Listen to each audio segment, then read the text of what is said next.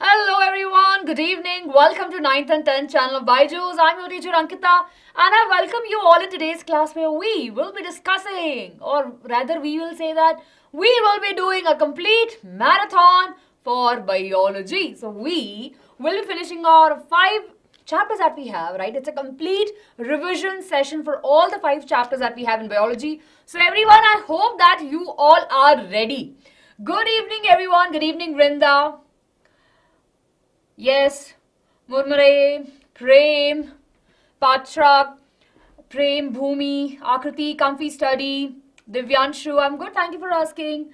Neha, yes, Sarabjeet, nice. One of my close friend name is Sarabjeet. Yes, Seema, Kitchen, Rakshana, Kitchen, Slayer, Harsh, Anonymous, Pari, Preeta. Good evening everyone, good evening, how are you all? Good evening everyone. So good to see that all of you are here everyone. Everyone please make sure you hit the like button for the video. Right? And everyone please make sure, if you can, stay with us till the end. Yes, I know that even I am very very excited for this particular session. Now it's a long session. Now many of you are asking, ma'am, duration kya hai session ka? Definitely, I have no idea. I can't even say the duration because I'm not sure. Like, I'm sure that we'll be able to finish it by aram se by 10 if we stay focused and if if we all contribute. By 10, I'm sure we'll be able to finish. But depending upon you, right, the time may vary. We can do before that also. Right? So, everyone, I need your help. I need your help. So everyone, I hope that all of you are ready. I hope that you had a quick revision right before you come into the class. I hope that you all are sitting with your textbook. You all have your water bottle, pencils, right? The things that you really need when you're sitting for a long hour class. Yes, and we will be taking breaks in between so you don't have to worry about it.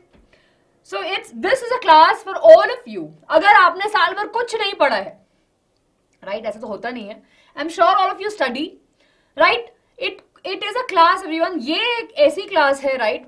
If you have any doubt which is left in between, थोड़ा सा backlogs if you have, right, in any of the chapters, this session will be helping you to clear all of that backlog.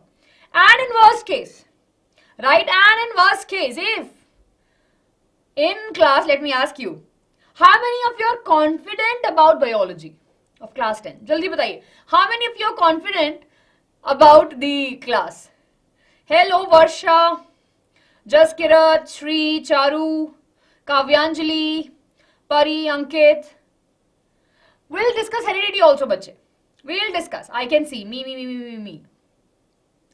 Very good, everyone. If you're confident about the biology, I think then we can finish this session at 8 also. So I need your contribution. I need your support. So, right? Done? See, don't ask me, ma'am, kitne baje tak chalegi class. We will try our best to wind up our class as soon as possible. 10 is the upper limit that we have, right? Hopefully by 10 we'll be able to finish off. We have 5 chapters and that includes a life process, which is such a hefty chapter.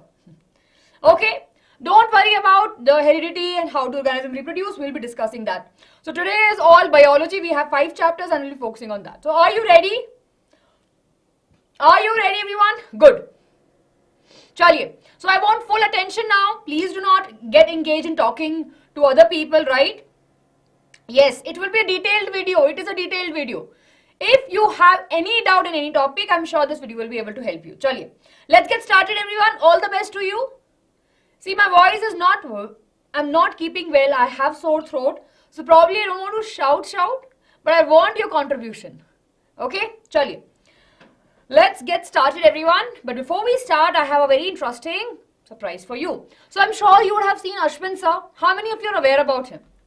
Yes, he have taken so many classes on our channel also in the beginning. And of course, here and there, he always is there to, to come up on the YouTube and take your classes. And these classes are very interesting, full of experiments, full of new things that we learn in our life, right? And basically the science which is there in our everyday life, we just see the different side of it. Yes, so especially right? For 9th and 10th graders, we have a workshop which is a career counseling, right? And in this particular session, Ashwin sir will be coming and will be having a session with all of you. So I would request all of you to click on the link which is in the description box, right? Click on that and register yourself. It's absolutely free. It will be happening on 31st of December, right? At 12 p.m. So I'm sure you will be at home, your parents will be at home, right? And please make sure you're asking your parents to join. It's a free workshop. It will be, very good for your future planning, right? So please make sure everyone you attend this workshop. Yes, Navneet will have it in the later part, bache. In the month of January, we'll have that. Okay, chaliye. Okay, chaliye everyone. So here we have everyone the 5 easy peasy chapters that we have. 5 easy peasy chapters.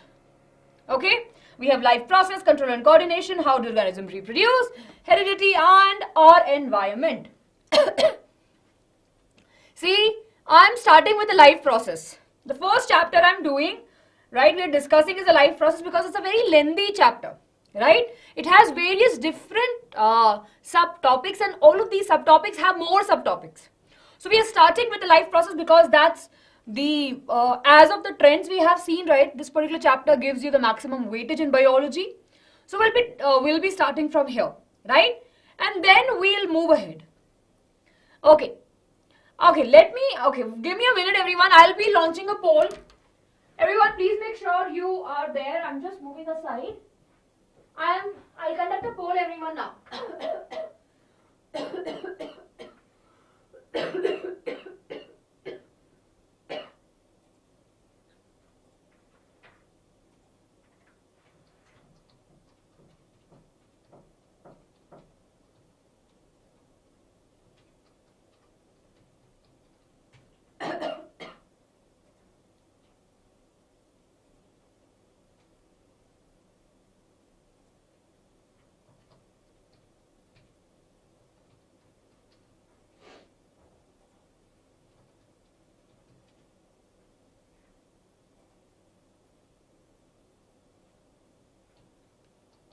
Yes, everyone, give me a minute.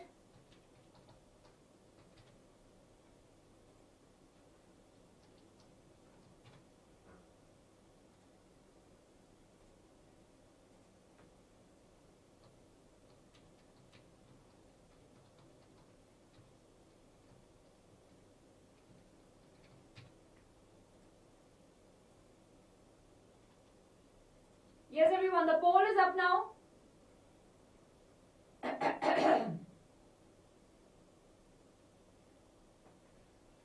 Yes, everyone. I hope that all of you can see the polls. Right, everyone, I hope that all of you can see the polls. 62, my God. Life process is moving ahead. Everyone, please vote. I have conducted a poll asking that which chapter we should start with. I've not kept environment over here because we can finish that in half an hour, less than half an hour. Okay, very good, very good. I see life process winning with 56% of the votes. We'll just wait for one more minute. We have 178 of you right now in the classroom. Please make sure you quickly pick the chapter you want to study, right? Based upon that, we'll start. Then next we have heredity, okay. 11% for the control and coordination and 13% for the how do organisms reproduce. Okay. Everyone quickly. Probably the next chapter will be heredity, right? I think majority of you are saying we should go with the life process. So we'll start with that and then we will be discussing about the heredity. Okay, chaliye. Ending the poll everyone, give me a minute. Excuse me.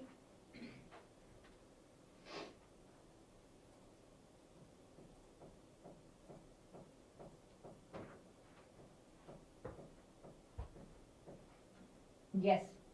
Life process have 53% of the votes. We are starting with the life process, everyone. Okay, chaliye. Let's get started. Let's get started. Okay, everyone. So, life process it is, everyone. Life process it is. Now it's a very easy chapter, right? It's a very, very interesting chapter. Okay. Those of you who are asking about the PYQs and important questions in between, I will be telling you, we don't have a PYQ to practice in today's class. It's a theory session, right? So I will be telling you this question came, right? And this is how you can write the answer. Clear? So I don't have the questions as such, but of course I will be telling you from this particular part, this type of question can come. For 2 marks, 3 marks, 1 marks and 5 marks. Okay? Chaliye. Now if I ask you everyone, yes, if I ask you that what is living? Because we have a word life process over here. And we talk about a very important word in this particular chapter is that what is living? Now what will be your answer? What will be your answer, everyone? What is living? And this session is for all of you. If you feel that you need more time with biology, so please make sure everyone stay with us till the end. In this session, you will be able to understand whole biology of class 10th. Okay, if the video is blurred, please check the setting of your phone. Anything in motion, ma'am, that breathes, okay, breathing, movement, growth, molecular movement. Very good, which shows the molecular movement. Shows growth, metabolism, have life, metabolic activities, very good performing life processes, breathing, digestion. Okay, very good everyone. So you already have the answer for this. We know that what is living? We can call an organism living if they have growth, if they have movement, if they can reproduce, respire and nutrition. Right? Apart from that, we understand that, right? The growth, right, is very important factor. It is irreversible though, right? We cannot change the growth. For example, we were kid at one point of life, right? We were 1 year old. Can we go back to it? No, that's not possible, right? So growth is something which is irreversible. We have repair in our body, but growth, we cannot just reverse it back, right? We cannot do that. Then of course we have the movement. I can move. Plants also have the movement inside them. Then of course we reproduce, right? We will be able to produce the next generation. Then we respire, right? We take up the oxygen. Then of course, along with that, what happens inside the body is this generation of the energy from that oxygen and of course from the food that we get. Then we have nutrition, right? So if we have the food goes into the system with the oxygen, of course we make the energy, right? So we have an idea that all of these things will make an organism living. Everyone, are we clear? Student Ash, no worry, we've just started, bache. Clear? Those of you are saying it's blur, please check the setting of your phone. Go to the setting button, advanced setting mein, change the, change the option that you have. Go for 1080p. Chaliye, very good, very good. So we are clear that what is living. Now, of course, if you have to give a definition to it, the definition of the living will be anything which shows in fundamental characteristic features, right, of life such as growth, reproduction, metabolism, cell can the activities that happens, right? The cellular organization and the consciousness. See, you and me can take a conscious decision. For example, you are asking, ma'am, what is the duration of the class? That's a conscious question that you're typing. I will say, I don't know. Probably by 10 p.m. we'll be able to finish the class. Okay? So, again, we are conscious about our surrounding and we are actually responding to it. If suddenly someone will call out my name, Ankita ma'am, I will take a look over there. So I'm responding to the stimuli, right? So of course, we are conscious about it and we respond to the various things in our environment. So we know that we are living. You will be getting the PDF after the class. Chaliye. Now here we have the characteristics of the living organism. We all know reproduction, metabolism, nutrition, breathing and consciousness. So if I ask you, what is life process? Now that we know what is living, right?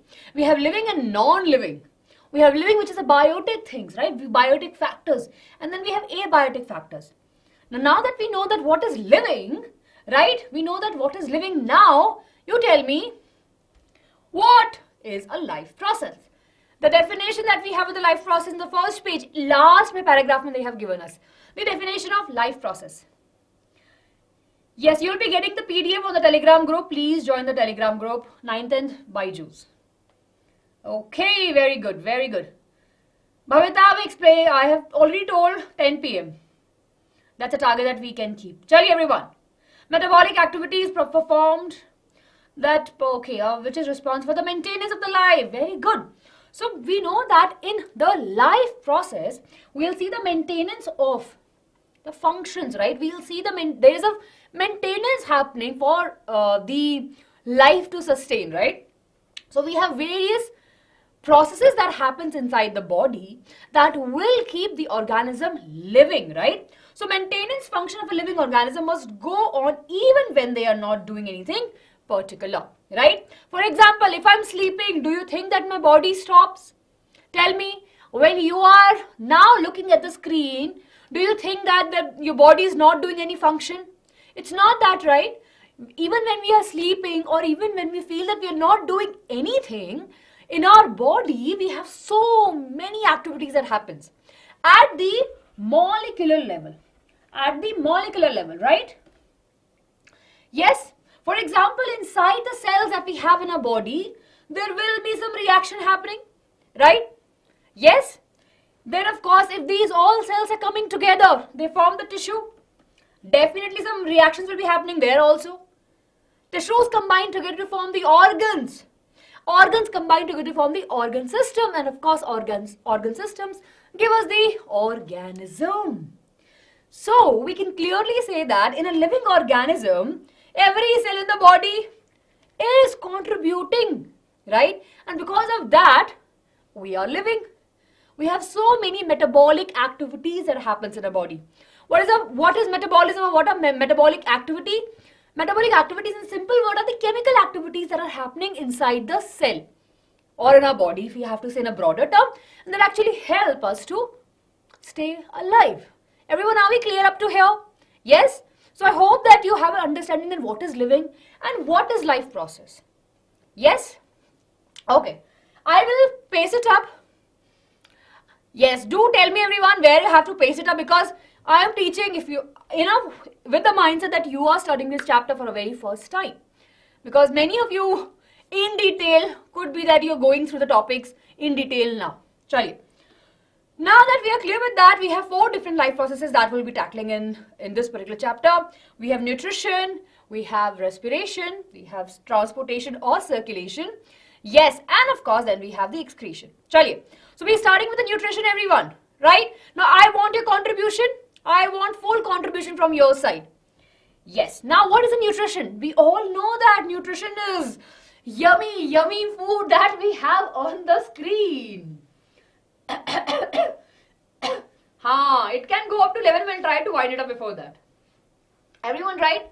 So we know that nutrition is something which is very, very crucial for our body, right? So we can say that nutrition is a mode of taking in food by the organism and its utilization by the body. We eat food to generate the energy. So when we have the food, right, when we are taking the nutrition, that food will be going inside the body and will be getting utilized to provide the energy. So here we have the definition of nutrition. Now nutrition can be broadly divided into 2 main subtopics. 2 subtopics are very, very crucial. I'm sure you all are aware about these topics because we have been learning this since class 6th, right? Now, nutrition can be of 2 different types. We have autotrophic nutrition and heterotropic nutrition. Autotrophic means, over here, auto means self and tropic means nutrition. So, and an organism which can make their food by themselves are the autotrophs. Very good, everyone. And heterotrophs are the organism that depends on other for their food, like you and me and the deer that we have over here. So, in the autotrophic nutrition, we can clearly say that they will be taking simple inorganic substance from the outside and convert them into the food. Examples are green plants and blue-green algae. Then we have heterotropic nutrition. We have that in us, right? Others. So here we have everyone. In heterotropic nutrition, what we have? Organisms which are dependent on others for their food. Examples, all the animals, right? In that we have 3 important categories. We have herbivores, right? Carnivores and omnivores. Now, of course, herbivores are those who eat just the plant eater, right? We can say they are the plant eater. Carnivores, meat eater. And omnivores eat both. Eat plants also and eat the meat also. We are in this category of omnivores, right? Then, if we have to divide more further the heterotropic nutrition, here everyone, 2 marks question, right? I'm writing 2 marks over here and telling you that this is important, so please pay attention to it. Now, we have 3 different modes or 3 different categories over here. In heterotropic nutrition, we have different ways in which the organism takes the food. First is holozoic mode of nutrition. What happens in holozoic mode of nutrition? The organisms take the food inside. Take food inside. What is the important thing we have to remember over here? Holozoic में जो organism है वो खाने को अपनी body के अंदर लेते हैं, वहां पे breakdown होता है. Clear? वहां पे we'll see the breakdown of it. Everyone, are we clear? Yes, they take the food inside their body and then the digestion happens. Then we have saprophytic mode of nutrition. They are very special. They will release the enzymes or they will release the chemicals outside their body and then take the food. So the digestion process, the breakdown of the food process happens outside the body and not inside. Everyone, are we clear? What we have over here, the example is the fungi, mushroom, yeast, etc., etc. All the fungi is over here. Clear? Then we have parasites. Parasite is something that we have on humans also, animals also, plants also. So parasites are those organisms that will take the nutrition from the host. Right? Host. Achha, how many of you have seen lice, right? For example, if I'm sure it would have happened to all of you at some point in your life, especially when you were very younger, right? If you're going to the school and of course, if you're sitting in a very close space, right? What happens?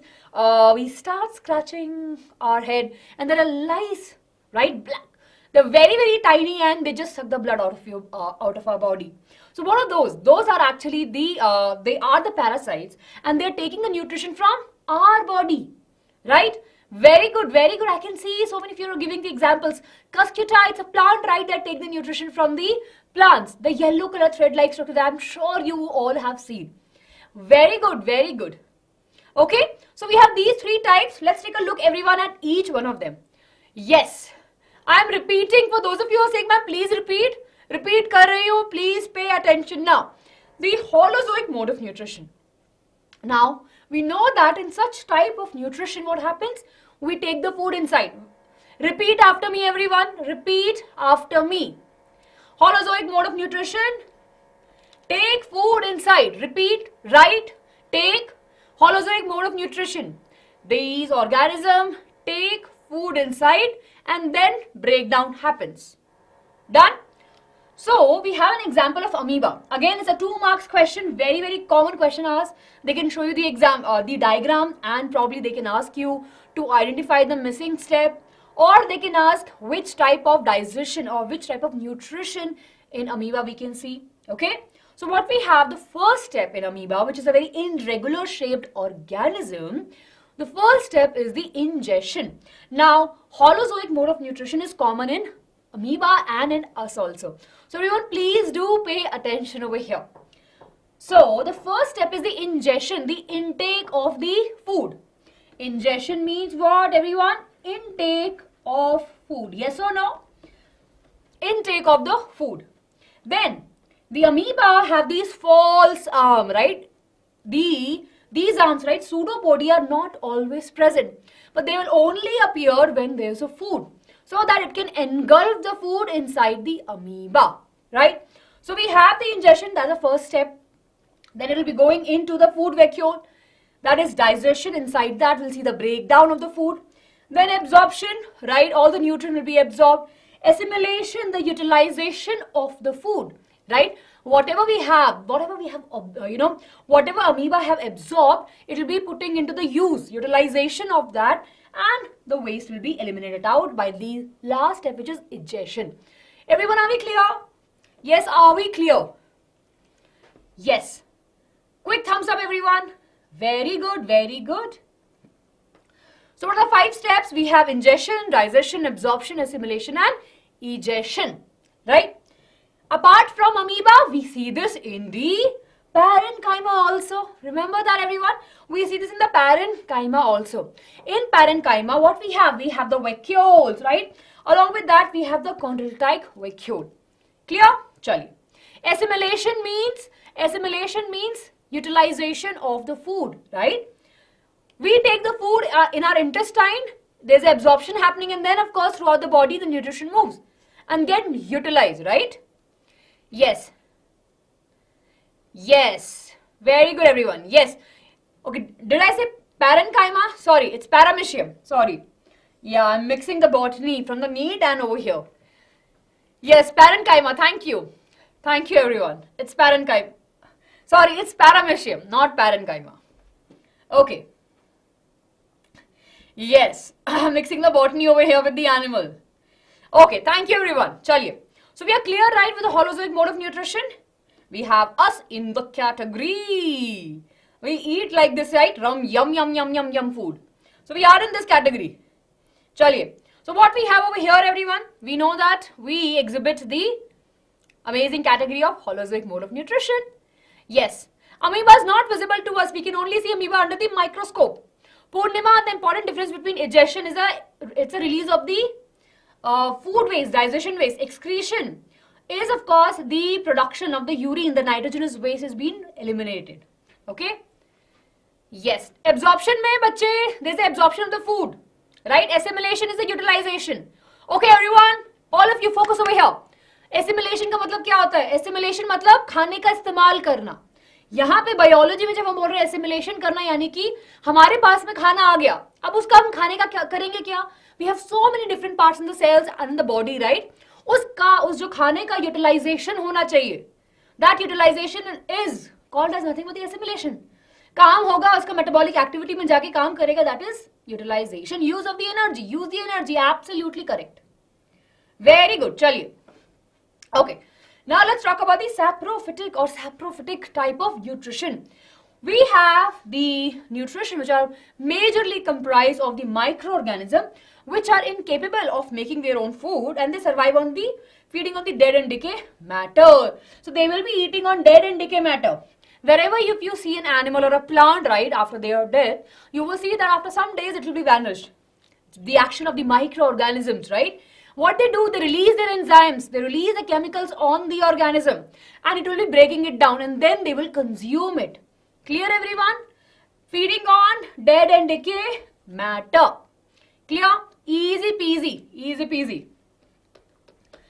Last and our favorite is the parasitic. We have parasitic nutrition, everyone, where the organism take the advantage of the host, right? They take the nutrient from the host and damage them. So parasitism is where one organism entirely depend on the other organism. They cannot sustain by themselves, right? They are dependent on the other organisms, and then they take the food from them. They take the nutrient, right, without killing the host. We have the ticks, cuscuta, and the lice are the examples over here. Okay, everyone? Easy peasy. Very good, very good. Egestion is nothing but the removal of the undigested food. That is called as egestion. Ticks we usually see in the dogs, like in the various different domestic animals. Radhika. It's Kaju Katli time. Yes. It's a Kaju Katli time, everyone. Yes. Okay. Chaliye. So we are clear with this. Let's talk about the autotrophic and heterotrophic mode of nutrition again.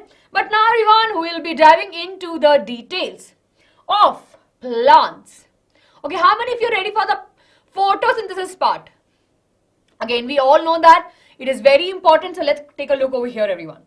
We know that plants are important. And of course, if I ask you, you will write an essay. Ma'am, plants give us oxygen. Ma'am, plants give us this. Plant help in the water cycle. Plants are very important. They give us oxygen, etc., etc. So we can write, right? Of course, we know that.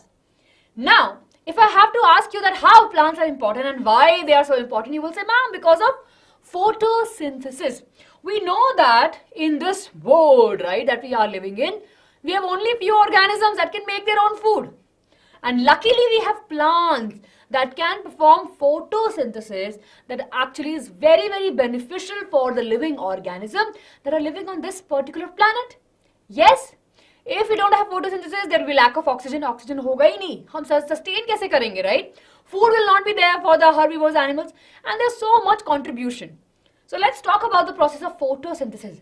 It's a very simple process, right? It's a very simple process, everyone. What is photosynthesis? In short, if you used to write in class 6, it is a process by which plants take up the carbon dioxide from the atmosphere. In the presence of sunlight and in chlorophyll, they'll make their food, they'll make glucose and they will release oxygen. Easy peasy. Yahi to hai photosynthesis. Right? This is what we call it as photosynthesis. Yes?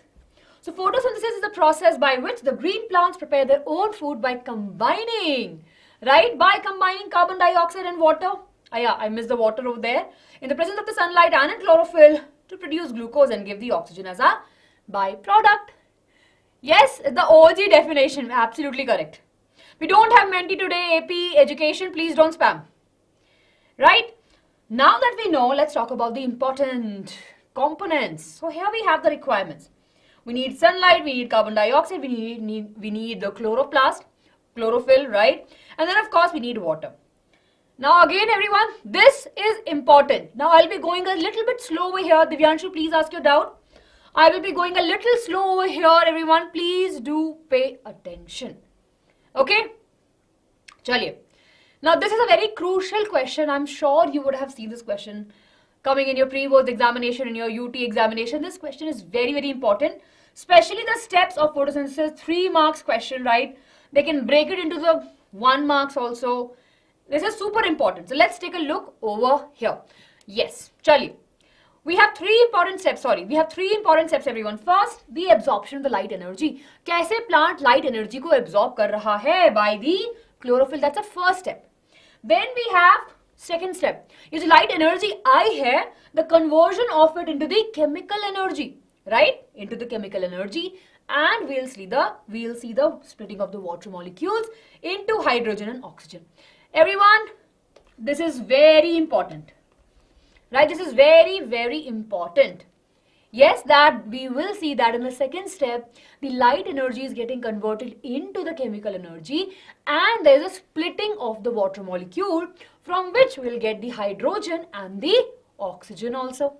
Then step number 3, reduction of the carbon dioxide to the carbohydrates. Very, very important step where the carbon dioxide, CO2, will be getting reduced to what? It will be getting reduced to glucose. So we have 3 main steps that we will remember in this process, right everyone? Chaliye. The first step that we have is the absorption of the light energy by chlorophyll. Can anyone tell me where the absorption of the light energy happens? Yes, where in the plants, right? The light energy absorption happens. Okay, I can see stromata. Jishu, is it stromata? Yes, Preetam. Okay, very good, very good. Okay, I can see some mixed answer. I think I need to rephrase my question a little bit more. Where you will see the absorption of the light energy. Right, of course, leaf ke andar kya hota hai? We have the in leaf what we have? We have chloroplast, right? And of course, then of course we have the chlorophyll. So that should be the order, okay? So over here that you see is nothing but a chloroplast, everyone. See over here what we have? We have a chloroplast. Okay, very good, very good. So chloroplast is a very, very important cell organelle. We have discussed about the chloroplast in class 9th also. Chloroplast is called as the kitchen of the cell. They have their own DNA, right? That's a very, very important thing about the chloroplast that we all remember, that they have their own DNA. That means that they can make their own protein also and they're well capable. So when we talk about the structure of the chloroplast, they have an outer membrane. Then they have inner membrane. So they are 2 membrane structure.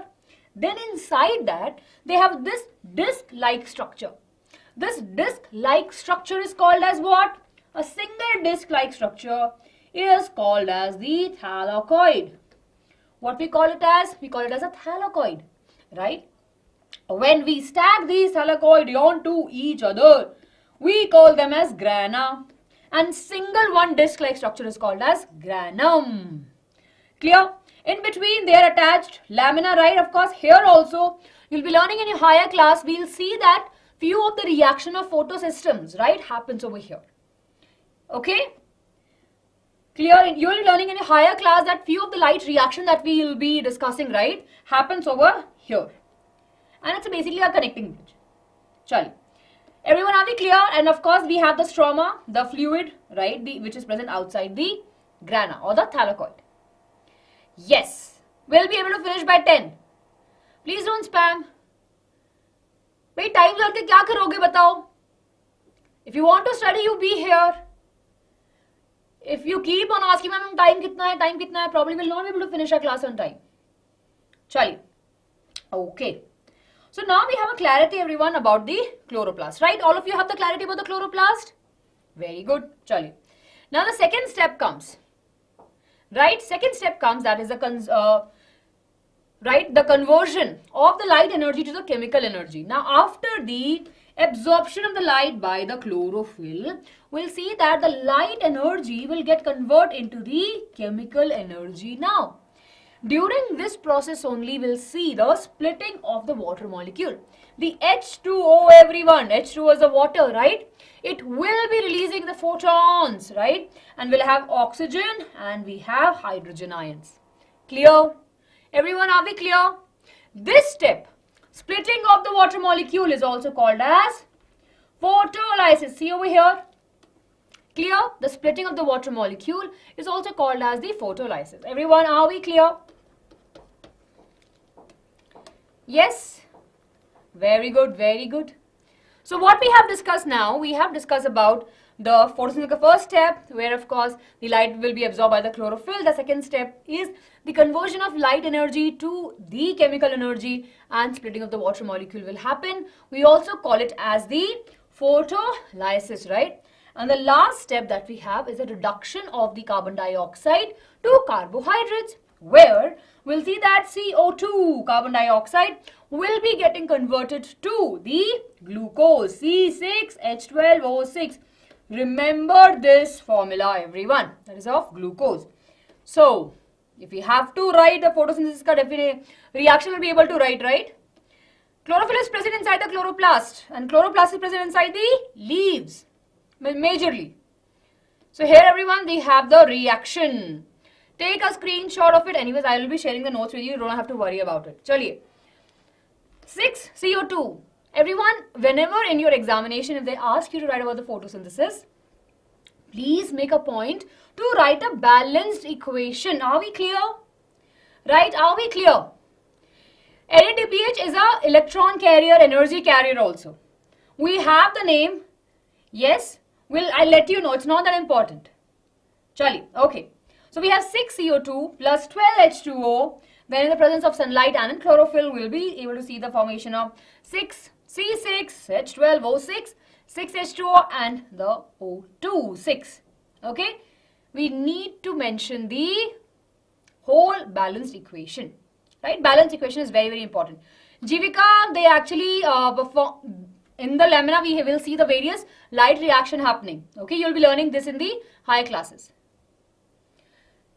6 plus H2O kahan pe? It's not that important. Yeah. Yes. Ma'am, why there is a water molecule as a product? Sometimes we write in the various reactions, right? We usually say oxygen. Right? We usually say the oxygen and the glucose only. In some of the equations, I'm sure you would have seen the water. Okay? Yes, Charlie. So, if we talk about the assimilation now, we got the glucose. After the photosynthesis process, what we have the glucose. This glucose will be getting stored, right, into starch, and furthermore, the sucrose will be used in the metabolic activities. Everyone, are we clear? Yes. Thank you, Akriti. Thank you, Comfy Study, for helping your friends out over here. Badhiya. Nice. Chaliye. Now, moving to the next topic, which is related to the desert plants, which is that I'm sure you all are aware about the desert plant, very, very special, right? They have the stromata, right? But they don't open their stromata during the daytime. They don't want to lose out the water. So these plants, what they do? They actually open their stromata in the night, take up all the carbon dioxide, do the gaseous exchange in the night, and once during the daytime, they will do the rest of the light reaction process. They're very, very smart, right? They're very, very smart. So in desert plants, stromata opens only in the night time, and desert plants basically assimilate. They collect the carbon dioxide and of course start the different processes. At that point during the daytime, when the stromata are closed, right, this will be utilized, the carbon dioxide, to perform the photosynthesis. Easy peasy. Yes, please ask your doubt. Sachin, you can recap. Absolutely. Everyone, are we clear? So if we have to, in short, if we have to write 3 points about the photosynthesis in desert plant, first, that they do not perform photosynthesis in the daytime. Sorry, I'll correct my sentence. They perform the photosynthesis in the daytime, but the stromata opens only in the night time. Stromata plays a very important role in the exchange of the gases, right?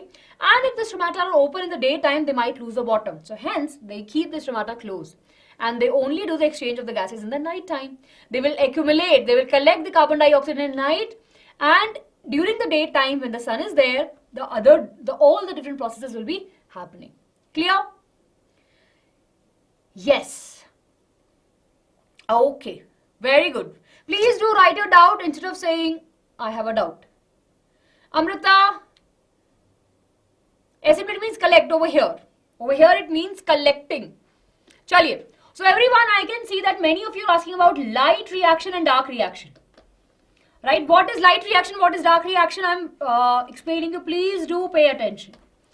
So the first two steps that we have in the photosynthesis, right? The absorption of light by chlorophyll is a light reaction.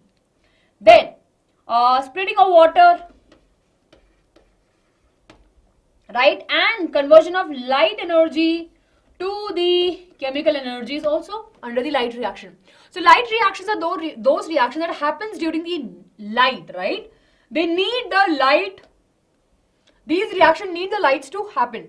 Dark reaction uses the products of light reaction. Whatever products are made in the light reaction will be utilized in the dark reaction. So dark reaction are light independent. That means that even though the light is not there, they can perform their function. Everyone, are we clear? Yes? Very good, Sachin. Very good.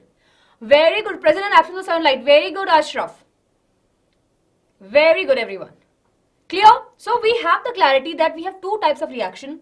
Right? In our CBSE, they haven't mentioned, but many of you are asking about this. Light reactions are those reactions which are dependent on light. Dark reactions are those reactions that are not dependent on light, they're light independent. What happens there is the CO2 getting converted or to the glucose. So this, of course, there will be a series of reactions that will be happening. Breakdown will be happening, right? Various different reaction happens, and after that, we'll be able to get the glucose. Okay? Yes, everyone, are we clear? Everyone, are we clear with this? Give me a quick thumbs up. Yes. The last point is that stromata will remain closed during the daytime and will open only in the night for the exchange of gases. Okay, yes, very good, everyone. Ankit, have explained that part, bache? Absolutely correct. Very good, everyone. Chaliye. So now with that, we are clear with this, right? There are a few factors which of course are not mentioned in your NCRT, but just an extra information for all of us to remember. There are various factors which affect the photosynthesis: light, temperature, carbon dioxide, and the water. Okay? Yes. These are the external factors, and then we have the internal factors: chlorophyll content, structure of the leaf.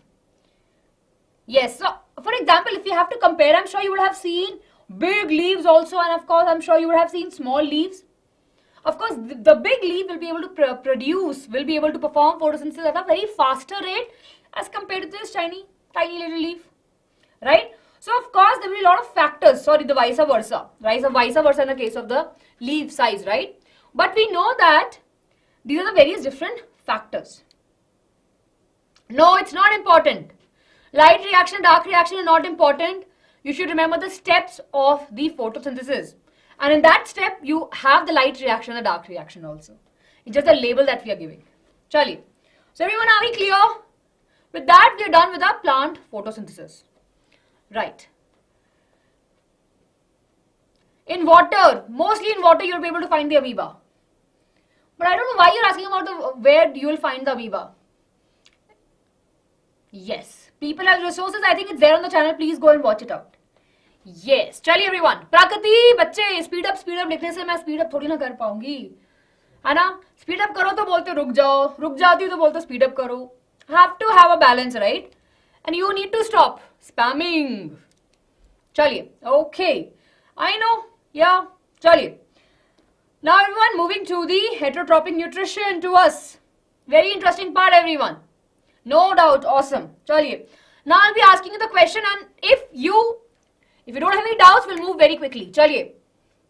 Okay, are you ready for the rapid fire? Are you ready for the rapid fire? I'll be asking you the questions. You need to answer in the chat box. If you answered all the questions, we will go really very quickly from the topic of digestion. Done? Chaliye. I want to see Josh, everyone. Come on, come on. Okay, chaliye. Very good, very good. Okay. Here we have the digestive system. First question, everyone. Buccal cavity comprise of which parts? Buccal cavity comprise of which parts? Okay, very good, very good. I can see the answers coming. Okay, mouth, teeth, okay, tongue. Very good, very good. So buccal cavity has what? Buccal cavity has teeth, salivary glands, right? Salivary glands, and of course it has the tongue. All of these makes a buccal cavity. And where we'll see the digestion happening first? Where we'll see the digestion happening first? Very good, very good. Absolutely correct. In the mouth. In the mouth, the digestion will start first. So if the question comes, where in the body, where in the alimentary canal that the digestion starts, we'll say mouth. In mouth, we have a very important gland. Name the gland and name the enzyme and what is it works. Very good, Radhika. Very good, Ankit. So we know that in our mouth what we have? We have the salivary glands. Salivary glands release the saliva, and this saliva contain the salivary amylase enzyme that actually help in the breakdown of the carbohydrates. Very good, everyone. So here, the first part that we have, mouth. Okay. Then of course, the food moves from the mouth, right, to the stomach through esophagus. Which type of movement happens in there? See, these are all our important questions which are asked in the examination. Yes, tell me. Which type of movement we see in the walls of esophagus? What is the name of the movement? Very good. Genstu. I think I don't know how to pronounce that name, but yeah. Genstu. I know that it's a name of the anime character. Very good. Peristalsis movement. Absolutely a wave-like movement will happen, and that will be carrying the food from the esophagus to the stomach. Okay. Very good, everyone. Okay. Now you tell me, which is the largest gland in a body? Which is the largest gland in a body which actually help in clearing out the toxic in our body? Very good, very good, very good. Which is the largest gland in a body that actually help in clearing out the toxics from the body? Very good. The answer is liver. And liver produce what? Liver produce a juice that actually help in the emulsification of fats. Basically nothing but the breakdown of the fats into smaller granules that can be easily worked by the enzymes. Very good. So liver produce what? Bile juice. And bile juice is stored in? Bile juice is stored in bile duct. Very good. And the main function of the bile juice, right, that we have over here is the emulsification of fats. Very good, everyone. Very good. Sorry, bile duct. Sorry, gallbladder. The duct is called as the bile duct from where it moves. Yes, gallbladder. Clear? Chaliye.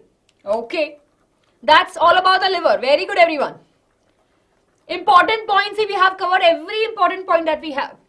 Now coming to the stomach, everyone. Coming to the stomach, very good that the bile duct secretes it, the bile through the gallbladder. We have the bile duct, right? The tube that opens in the intestine. Very good. Chaliye. Stomach. Okay, stomach has which type of acid and why we have it? Very good, Indian bikes rider. HCl. We have HCl in the stomach and it kills the germs. It kills the germs, everyone. And apart from that, what is the main function of it? What is the main function of HCl? Something it activate, right? It activate what? So the HCl acid, right, which is present in the stomach, right, as the food comes, the stomach cells releases the HCl, very specific stomach cells. They release the HCl and it activates our sleeping enzyme, which is the pepsinogen. And this enzyme will become active in the form of pepsin. Very good. Pepsin is the correct answer. Very good. So sleeping enzyme name is pepsinogen. And the active enzyme name is pepsin. And who is playing a very important role in this conversion? HCl. Because as a HCl acid comes, this enzyme will become active and convert into the pepsin. And this pepsin help in the digestion of?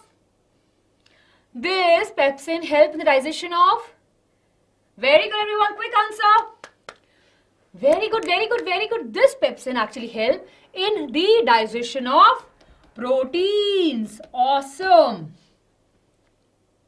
Right? Chaliye. Now we have one more important part. That is mucus. And what is the role of mucus? What is the role of mucus, everyone? Very good, very good. The important role of the mucus is to protect the inner lining of the stomach from the harmful effect of acid. If mucus is not there, probably our stomachs will have holes or the wounds, right? So mucus protect as a covering, right? And protect the stomach wall. Very good, very good. Now, moving to the next part, everyone. Moving to the next part. Pancreas. Acha. Pancreas is a very important gland, right? Plays a very important role and it has 3 enzymes. Can you name the enzyme that it secretes? Very good, very good. The 3 important enzymes that are secreted by the pancreas that actually help in the digestion. Can I just write few things? Dual gland, very good. Pancreatic amylase, awesome. Helps the breakdown of carbohydrate. Then we have lipase, very good, everyone. Help in the digestion of fats. And then we have trypsin, help in the digestion of proteins, basically to the amino acid. Right, help in the digestion of the amino acid. Awesome, my God, I love the energy in the class now. You guys are brilliant. You guys are super brilliant. You know the answers. Chaliye. That's the pancreas for you. Then let's move to the next, everyone. Acha, in which part of the intestine? We have 2 types of intestine, right? Where we'll see the absorption of water? Where we'll see the absorption of water happening? In the alimentary canal, where we'll see the absorption of water happening? We do have mucus in our nose also to trap the germs. Large intestine, arey! I can see when I say absorption, I think most of you write small intestine. But now you're paying attention to the word water. Very good. In the large intestine, right, which is not so large, it's large in terms of the diameter, right? Large intestine will receive the undigested food, right, from the small intestine, and in the large intestine, all the water will be absorbed and the waste will be pushed into a long tube, right? And of course, it will be moving out of the body through the anus. Easy peasy. So, okay, small intestine mein, where the complete digestion and absorption happens of the food. Yes. Very good, everyone. Very good, very good. I can see the answers. I can see the answers already. where in the alimentary canal we'll see the complete digestion and complete absorption of food happening.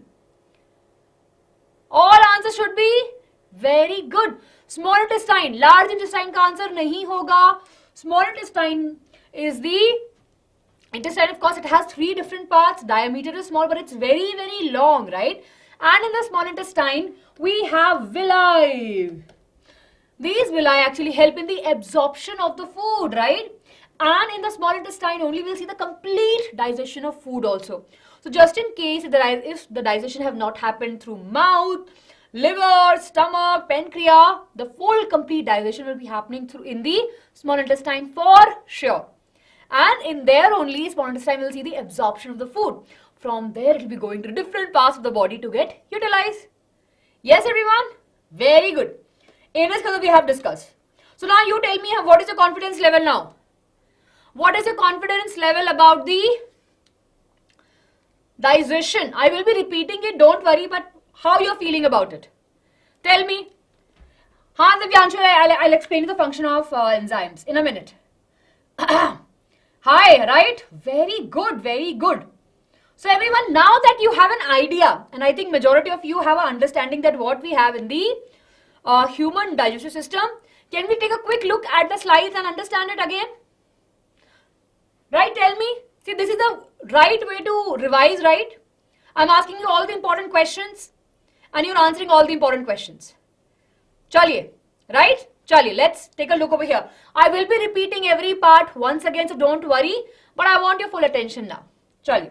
Here we have, everyone, the first part that we are discussing is that we have ingestion, digestion, absorption, assimilation, and the digestion.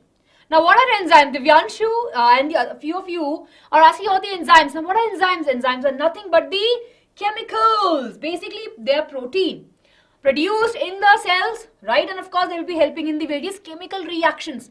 And they actually fasten up the reactions. We can say that they are the accelerator. They will start the reactions.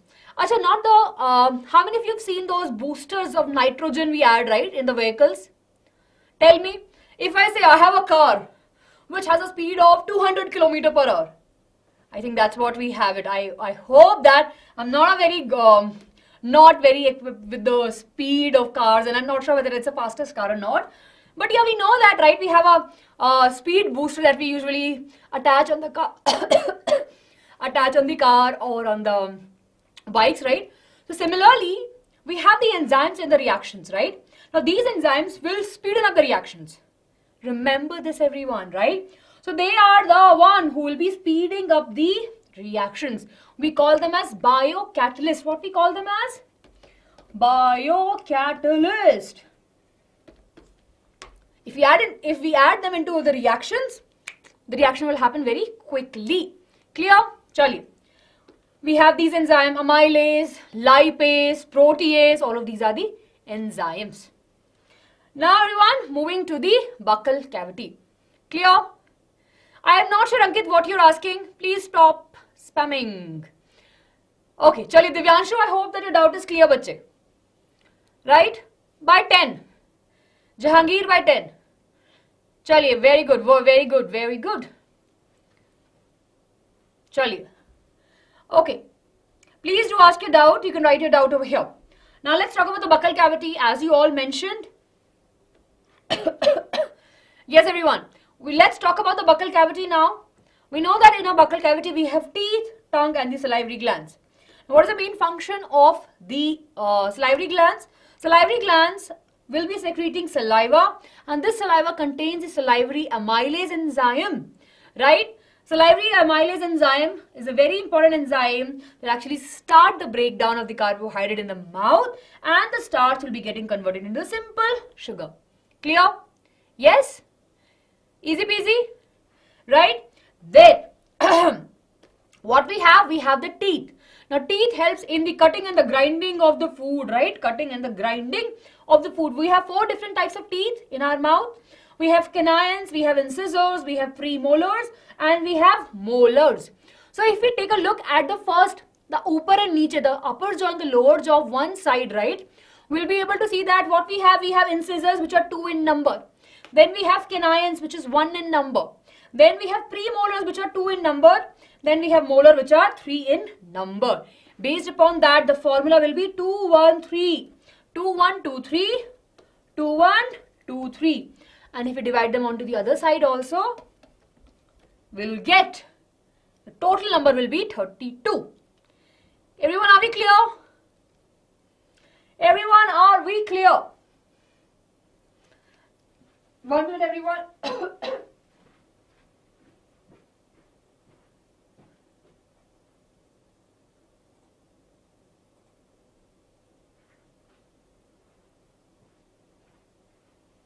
Yes, chaliye. Okay, everyone, are we clear? Ankit, please check the correct spelling. I think you're talking about an enzyme. Tell me, is it that? Okay. Okay, chaliye. Dental formula is over here of the adult and of the child. Now, apart from the salivary glands, teeth, we have tongue, which plays a very important role in the mixing of the food. So the bolus is mixed over here. Yes. Yes, yes, Indian biker, please stop spamming. You will find the PDF over there. अभी तो class में चल रहा है बच्चे. Class में focus करो. If you will not focus in class, the PDF will not be able to help you. पढ़ाई तो करना जरूरी है. PDF note से कुछ नहीं होगा. Until unless you understand what we are teaching, right? आपको सब PDFs आपको मिल जाएंगे. That's for just for the support. Please do not spam again and again. Yes, chaliye. So we know that tongue will be helping in the mixing of the food.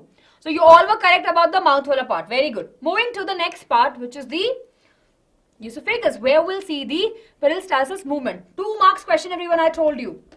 Now, I think few of you are asking about it. So we know that the food which has been, broken by the teeth, mixed by the tongue, we call it as bolus. What we call it as? We call it as bolus. Now, this food travels from the mouth to the stomach, right? And what happens over there? The esophagus actually move this bolus with the help of a wave-like motion. We can see over here this type of motion where we'll see a wave coming on the structure, right? We call it as the peristalsis movement. A 2 marks question, everyone. Then the next part that we have is the stomach. Now, the stomach have HCl. We know that it converts the pepsinogen into the pepsin and help in killing the germs if they have entered through the food. Then we have pepsin, which actually help in the breakdown of the proteins, protein to the peptide. And then we have mucus, right, which plays a very important role. The food which is present inside the stomach, right, after the digestion, we call it as the chyme. This is nothing but the partially digestive food which is present in the stomach. This chyme only will be moving to the small intestine. Everyone, are we clear? Are we clear? Tell me, are we clear? Yes, very good. Okay, we have mucus, we have pepsin. Mucus plays a very important role, protect the walls of the stomach. Now, everyone, this question came in the last year board paper mein. They have spoken about the sphincters, and I think few of you have a doubt. Now, sphincters are nothing but the opening. From over here, they are the flap-like opening that allow the food to move in and out. Basically stop the food, not in and out, basically in over here in the stomach and out over here. But they are only one-way communication that happens usually on a very healthy time pay. What happens, these sphincter will be closing, right, the path of the food. The food comes from the esophagus, enter into the stomach, and to make sure the food from the stomach is not going to the esophagus again, we have a sphincter over here. In a case when we are vomiting, what happens? The sphincter opens and we release out the food, right? Then we have one more sphincter which actually protect or which stops the entry of the chyme back into the stomach, and we call it as the pyrolytic sphincter. Everyone, are we clear? 2 very, very important. Yes, they are muscular tubes.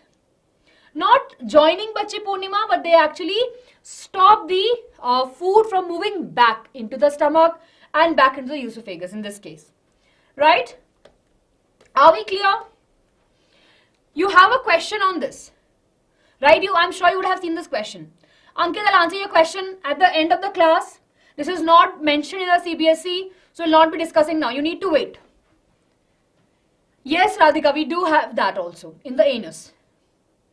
Okay. Ravi have explained the role of sphincter. They actually help in stopping the food from moving back. Okay. Moving to the liver, everyone. Now, liver plays a very important role. It's a very important gland, and it produces a bile juice which actually help in the breakdown of the fat globules into the liquid droplets, right? Over here, we call it as an emulsification of fat, right? Emulsification of fat, everyone, this is a very, very important 2 marks question. Or can be asked in 3 marks also. Emulsification of fats. The gallbladder will store the bile juice, and this bile juice will be breaking the large fat molecules into the tiny one, so that these small fat droplets, right, can be attacked, or of course the lipase enzyme can work and can break them down more further. Clear? Yashasvi, no, it's not mentioned. Dark reaction and light reaction in the NCRT. Grape की तरह लग रहा है. बढ़िया. चलिए. Okay, now everyone, moving to this bile juice extra. This is extra. If you want to remember, please do. If not, you can skip this part also. We're just talking about the composition of the bile. Okay. Then, of course, we spoke about the pancreas. Now, pancreas plays a very important role, right? Pancreas secretes 3 main important enzymes that I mentioned in the NCRT. First is lipase, which actually help in the breakdown of the lipids. Then we have trypsin that actually help in the breakdown of the peptides to the amino acid. Then we have pancreatic amylase that actually help in the breakdown of the carbohydrate to the more simple sugar molecule. Super important, everyone. Super, super important, right? Yes?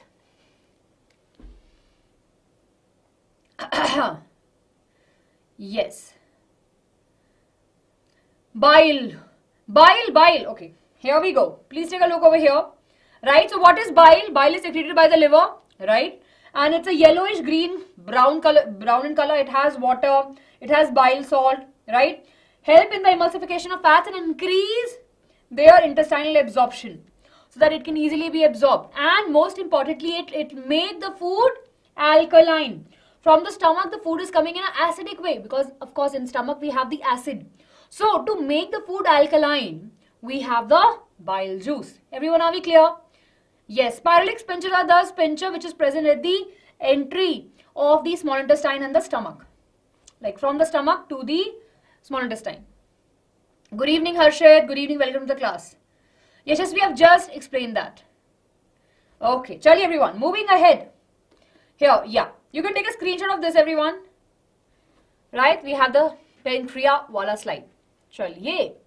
Why alkaline now? Anmol, we have to make it. It was acidic, right? In the stomach, it is acidic. Now, there, of course, we have the protection from the acid, right? And over here, in the other parts, we don't have that much protection. And apart from that, the enzymes that will be working will not be able to work in high acidic conditions. Hence, it is important for the body to make that food which is acidic in nature to the alkaline. And over here, bile juice is helping it. Clear? Everyone, are we clear? Good, very good. Chaliye. Moving to the small intestine now. The small intestine have 3 different parts. We have duodenum, jejunum and the ileum, right? And the small intestine will see the complete digestion of food and absorption of food. In the small intestine, we have these villi, which are finger-like projection that are present, and they plays a very important role in the absorption of the food. They also help in increasing the surface area, right, for the more absorption of the food.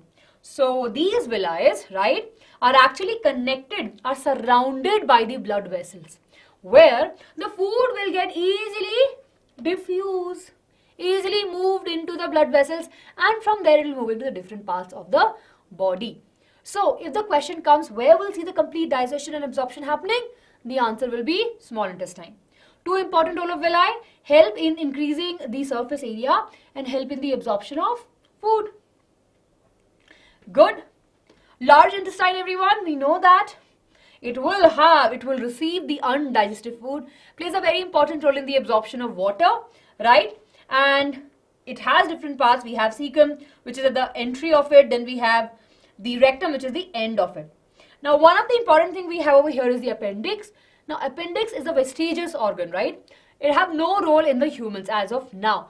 According to the researchers, and still the research is happening, right? Initially, these appendix will have the bacteria that will be helping in the digestion of the cellulose, which is present in the grass. So, it's predominantly is active in the herbivorous animal. Yes, very good, very good. So here everyone, we have the important function of the large intestine. It help in the absorption of water, right? Add the mucus to it, and of course store the feces matter before it. And the undigested food is removed through the anus from our body through the anal sphincter. See over here everyone. Yes, Ankit, villi are the small finger-like projections that help in the digestion and the absorption of the food, not the digestion, absorption of the food.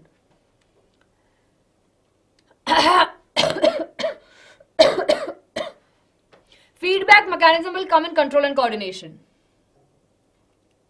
No, it's not important, Preetam.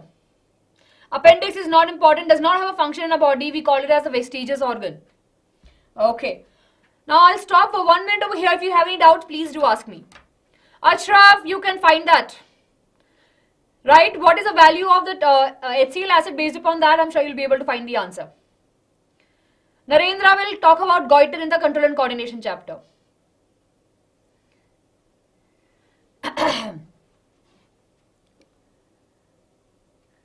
It's up to you guys, everyone, but you need to pay attention, right? Very good, no doubt.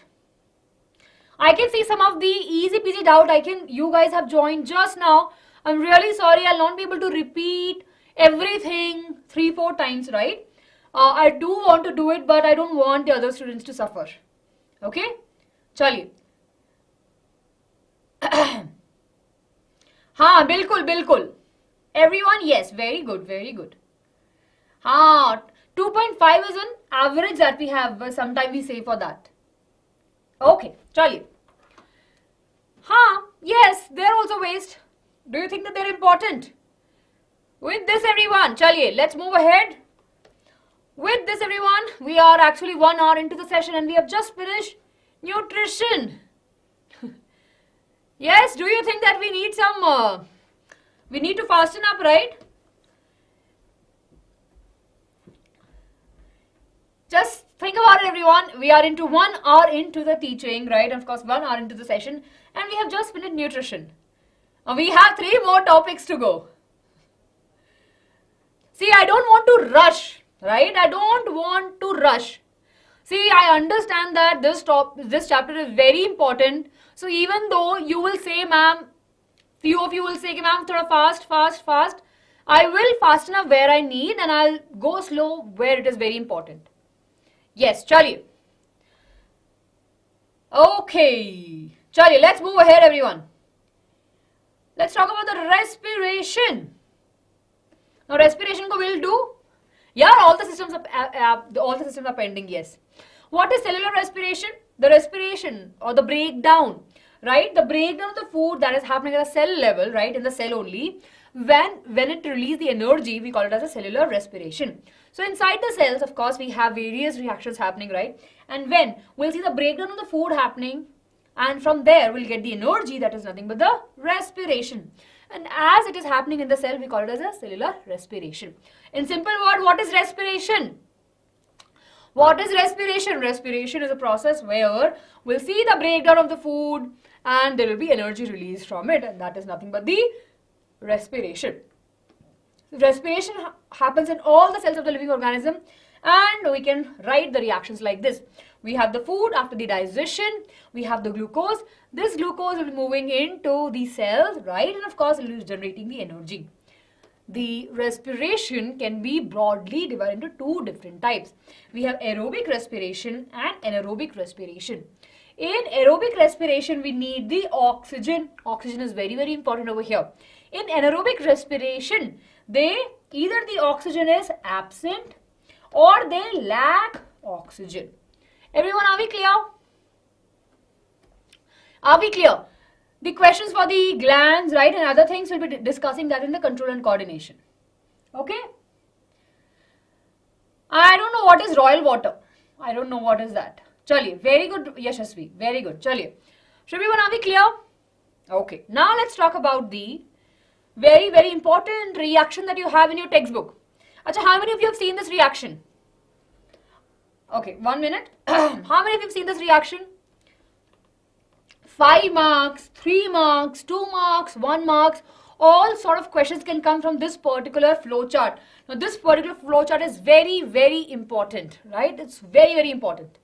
So what we have, let's take a look everyone. I want full attention now, right? So let me ask you some questions, right? Again a rapid fire round.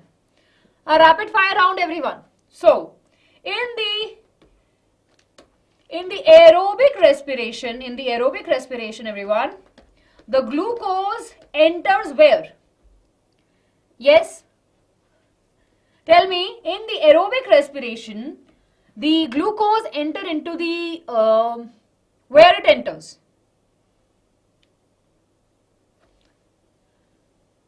Right?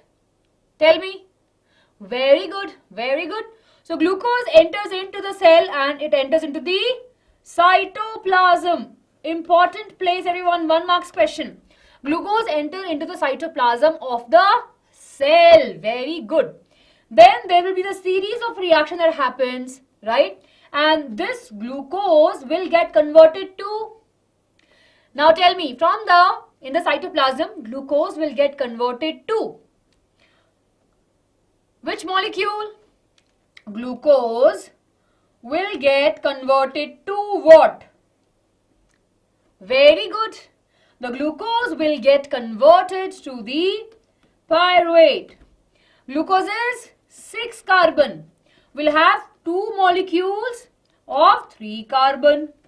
So we'll have 2 pyruvate. Okay? 6 divided by 2. Yes, we'll have 3 carbon. Very good, 3 carbon molecule, absolutely correct. Now this pyruvate will enter where? Tell me everyone, we have the molecule which is ready now. And we get the oxygen also. And we have our bubbling oxygen also. Now this pyruvate and oxygen will enter where? Which organelle? Very good student Ash, very good. These both will enter into the mitochondria. Pyruvate and oxygen, and there of course we'll see the reaction happening, and what will be the output? ATP, adenosine triphosphate, the energy currency of the cell. Clear? Easy peasy? Remember the steps. Glucose enter into the cytoplasm. Glucose in the cytoplasm only break down to the pyruvate. This pyruvate and oxygen enter into the mitochondria. Reaction happens. ATP in the pocket. Done?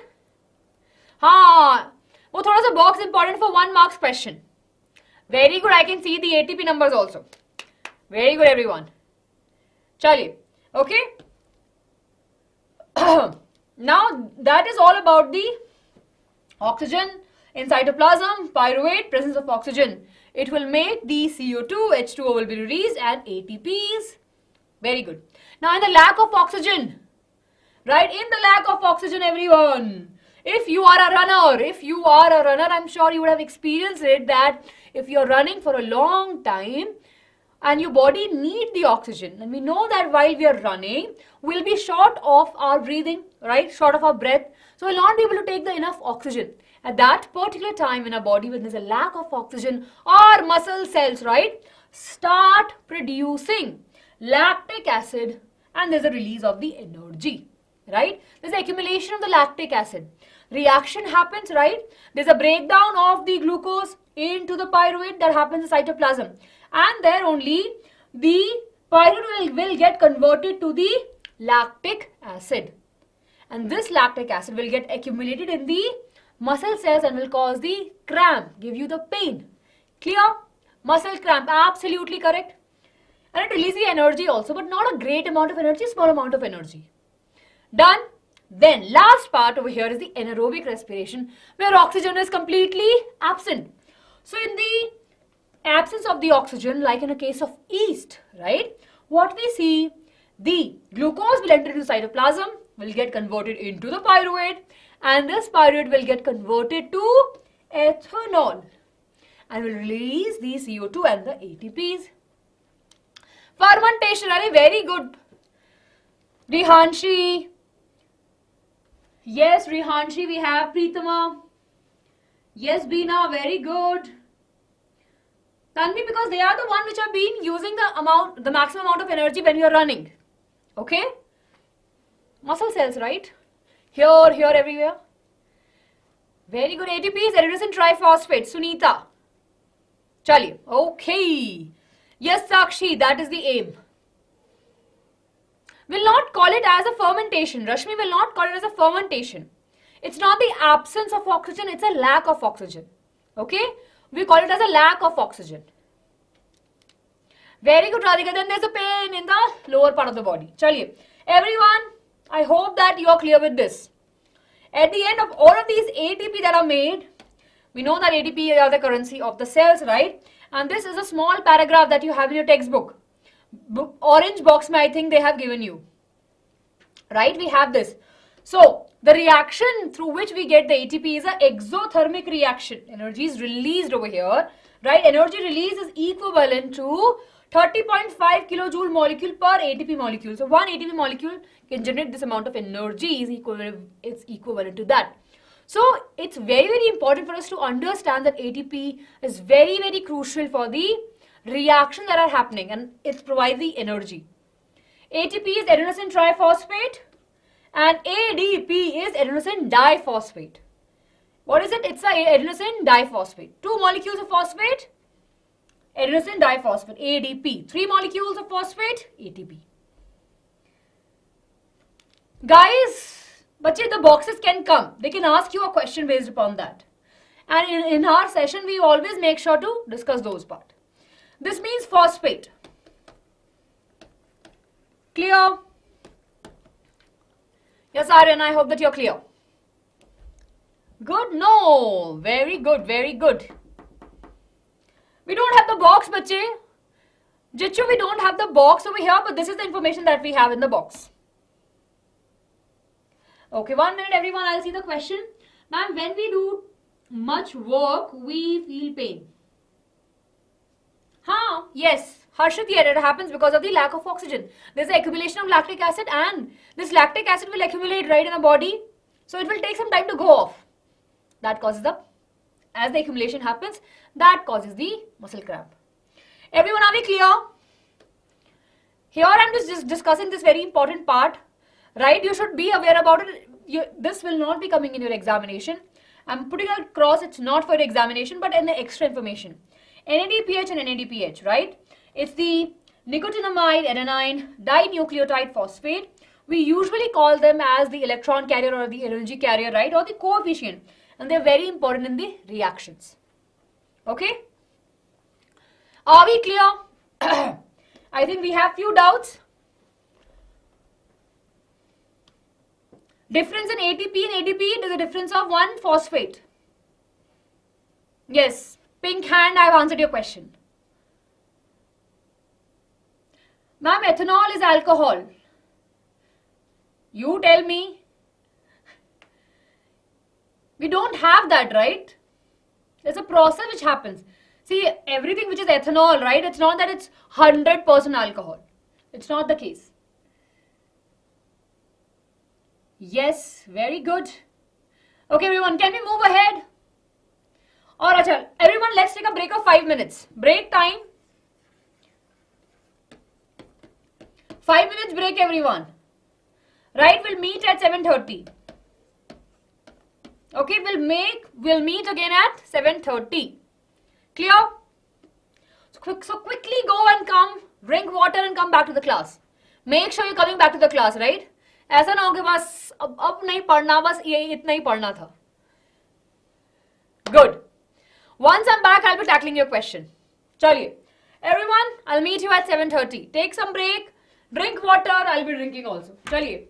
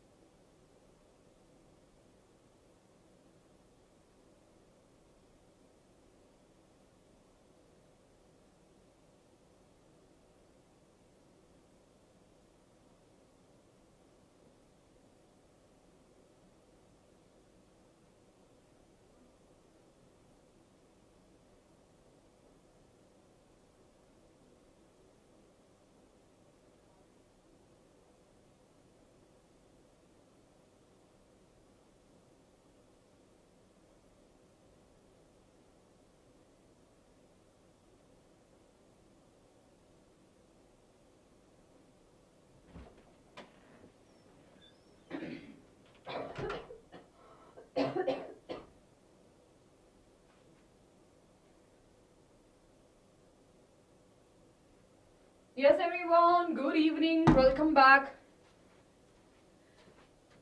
Hello, everyone. Yes, everyone. Are we ready? Rehanshi Bache, NADPH plays a very, very important role in the electron carrying. You will be learning this in your higher classes. In class 11, when you discuss in detail about the photosynthesis, you will be learning that. Right? Motivation लेना है क्या यहाँ पे? Ready? Divyanshu, बच्चे fermentation एक बहुत important process है. What happens? Right? What happens in fermentation? Fermentation is a very easy and very simple process where we'll see that in the absence of oxygen, when we don't have the oxygen, right? What will happen? The yeast, if you take an example of yeast, will be breaking down the sugar. And of course, releasing the alcohol and the carbon dioxide. That process is called as fermentation. Divyanshu, I hope that it's clear.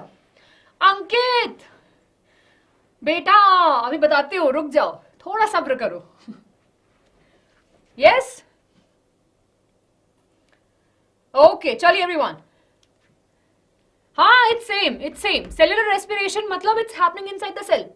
Respiration in general, what we say, it's a breakdown of the food and the making of the energy, right? Clear? Excitement level is very high. हाँ बिल्कुल 9 बजे मैं दूंगी खाना पीना खाने के लिए. चलिए everyone, let's get started.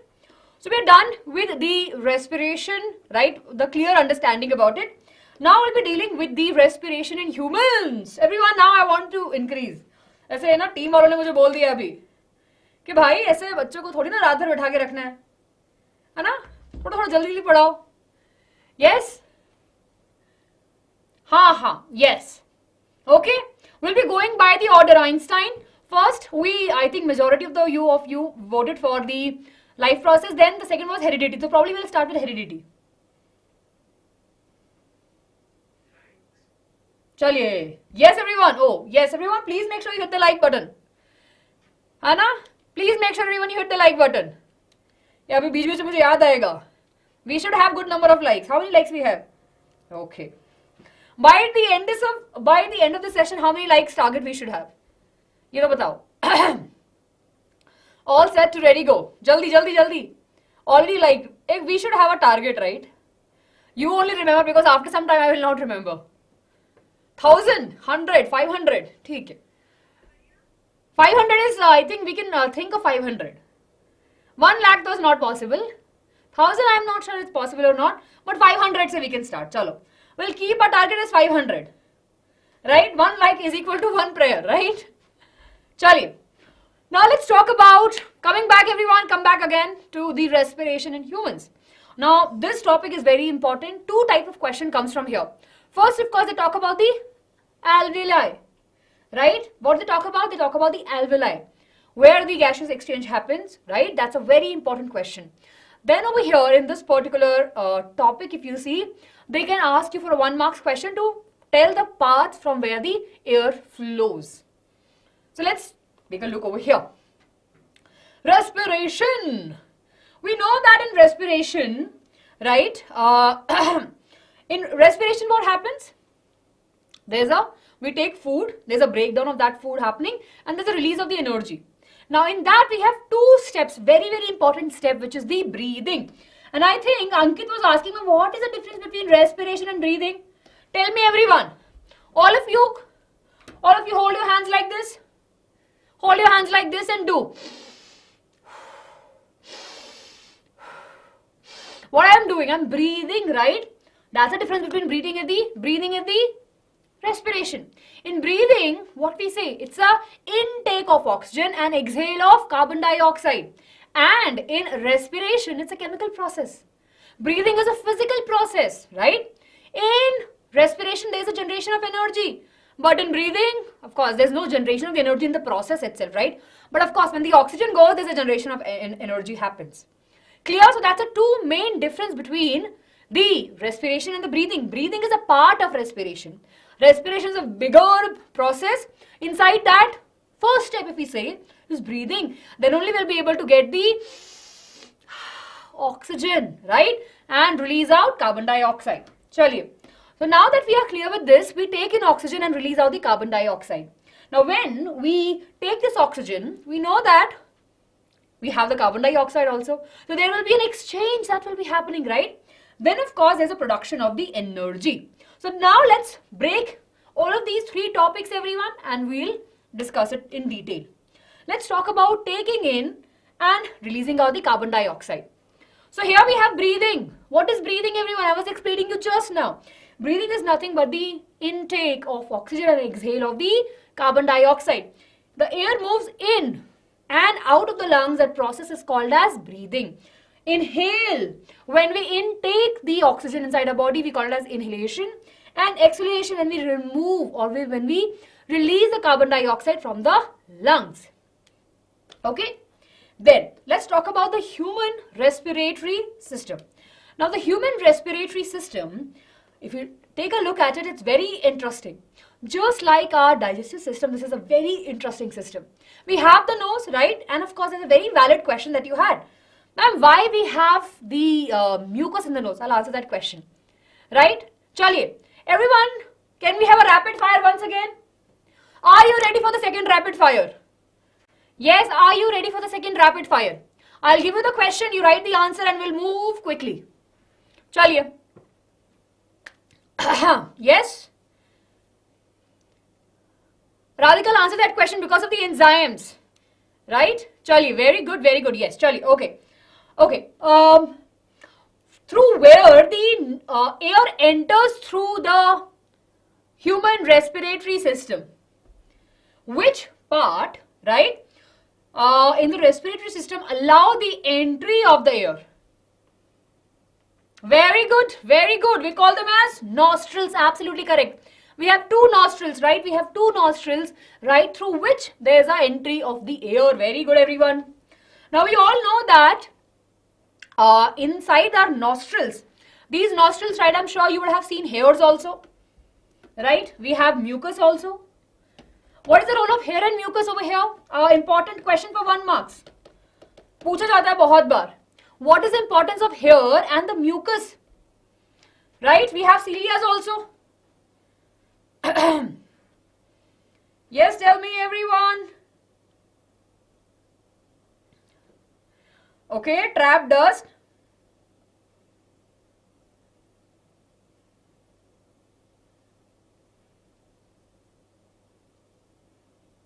Very good, very good. Trap dust to protect. Trap the germs also. Interesting, very good, everyone. So we know that hair and mucus are present in the nostrils, right? We have the nasal chamber also, which has a lot of filters. It moisten and warm the air. I'm sure you can experience it, right? For example, if you breathe in, you feel that the air that you're breathing is a little bit warm. Yes or no? We feel that, right? And it's because, of course, of the, the conditions or the environment that we have over here. Inside our nostrils, right, we have these beautiful structures, right? We have these cilia that moves like this. Dun, dun, dun, like I said, dun, dun, dun, dun, dun. Just remember the, if you are kind of, doing the step, right? So what we have, cilia actually push the molecules like this, right? And when you sneeze, you are actually removing the dust and the germs which are there. So, we have the mucus lining, which will be trapping the germs, dust particles. The cilia there, which will be pulling them away. Remember that, everyone. This is very, very important. So we have our own filter unit over here in the nose. Done? Chaliye. Now let me ask you about the other important part. Acha, the common passage for food and the air is. The common passage. Next time you remember me only. Doing like this. Very good, Ankit. Ankit gave the answer. Claps for Ankit. The common passage between the food and the wind or the air, basically.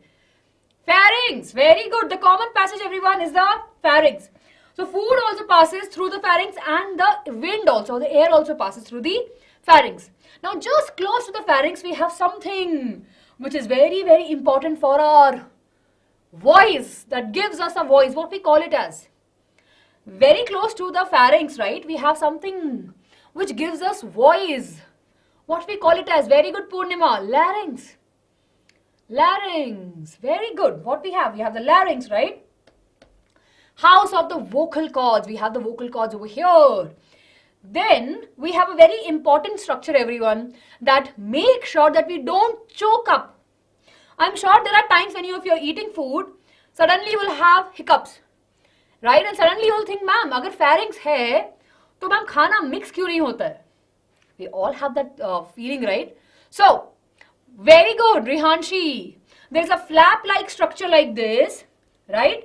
That actually covers the windpipe. For example, if the food is over here, right? What will happen if this is a pipe? If this is a pipe, so this flap will come down and the food will go in this pipe only. And it will be covering the windpipe. That covering is called as the epiglottis. Right? It's called as the epiglottis. Okay. Now, 2 marks question. Which part have the C-shaped cartilaginous ring? And why these rings are very important? Tell me everyone, jaldi say. We have C-shaped cartilaginous ring-like structure, and this structure is very, very important. What we call it as? Which structure are we talking about? Awesome, everyone. We're talking about trachea. So trachea is nothing but we call it as a windpipe also, right? And what it has C-shaped cartilaginous ring. Now, these are not made of bones, these are cartilages, right? So they can move definitely. They have a C-shaped cartilaginous ring and they actually allow the fixing of it, right? If the cartilaginous rings are not there, the trachea will collapse, right? The trachea will collapse. It will not be able to hold its position. Very good. It actually helps in preventing from the collapse of the trachea. Very good, everyone. 2 marks in your pocket. 2 marks in your pocket. Kaju Katli for all of you. Right? Chaliye. Okay. Acha. Then of course, from here we can go a little bit quick. This is very easy. We know that the trachea, the windpipe, then enters into both the lungs. Acha, we have 2 lungs kya? 2 lungs hoti hain, 3 lungs hoti hain? बताओ जल्दी से everyone tell me, do we have 2 lungs or 3 lungs होती हैं? 2 lungs, right? Very good, yes, absolutely. It's my favorite joke to joke about the lungs में. I do sometime for nose or nostrils also. कि how many nostrils we have? Very good, everyone. चलिए. So we know that we have 2 lungs, right?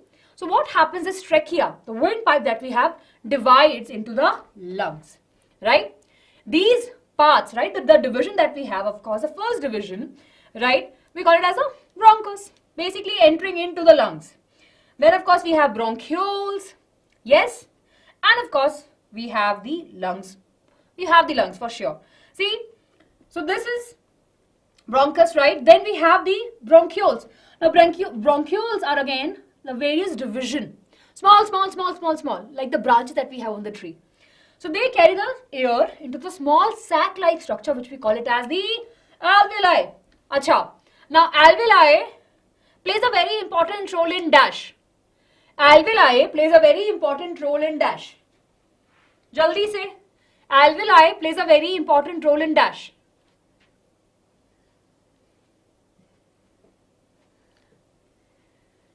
Very good.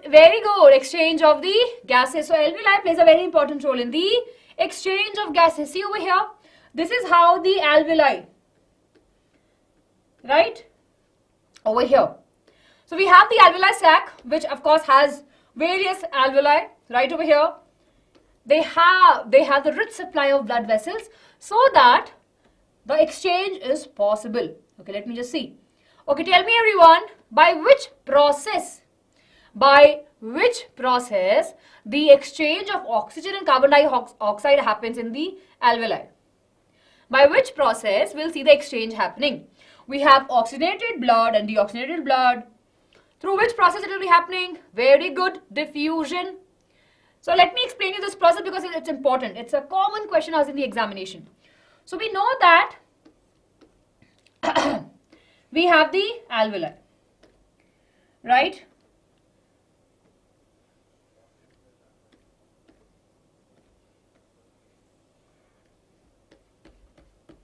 The red one is the oxygen wala, right? It is oxygen rich. And over here, the blue side is the carbon dioxide. Okay? Clear? So what we have? We have the carbon dioxide. and we have oxygen over here also. And we have carbon dioxide also. Clear? So what will happen, everyone? We'll see the exchange happening. This carbon dioxide will come inside and the oxygen will go inside this. Clear? So blood vessels में से carbon dioxide आ जाएगी alveoli sac के अंदर, right? यहाँ पे जो space है इसके अंदर, by simple process of diffusion.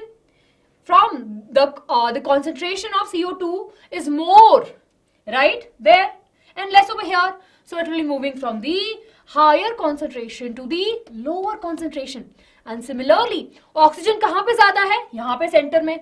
तो oxygen बोलेगी अरे यहाँ पे oxygen कम है, मैं वहाँ पे जाती हूँ. So oxygen will be moving from here to this place into the blood vessels. That is from the higher concentration to the lower concentration. It will travel to the body. Everyone, are we clear? This is a very, very important process. I hope that all of you are clear. What are we discussing over here? We are discussing about the exchange of gases. Gaseous exchange happens in the alveoli. Alveoli are rich, are supplied with the blood vessels.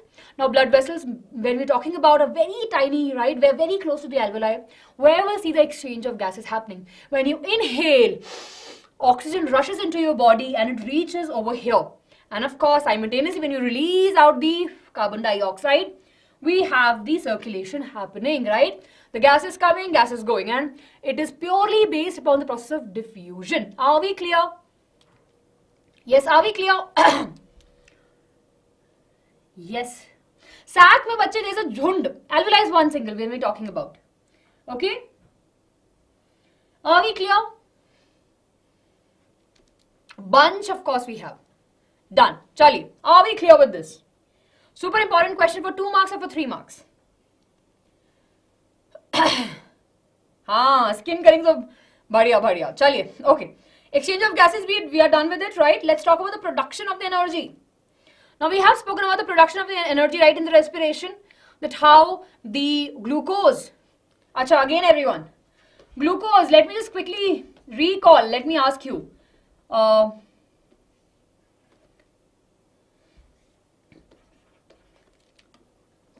minute. Everyone fill this blank.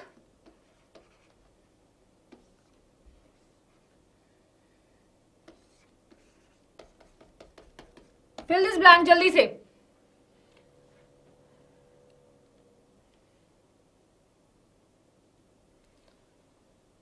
Yes, jaldi jaldi everyone. Okay. In cytoplasm. Very good. Right? It is converted to pyruvate. Very good. It moves to mitochondria. Right? Achha, wo maine likha nahi tha, it's a little bit difficult, but I'm just helping you over here. Moves to mitochondria and it produces what? Produces CO2 plus H2O plus ATP. This is presence or absence of oxygen. Is this a reaction of, is this a steps of aerobic respiration or anaerobic respiration?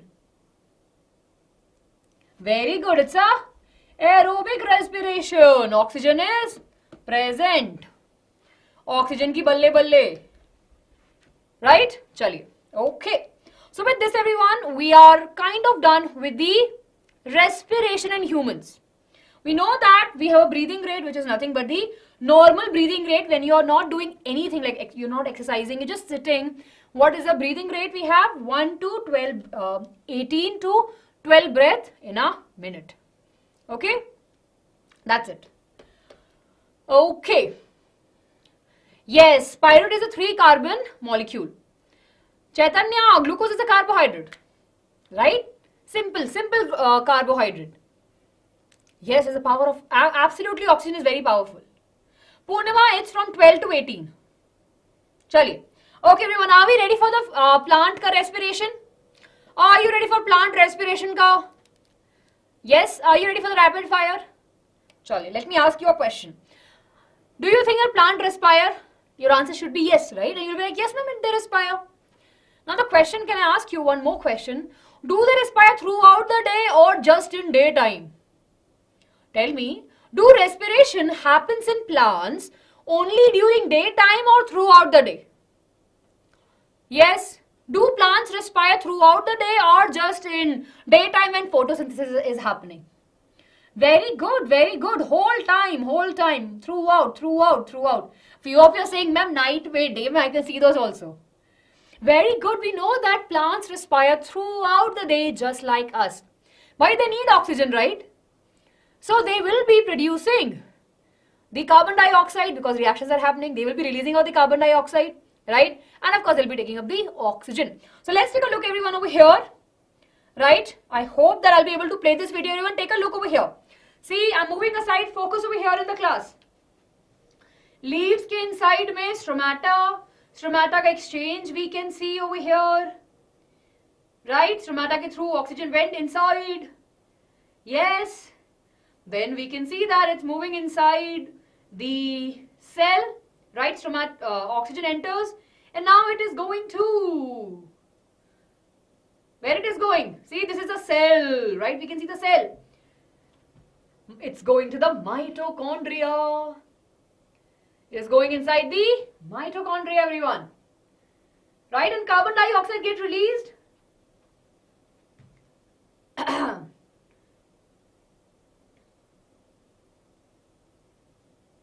Okay. Chaliye, everyone. Are we clear with this? Yes. Yes.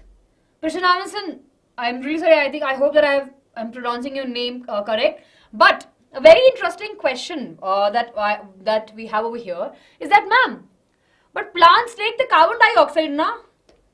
फिर वो carbon dioxide कब लेते हैं? So, to answer this question, plants, yeah, this is my famous plant. I'm sure all of you know. If you're a regular student, you know that I love this plant, right? We know that plant takes up the carbon dioxide and release the oxygen during photosynthesis, right? And it takes up the oxygen and release the CO2 during respiration. So during daytime, what will happen? Both the processes will be happening simultaneously. The carbon dioxide, which is released, right, will be used by the plants, right? And the oxygen which is released can be used by the plants. During the daytime, there is no tension. Aram se everything is happening. But what happens during the night time is that there is no two-way communication happening, right? There's only the release of CO2. This is not happening, this is not happening. And that is the reason why our elders usually suggest us not to sit under the tree in night. Especially it's a huge tree, we should not be sitting. Because the accumulation of carbon dioxide will be more that can cause harm to our health. Are we clear? Yes, are we clear? ऐसा कुछ नहीं कि भूत आते हैं, ऐसा कुछ नहीं होता है. Right? Those stories that we see in our television, in movies, that's not the case. The real reason is that it releases more amount of carbon dioxide. Because a plant will not be able to use this carbon dioxide, right? Because there's no light. Okay? Chaliye. Okay. Yes, I'll play the video again. Thank you, Diya. Thank you so much. Chaliye, I'll play the video again, everyone. And after this, we'll move ahead. Chaliye, everyone, take a look at the video. Yes, I'm showing you the video. Please focus over here.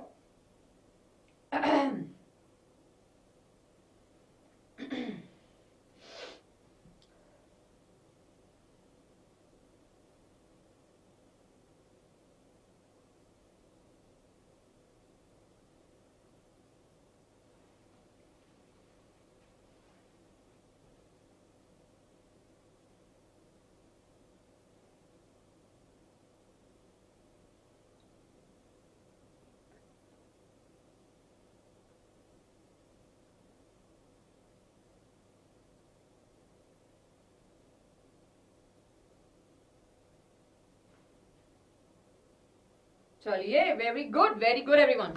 Mahek, you're absolutely correct. They definitely know more than us. Chaliye, okay. Now, moving to the next important part, right? So we're done with the respiration in humans, we're done with the respiration in plants, right?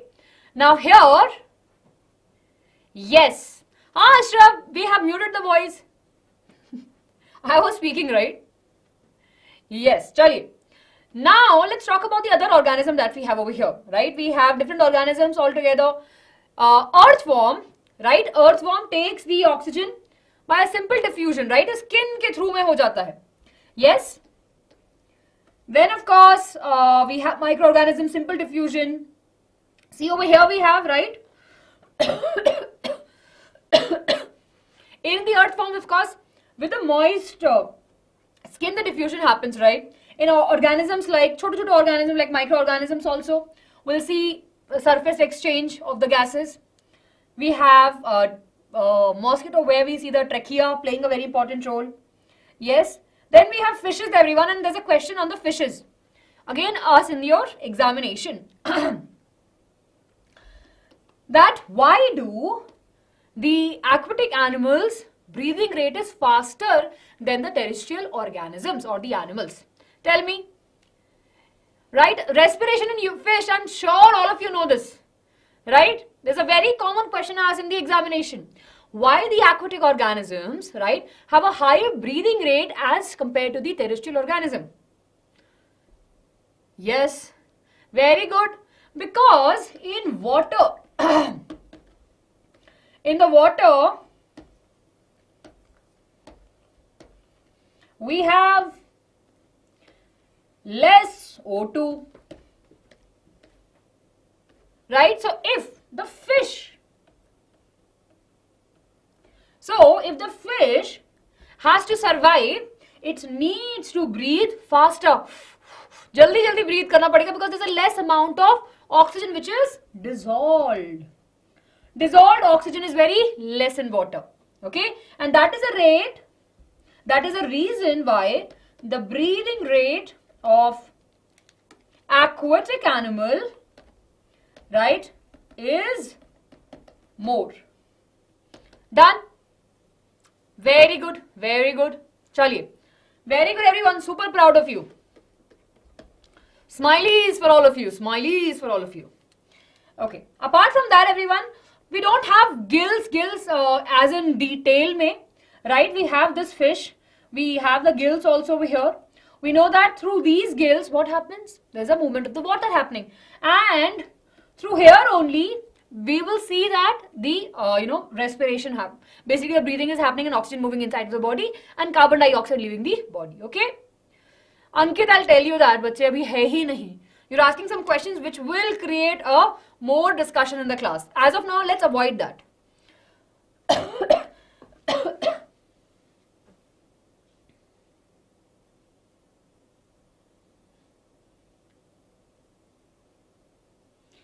But of course the gills are not meant for this more oxygen, na Mehak?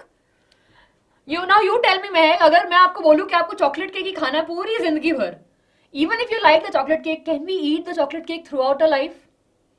बताओ, can we eat the chocolate cake throughout our life, even though we know that it's very important and very delicious and very yummy? Nahi na. Similarly, our body is not designed in that way to just consume chocolate cake. Similarly, in fish also, right? They need oxygen, right? But of course, if they get too much of the oxygen, their body is not been designed in that particular way. That is the reason we call it as evolution, right? From the microorganisms to the animals, from the water to the land then. Okay. I can drink. Very good. I can drink Coke throughout the day. Okay. Jivika will answer that question, bache, in 1 minute. Okay.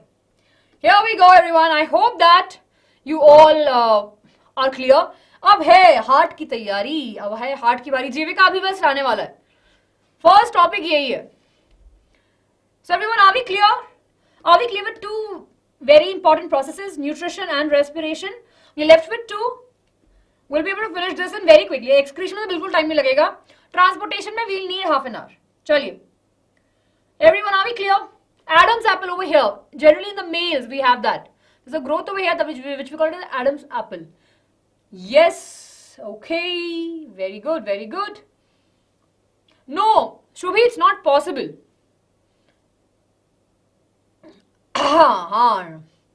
Okay.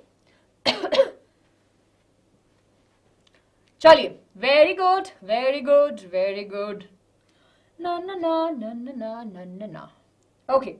Now let's talk about the transportation. Now transportation means there are different types of questions that can come, right? Again, I'll be doing a rapid fire to see that how much you are prepared. Okay. Question number 1, everyone, on the transportation.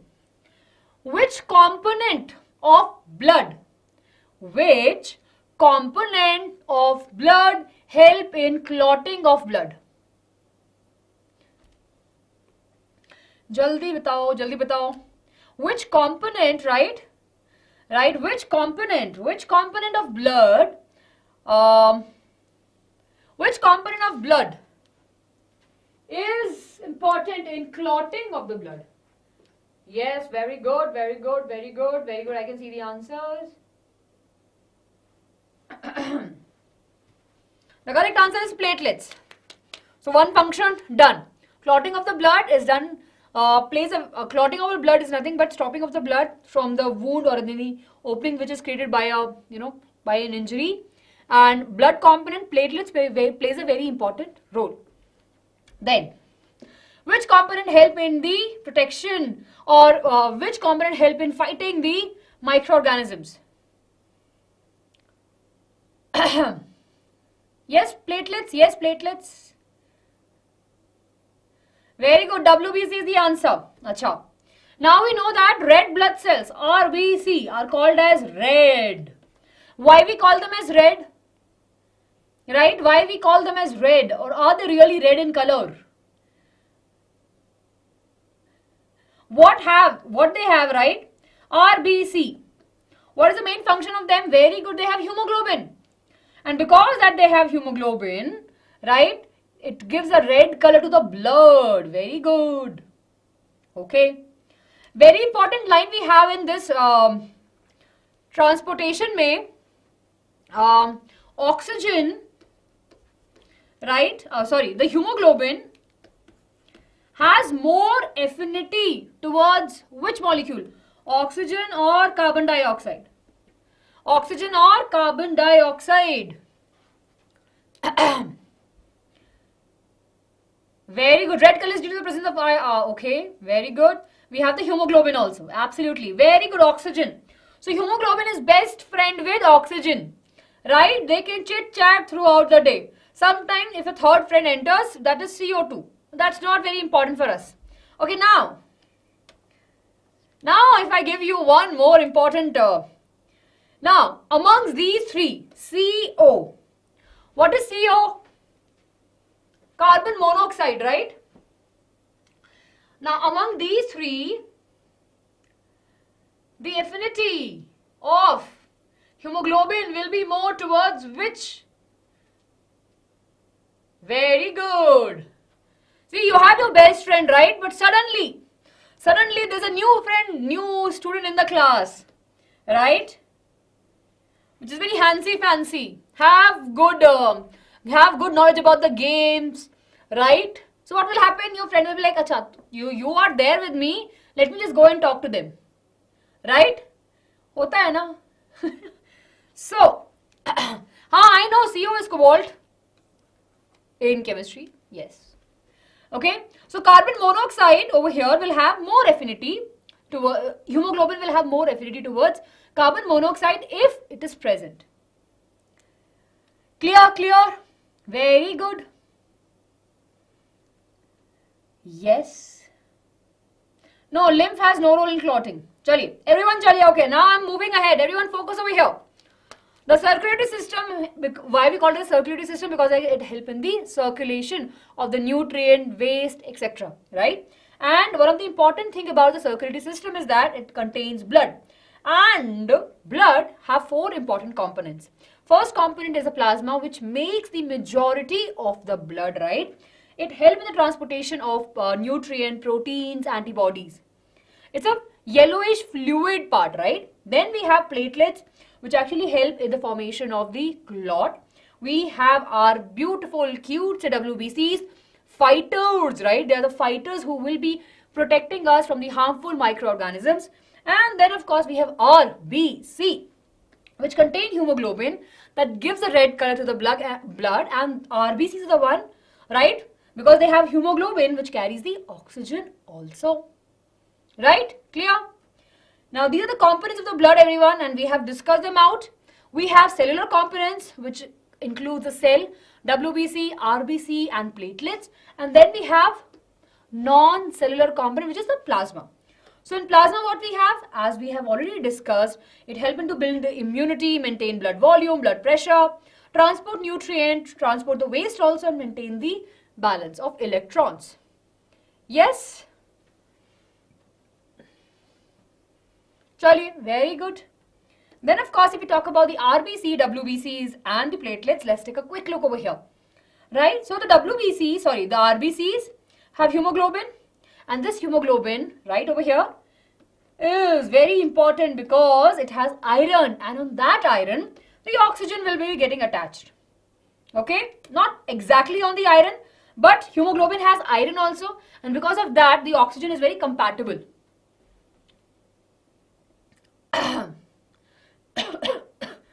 Yes. Immunity in general, because it is helping in the transportation of various nutrients and the antibodies. Radhika, it is playing a very important role in the transportation of antibodies. So, immunity. Chaliye. Then of course we have everyone our WBCs, which help in the fighting of the fighting. See over here, can you see this? See? The WBCs is actually trying to chase the microorganism, and they just took the microorganism also. Last, everyone, but not the least, the platelets plays a very important role in the clotting of the blood. If there's a wound, the blood will ooze out, right? To stop the flow of the blood, these platelet cells will come together and they will form a mesh-like structure. Clear? And that's a very important reason. Okay. Moving ahead, everyone, that was all about blood. Now, everyone, are you ready for the rapid fire? I can see many of you asking, class कब तक चलेगी बच्चे? 8 बज गए हैं. Let's keep a target of 11. Or let's see. I'll give you a break also, don't worry. I'll give you a break of around 15 minutes so that you can have your dinner. Right? Chaliye. I'll give you a break now at 9. 1 घंटे बाद में I'll give you a break. Okay? Okay, chaliye, ready? All of you are ready. The question goes,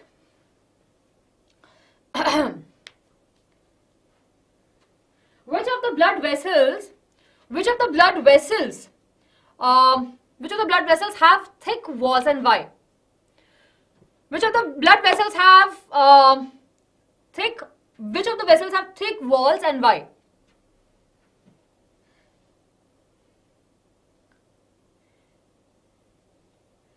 Very good. Arteries. Achha, what is the reason? Arey, I know that you know the answer, but what is the reason? Very good, Purnima. Because they have to carry the blood in the high pressure. Very good. They will be carrying the blood at a higher pressure. To endure that pressure, they needs to have a thick walls. Now, veins have the valves inside them, right? Veins have valves. What is the reason they have these valves? Right, veins mein these valves are present. What is the reason? Why the veins have these valves? Very good, to prevent the backflow of the blood. So the veins have thin walls, right? What they have? They have thin walls, they have valves, they have the valves to prevent the backflow of the blood. Agar blood aise chala gaya, usse wapas nahi aane dena hai. There is a main important role of the veins. Acha. Okay. One more question, everyone. Where, right, when the arteries and veins goes inside the tissues, right, when they go narrow and narrow, what we call them as, when they reaches the tissues. To make the question easy, which blood vessels actually carry the nutrient, waste, everything to the tissues or to the cells? Yes, B, valves. We don't call them walls, valves. Capillaries, absolutely correct, everyone, absolutely correct. So what we have arteries, veins and capillaries. Let's take a look, everyone, over here. Quick recap. Valves are arteries are the one that carries the blood away from the heart. They carry the oxygenated blood. They have thick walls. We can see they have thick walls, and the valves are absent. Then we have veins.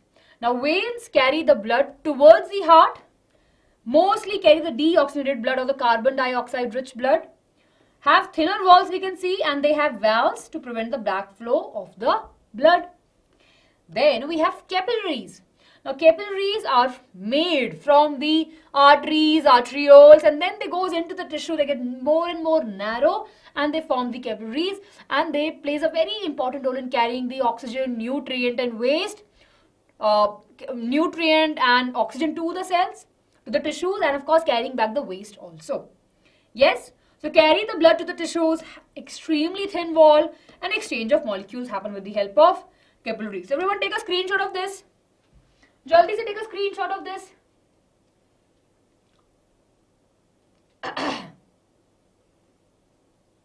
हाँ, श्याम कृपा, of course अगर wound ज्यादा है तो बच्चे फिर नहीं help होती ना, फिर ऑफ कोर्स उस पर हम पट्टी बांधते हैं, बाकी सब चीजें करते हैं ताकि हम उसे externally we can stop the flow of the blood. Shyam Kripa, very good question, right, but I hope that you are clear with this. चलिए, very good. Yeah everyone, are you ready for the important topic now? Presenting you the heart, right? और जीविका का अब answer, जो जीविका को एक doubt था ना, right, now अब वो क्लियर होगा. जीविका ने बहुत देर पहले पूछा था एक doubt. Are you ready everyone? Yes, drum rolls. बहुत इंपॉर्टेंट टॉपिक है, we all know that. Okay, अच्छा, what is a covering? What is a, starting the rapid fire everyone. You will have, I will be giving you the break at 9 and then you can have your dinner. There's no hard stop from me. If you want to sit now and also have your dinner, खा लो, मुझे दिख नहीं रहा है, पर class में focus रखना. Very good Nitin, you are very smart बच्चे, keep it up. Okay. हाँ, which membrane covers the heart? Right, which membrane, right, covers the heart, yes, and protect the heart. There's a membrane which is present on the heart. Which membrane is that? Very good. See, जीविका इतने time से पूछ रही थी, किसी ने answer नहीं किया था उसका क्वेश्चन का. Easy, right? It's a very easy question. Pericardium. What is pericardium? Right, we know that our heart is a muscular structure, and on top of it, right, we have this tissue membrane form, yes, which is called as the pericardium. What is the main function of the pericardium? ये जगह एक heart को ना fix पे एक जगह पे रखता है. हार्ट ऐसे ऐसे इधर उधर ना हो जाए. It's a muscular structure, right? So it's make sure that heart is at the right place, at a fixed place inside the chest cavity, right? Then it prevents the heart from stretching too much and overfilling the blood. So it plays a very important role. Yes? Clear everyone? And most importantly, as it's a membrane, it lubricates it, right? It provides a lubrication to it. Clear everyone? Yes, so what is pericardium? जो बच्चे बोल रहे अभी तक समझ में नहीं आया तो please pay attention to the class now. Pericardium is nothing but a membrane which is present on the heart. This is pericardium. It plays three important roles. Help in the lubrication also, right, to prevent the friction, plays a very important role in keeping the heart at the position, right, and prevent, right, and kind of prevent the heart from stretching too much. For example, if you are, let's suppose if I wrap a plastic around you, right, if I wrap a plastic around you, this is you, right, if I wrap a plastic around you, do you think that you will be able to stretch? बताइए, do you think you will be able to stretch to, मतलब you can stretch up to a limit, right? You cannot stretch unlimited. Yes or no? Yes? Right. Now, second point, friction का, right? So of course, I'm sure you know this in the bones also, right? In bones, what we have? बोलते हैं ना कि bones में pen हो रहा है, right? In the movement when we are doing we have the pain and the doctor will say थोड़ा सा तेल लगाओ, right? Apply some oil, you will be fine. What happens over the period of time, the cartilage tissue that we have, right, it acts as a cushion. And of course, when it's not there, of course, what we feel कि हाँ थोड़ा सा pen हो रहा है. There's a grinding of the bones that happens. Friction we all know, right? So just telling you that heart भी एक छोटा सा प्यारा सा organ है, राइट, बार बार, राइट, अगर वो ऑर्गन के साथ में कोलाइड करेगा तो there could be a friction. This membrane plays a very important role in protecting the heart. Yes, और ऑफ कोर्स ये हार्ट को पोजीशन पे रखेगा. I hope that now all of you are clear. Okay, very good everyone. Rapid fire round. चलिए Arpita, we are doing that, but in today's class we are not doing that. है ना? चलिए, you can watch the session that we have on the channel. We have done the PYQs, बच्चे. You can go and explore those, and we'll be doing more in the month of January. Today is all learning day. अरे भाई, dinner के सामने, dinner की बातें कर रहे हो मेरे सामने, right? Let's just stay focused. We'll be having dinner. Okay. Are you ready for the rapid fire? जल्दी से.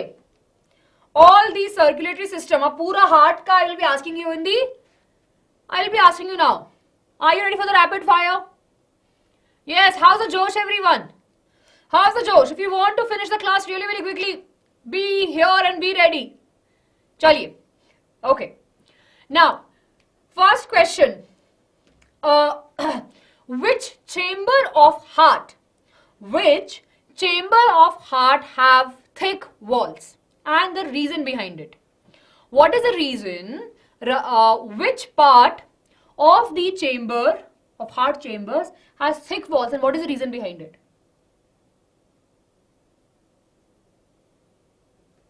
We will be doing all the chapters. अरे कहीं नहीं जा रहे. We will be finishing all the chapters. Very good. Very good. The ventricles have the thick walls, right? The ventricles have the thick walls because they have to endure the pressure. They have to push the blood. Left ventricle will be pushing the blood to the aorta, right? And from there it will be moving to different parts of the body. And from the, right? And of course from the other side, the right ventricle will be pushing the blood towards the lungs. Okay? So that is very, very important. Very good, everyone. Okay. Which part of the chambers, right, receives the oxygen-rich blood? Which chamber of the heart receives the oxygen-rich blood first?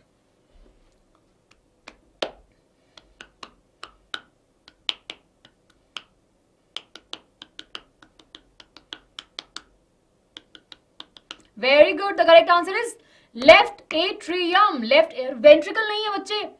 Left atrium के बाद में तो ventricle में आएगा. After the left atrium, only the ventricle will come. Very good. Left atrium. Okay. अच्छा, which vein carries the oxygen-rich blood? Which vein carries the oxygen-rich blood? Everyone stay focused. Those of you joining now, welcome to the class. बच्चे, we are into the middle of the session. Not in the middle, I think. बहुत सारे chapters हैं, so we are still. Yes, very good. Pulmonary vein carries the oxygen-rich blood, and that is the exception we have. Usually, veins carries what? We usually say that they carry the carbon dioxide-rich blood. But vein over here, the pulmonary vein carries the oxygen-rich blood. And we know that veins carry blood towards the heart. So, pulmonary vein carries the blood from the, right? Carries the oxygen-rich blood from the lungs to the heart. Okay. This is the most confusing part. Now, of course, what is the function of pulmonary artery? What is the main function of pulmonary artery? What is the main function of the pulmonary artery?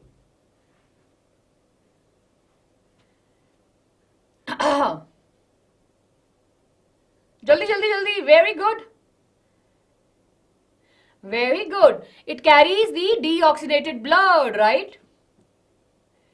Awesome. Chali. So I think you guys have an understanding about it.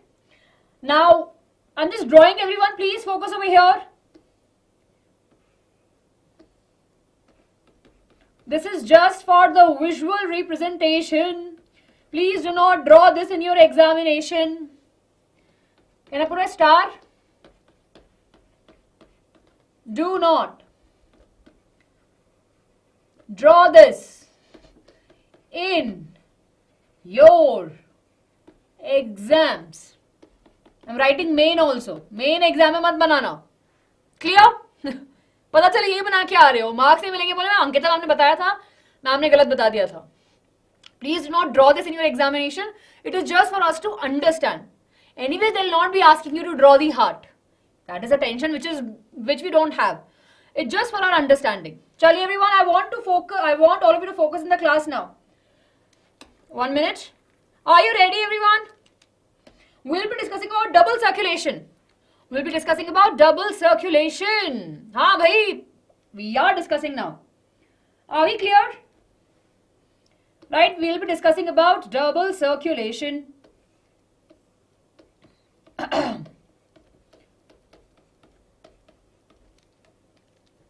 You can also draw this along with me so that you have a better understanding.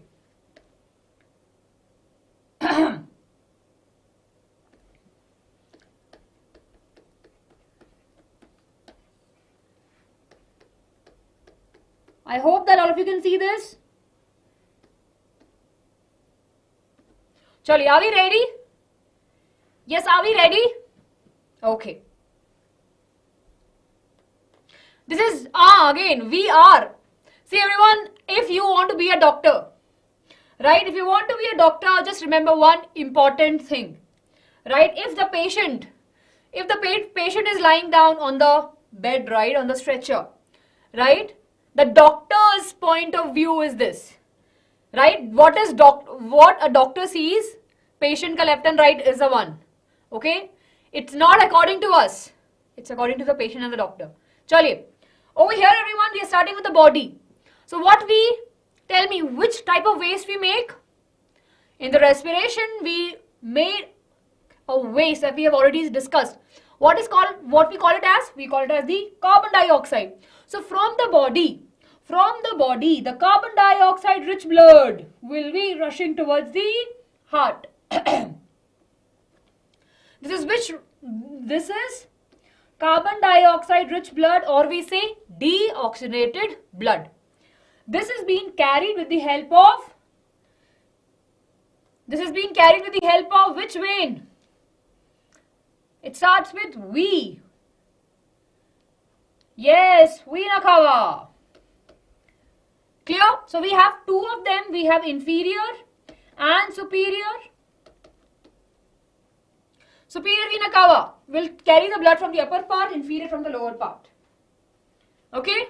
So vena cava will be carrying the carbon dioxide rich blood to the right atrium. Everyone, are we clear? Are we clear? So this blood will come into the right atrium.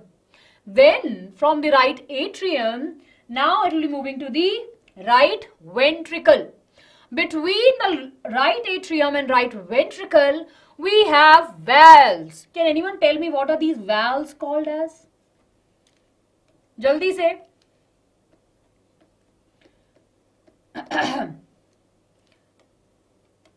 Yes, tell me. Tell me everyone. What are these valves called as? Is it tricuspid or bicuspid? Is it two or is it this one? Very good. Yes. Tell me jaldi se.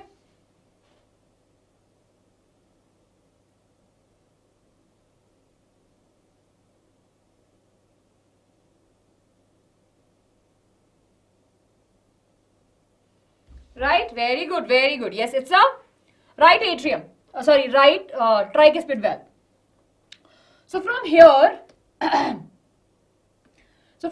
from the right atrium, the blood will now move to the right ventricle. Everyone, are we clear? It will move to the right ventricle. Now from the right ventricle, right, the blood will be entering into the pulmonary vein and will be going to the lungs. Which blood is being carried? Carbon dioxide, and what we call it as? We call it as pulmonary vein. Are we clear? Are we clear? So can we repeat it once again? Sorry. Yes. Are we clear? Can I repeat it again? Yes, I've corrected that. Clear? Chaliye. So everyone close your eyes now. Stop typing. थोड़ी देर रुक जाओ.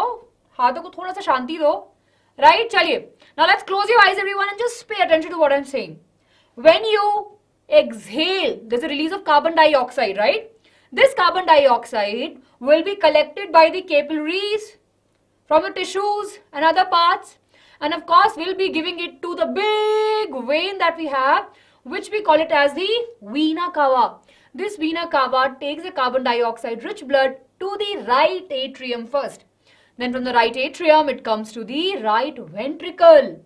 Now the right ventricle and the right atrium have a tricuspid valves to prevent the backflow of the blood. Right ventricle will hold the blood and then of course will push the blood into the pulmonary artery that will be carrying the blood to oxygen, and then we release carbon dioxide. Everyone, are we clear? Are we clear? Yes, are we clear everyone with this?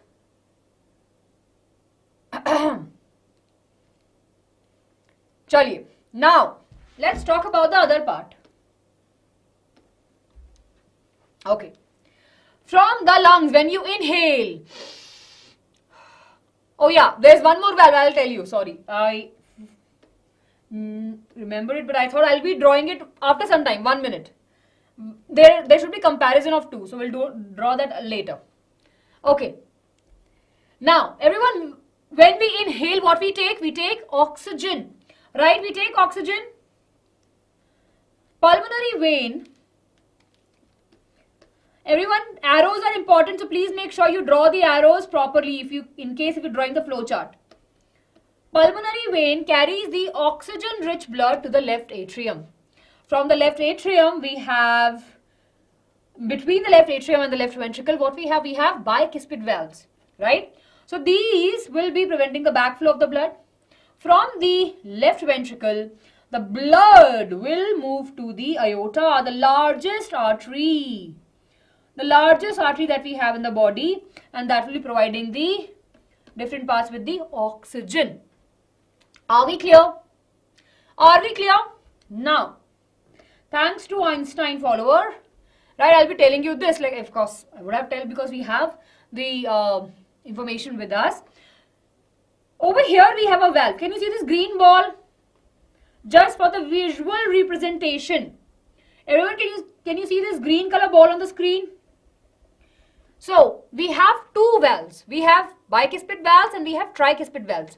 But apart from that, we have a valve which is present between the left ventricle and aorta, which will be preventing the flow of blood from aorta to the left ventricle. And that is called as what? That is called as aortic valve. Ya fir semilunar valve also, right? Both of these are semilunar valve. Basically, it's a flap-like structure like this. Clear? Yes. And over here, this valve is the pulmonary valve. Clear? Are we clear, everyone? Yes. Are we clear with this? Okay. So let's take a look over here, everyone. Here we have the structure of the heart. We have right atrium, left atrium, left ventricle, and the right ventricle. See over here, can you see this? These are tricuspid valves and these are bicuspid valves. Okay. Over here we have aortic valve and over here we have pulmonary valve. Okay, very good. We have vena cava, which carries, superior vena cava carries the blood from the upper part of the body, carbon dioxide rich blood, and inferior vena cava carries the carbon dioxide rich blood from the lower part of the body to the heart. We have pulmonary artery, which carries the carbon dioxide rich blood, right, from the right ventricle to the lungs. On the left side, we have pulmonary artery, which carries the oxygen rich blood to the left atrium. We have aorta, which carries the oxygen rich blood to the body. Then we have different valves, everyone. So, because according to the anatomy of the body, right, they have such distribution. Yes, Manju will explain that. ये है septum. अगर heart के बारे में पूछ रहे हो तो. Okay, the separation that we have over here. Okay, tricuspid valves are present in between the right atrium and the right ventricle over here, as we can see. We have the bicuspid valves over here. Then aortic valve and the pulmonary valve. हाँ, thank you are के.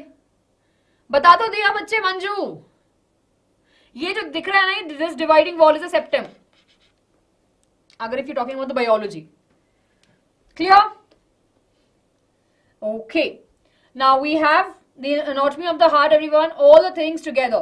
Now I want you to look at this image, right? I want you to look at this image, everyone, and recall what we have discussed.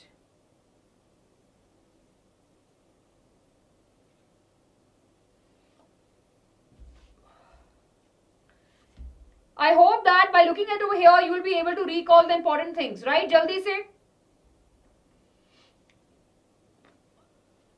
We have 4 chambers of heart because so that there is no mixing of the blood. अनमोल बच्चे, bicuspid valves का दूसरा नाम is the mitral valves. Amol, I've answered your question. Okay, चलिए. Everyone, are we clear with this? Are we clear with this? Quick thumbs up. Energy check, everyone. Energy check. Thank you so much, everyone. I know that आप पूरा दिन भर पढ़ाई करते हो and still you are here with me. I really appreciate. Yes. Murumanya. I guess that's how you pronounce your name. शिक्षा बच्चे, mitral valves का दूसरा नाम है bicuspid valves. They're present between the left atrium and the left ventricle. Josh is really very high. चलिए. Okay. Let's take a small look. जो आपकी ये this topic is not in your textbook. They've just छोटा सा बताया है, right? What is cardiac cycle, everyone? What is cardiac cycle?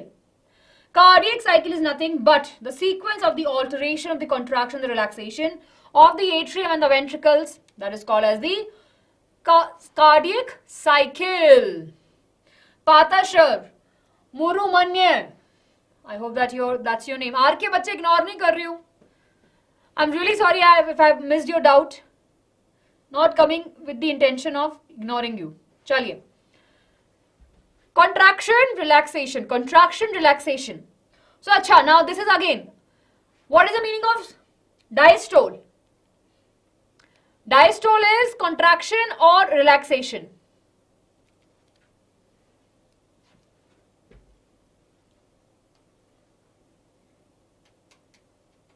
जल्दी. Diastole is what? What is diastole?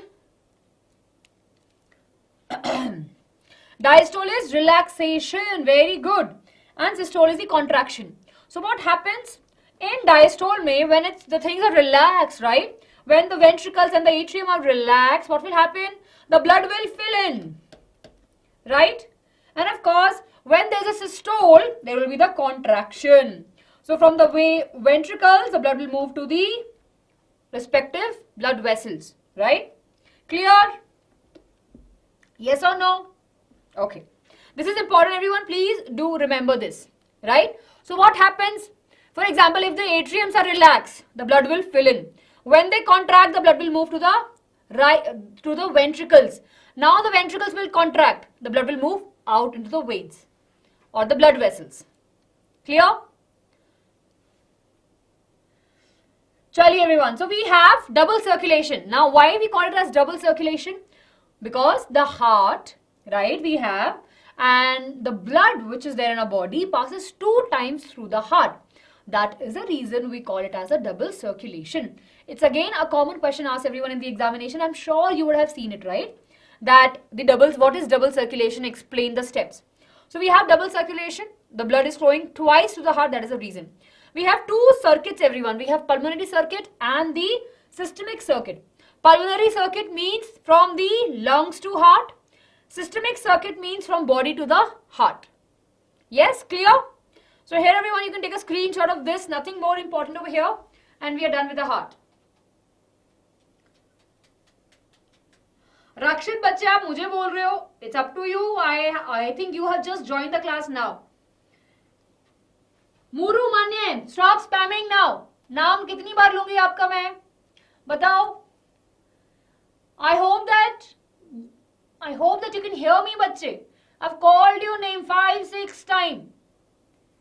ऐसे नाम लेने से क्या हो रहा है मुझे तो नहीं पता चल रहा. कुछ स्पेशल स्टार्स आ रहे हैं क्या? बताओ. कुछ स्पेशल स्टार्स मिल रहे तो बताओ, फिर तो मैं वही काम करूंगी. कि नहीं बच्चों, मेरे बोलने से आपको स्टार्स मिलने वाले एग्जामिनेशन में, तो let me just stand and call out your name. Yes, सबका नाम लूंगी तो सबको स्टार मिलेंगे, सब टॉपर बनेंगे. यस. क्या नाम लेने से क्या होगा? थोड़ी ना फुल 80 में से 80 मिलेंगे बायो साइंस में. ऐसे कैसे ऐसी बातें करते हो? चलिए, let's continue. So that's about the heart, everyone. Now we have discussed about the human heart and we have spoken about the circulation, how the circulation is happening. Now let's talk about the other animals, right? We know that in our human we have 4 chambers. We don't want the blood to get mixed. That is the reason we have 4 chambers, right? In different other organisms like frog, fish, we see that there is a mixing of the blood. But these organisms are not affected by it. But just in case if it happens in the mammals or in the birds, we will be getting affected by it. Can you tell me the reason? Can you tell me the reason? Yes? Batao. हाँ, bunny we usually call them as pulmonary system or the systemic system also. Okay. Right? Very good. We know that fish, right, amphibians or the reptiles, right, we always call them as a cold-blooded animal. That means that if there's a mixing of the blood, it will not affect them.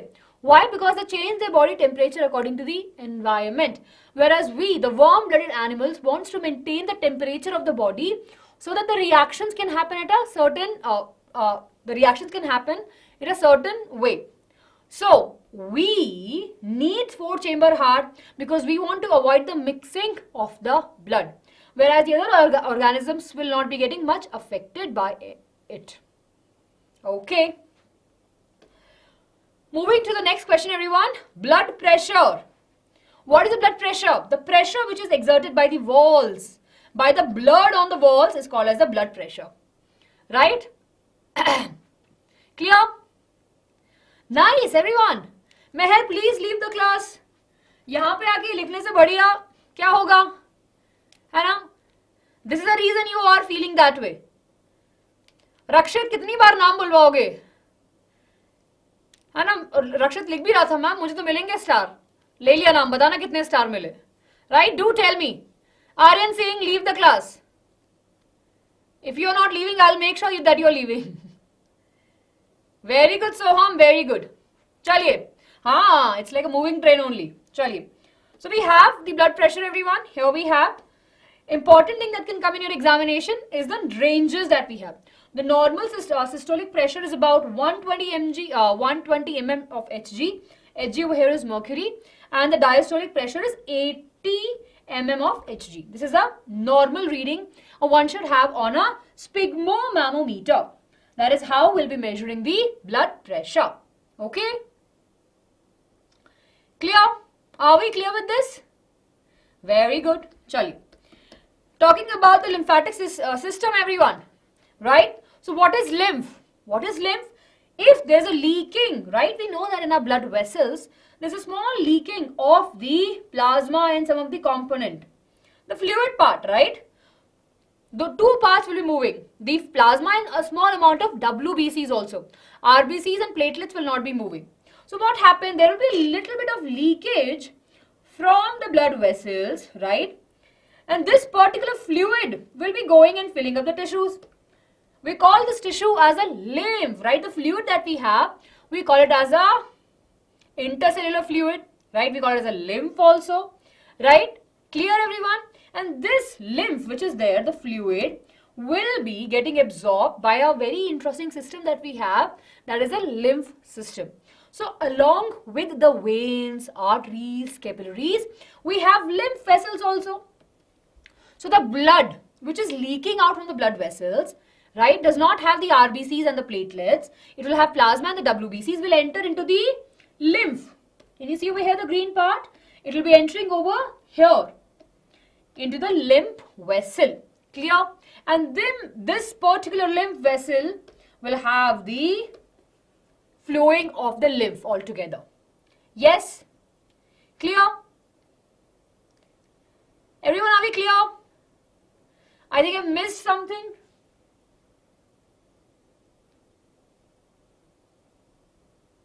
Clear, everyone? Chaliye. Let's talk about the composition.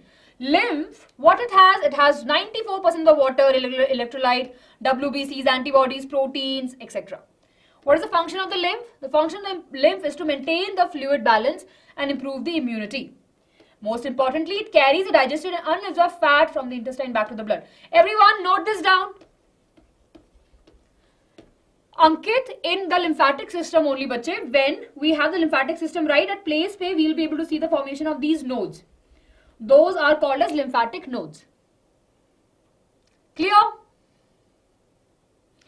Bunny is, ma'am, is there a chamber mode? No, we just have 4-chamber heart. Yes. Okay, thank you. Ankit, have answered your question? Yes, okay, chaliye. You already have in your notes. Very good. Chaliye. Now everyone, let's talk about the transportation in plants. Now I feel that we have a lot, everyone. Jaldi say, let's cover this up. Okay, everyone, are we clear up to here? Ma'am, which animals can tolerate some mixing of the oxygenated blood?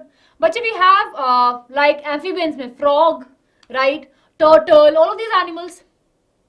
On what factor does the body temperature of, So again, these animals, right? They actually change their body temperature according to the environment. That is the reason we call them as cold-blooded animal. Yes. Okay? RK, I have answered your question. Okay, everyone. Okay, everyone. Chaliye. So in plants, we have 2 important vascular bundles. Can anyone name them? Jaldi say. We have 2 important vascular bundles that are present in the plants that actually help in the transportation. Jivika, the 3 main points I've shown you, right? You can go back and see that, bache. Those are the function of lymph that you need to write in the examination if they ask you for the function. Very good. We have the xylem and of course we have the phloem. Xylem help in the conduction of water, right? It actually help in the conduction of water and minerals. Very good, very good. Let's take a look, everyone, over here. So we know that transportation happens in the plants also, right? And they need the water and the food. So we have 2 important vascular bundle. One that we have xylem and other is the phloem. Now when we talk about the xylem, it helps in the conduction of water and minerals from the roots, right? From the soil, the water and minerals will move to the roots, and then from there it will be moving only in one direction, that is unidirectional, right? And it will be going to the different parts of the plant. It has 3 living components, right, in the structure, and 1 living. 3 non-living are tracheates, vessels, and xylem fiber. Okay, xylem is a tissue. It is not one cell. It has 4 different types of cells. Tracheates, vessels, and xylem fiber are dead cells, right? And xylem parenchyma is a living cell. Xylem parenchyma provide the storage. Tracheates and vessels are the main important part which actually help in the conduction of the water and minerals. And xylem fiber provides the mechanical support. Clear? Then, here we have the functions. Just explain the functions to you. You can take a screenshot, everyone, if you want to. Yes? Everyone, are we clear? Done, everyone? Chaliye, very good, everyone. Okay. Now let's talk about something which is very basic. We have something called as root pressure. And because of this only, the water molecules will move in the cell. That is nothing but the root pressure. That is the root pressure. Okay. Now because of this root pressure only, everyone, we'll see from one cell, see from here, from one cell to another cell, the water will move on and it will be going end. And of course, it will be reaching till the xylem. And from there, right, it will be moving ahead. See over here, here we have the sectional view of the xylem, right? This is how the water will be moving in the tracheal vessels. Okay? Very good. Easy, everyone. Transpiration pull is a very important question that I usually ask in the examination. So, which pull or which force pulls the water from the roots to the top? It's the transpiration pull. We know that transpiration plays a very important role, right? It is nothing but the process where we'll see the release of the, or basically the loss of the water in a form of water vapors. Yes, that is the transpiration, and transpiration pull will be pulling the water from the soil, from the roots to the top. Okay. Here everyone, moving to the phloem now. Evaporation. Okay. The food components, right? The food components are moved with the help of the phloem, right? Basically, we have sieve tubes, phloem parenchyma, phloem fiber, right? And companion cells.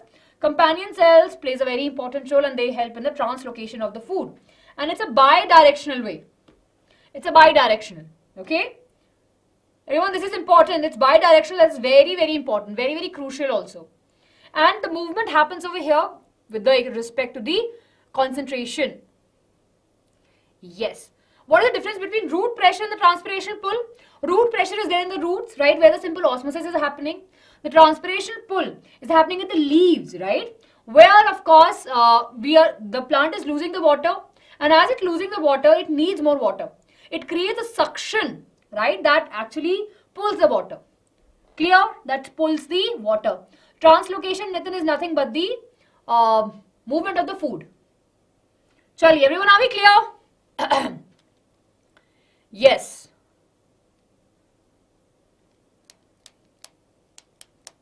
Very good, everyone.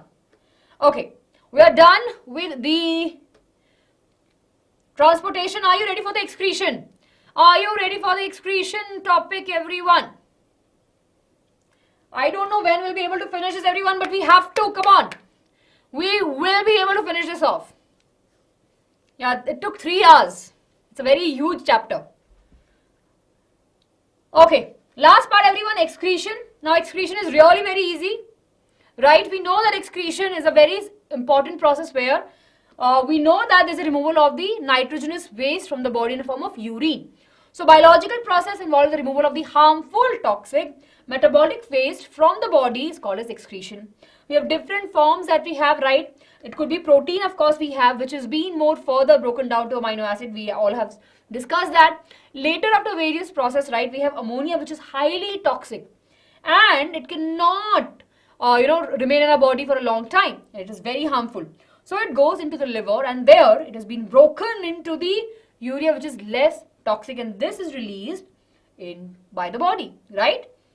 So when we understand this, it's very crucial for us to understand that in the excretion, we're discussing about the nitrogenous waste. What are we discussing, everyone? We're discussing about the nitrogenous waste. Ammonia is a excretory waste in fishes, urea in the humans, uric acid in the birds, ammonia acid, acid in the starfish, and guanine in the spiders. Okay, not that important part. Now, let's take a look over here. Yes, over here, everyone. Let's take a look. Now we have kidney. We have 2 kidneys in our body, right? And on the top of the kidney, we have adrenal gland. So we'll not be discussing about the glands now, later. But here we go, everyone. So we have medulla and the cortex. Medulla is the inner part and cortex is the outer part. Inside the kidney, we have the structural and the functional unit of kidney, which is called as the nephrons. Now what are nephrons? Nephrons are the tubular structure, right? Nephrons are the tubular structure that are present, and they plays a very important role in the filtration, reabsorption and secretion process. We can say that kidney without nephron is like fan without blades, right? We can say that. We can say that, right? That nephrons, a kidney without nephron is equal to a fan without the blades. So it's very, very important. That is the reason, right, that we call it as a structural and the functional unit of the kidney. Now, if we talk about the parts of the nephron, we have various important parts. But one thing you have to remember, right? Glomerulus and Bowman's capsule. So let's talk about it, everyone. Here we have, right? Here we have the glomerulus. Now, glomerulus plays a very important role, right? It's a structure which is nothing but the blood vessels. Can you see over here? What we have over here is the blood vessels. So that is the glomerulus. Now the blood is coming inside, right? And of course it will be having all the nutrient, all the components, right? And of course all the different things that the blood is carrying. Now, surrounding the glomerulus, we have the Bowman's capsule. First step, everyone, right?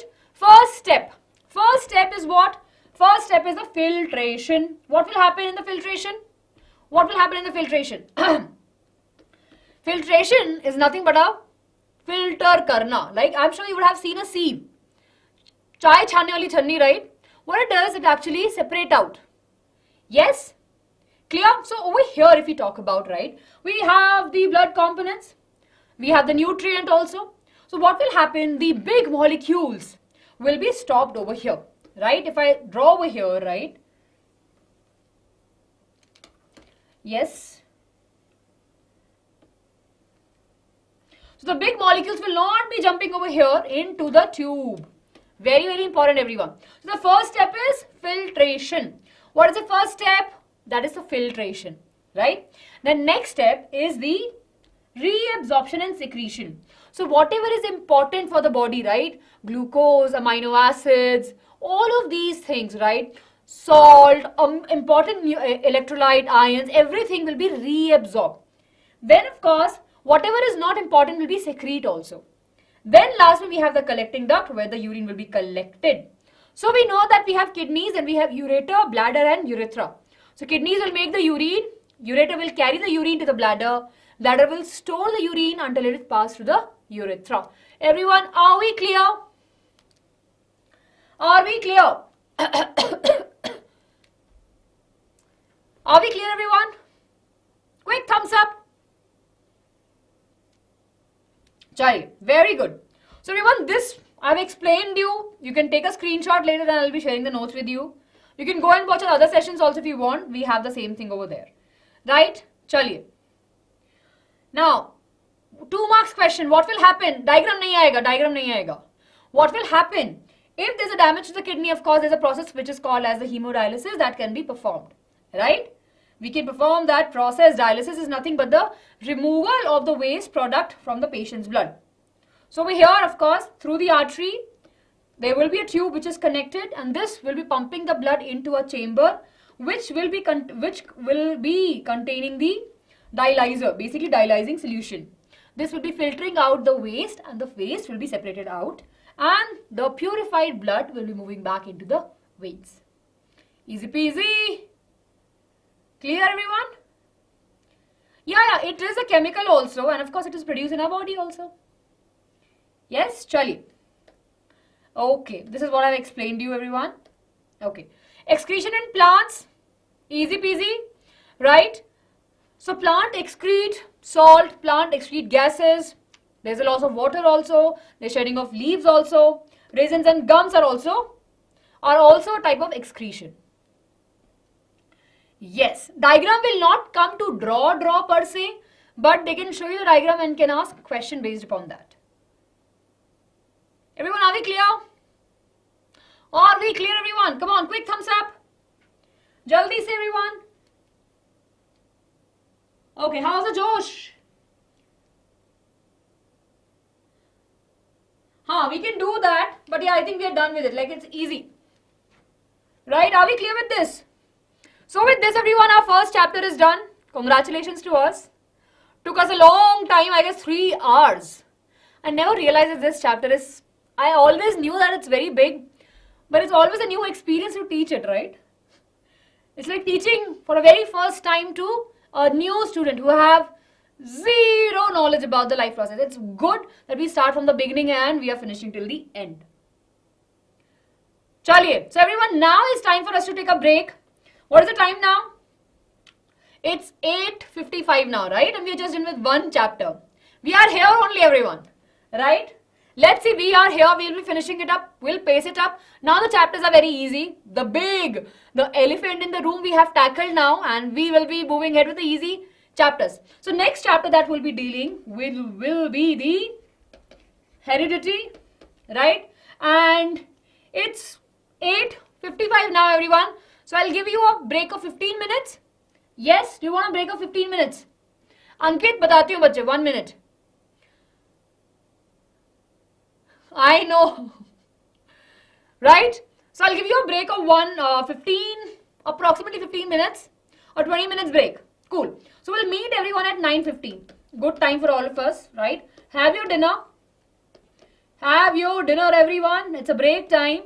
And we'll be meeting again at 9:15. Start set. Okay? 20 minutes break we have.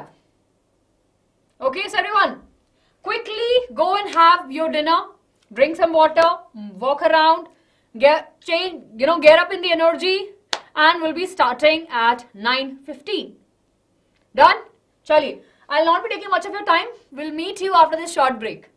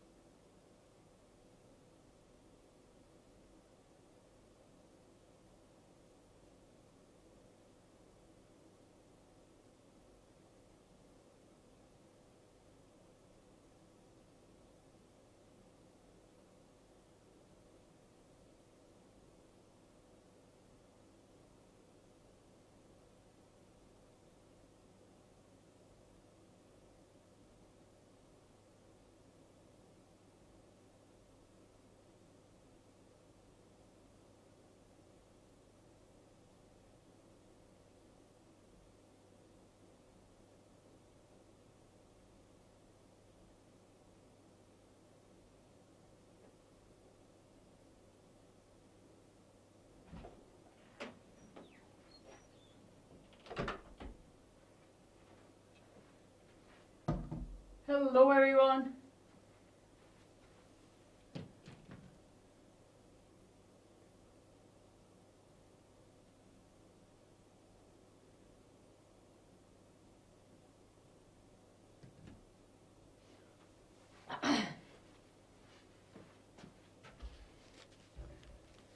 Yes, I am also back.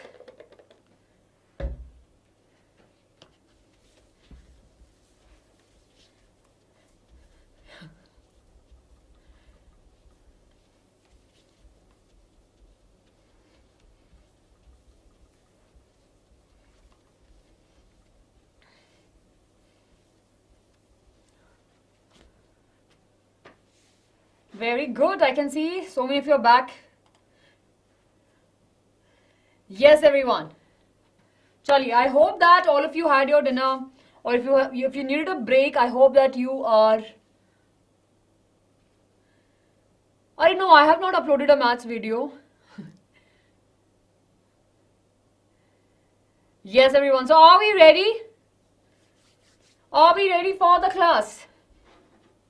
Right. So we have finished up the life process, right? We will be moving towards now the second chapter that we'll be picking up will be the heredity.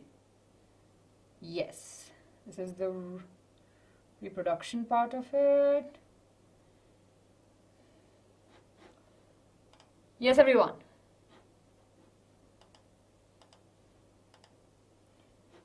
Yeah. So everyone, are we ready? Yes. Nitin, yes. Amrita, Einstein. No, Einstein, I didn't do that. It was scheduled. So it was uploaded automatically. It's okay. You can watch it again. Like you can Tanvi after some time. Yes, everyone. Chaliye. Okay. So let's get started. Everyone, let's get started. Right. So we are starting with the chapter of heredity, and it's a very interesting chapter. Right. And I want all of you to stay focused. Now, you anyways are good at, paying attention and doing, you all are very focused. I'm very proud of you. Yes, everyone. So let's get started. Anonymous, not ignoring you, but नाम बोलवाना था बुलवा लिया तो I hope that now आपके मन को शांति होगी. Right, I'm sure you will be feeling happy about it. Jokes apart, let's get started, everyone. Chaliye, let's get started. Okay. Please do keep on writing your doubts in the comment section so that I can see and I can respond to it. I have no idea. See, I'm sure with now, you know that we cannot predict when we'll be finishing off, right? So please don't ask us such questions which we talk about the time. Let's just go with the flow and yes, just let's take a look over here. Yes, we'll be completing all the 5 chapters that we have in biology. Okay, yes, Vansh, we are doing that only. Chaliye. So let's get, my assumption is 12. Same here, I'm with you.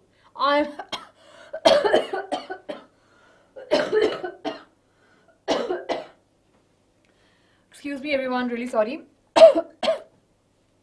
Yes, control and coordination probably in the later part, and we will be looking at the important questions, and right, because I think control and coordination means you don't get. We know that from where you will be getting the questions, so it's very easy for us to take that thing and read ahead. Okay, chaliye. Okay, everyone. Now moving ahead to the heredity. Now, I'm sure all of you know that we know that we have the genetic information, which is the DNA, and this DNA, right, of course, contains all the information that how we will be looking, what will the height, right, the color of our hair, color of the skin, and all the characteristic features that we have, right, are because of these the information that are present in the DNA. So inside the nucleus, right, we have the genetic material. What we have? We have the genetic material. Now, can you quickly tell me what are the things that we have over here? What is this? Yes, what is this? 1 minute, everyone.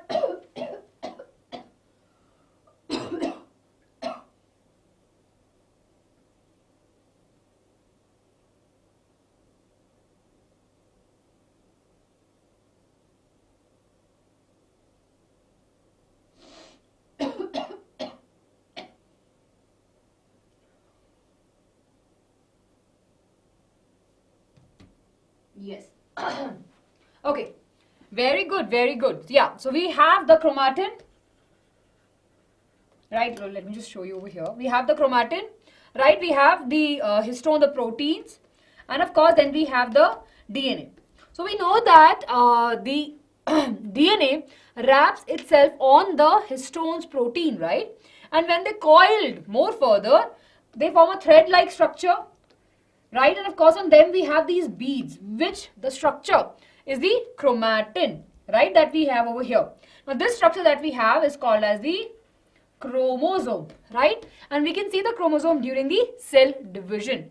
Where we can see it during the cell division only. And when the cell division is not happening, the genetic material will be in a thread form, clearly like this that we have over here. So we can say that DNA is a genetic material, right? It is the genetic material, right? And it contains gene. Now what is a gene, everyone? Gene is nothing but a small fragment.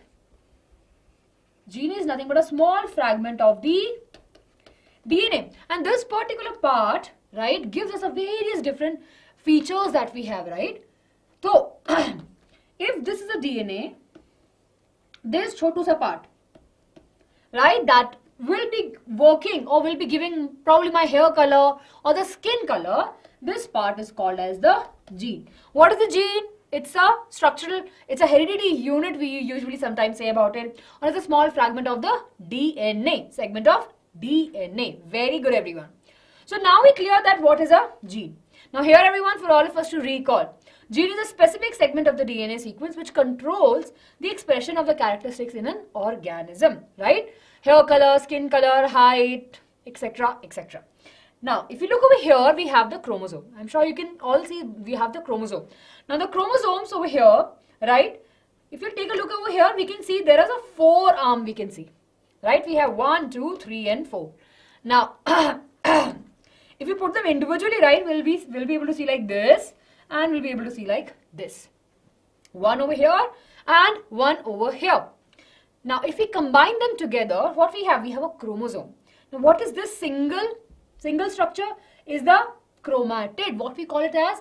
We call it as a chromatids. This is also chromatid. This is also chromatid. When these two are combined, right? When they join together at a point, this point is the centrome here. And when they join together, they form the chromosome. So, we can say that the DNA is highly coiled. If we highly coil the DNA, right? If we coil it, we will be able to see the structure of chromosome during the cell division. Now, we have the DNA. We know that genes are there on the DNA. So, we can say we have a gene location over here. Everyone, are we clear? Yes, very good. Very good, very good. Yes, okay.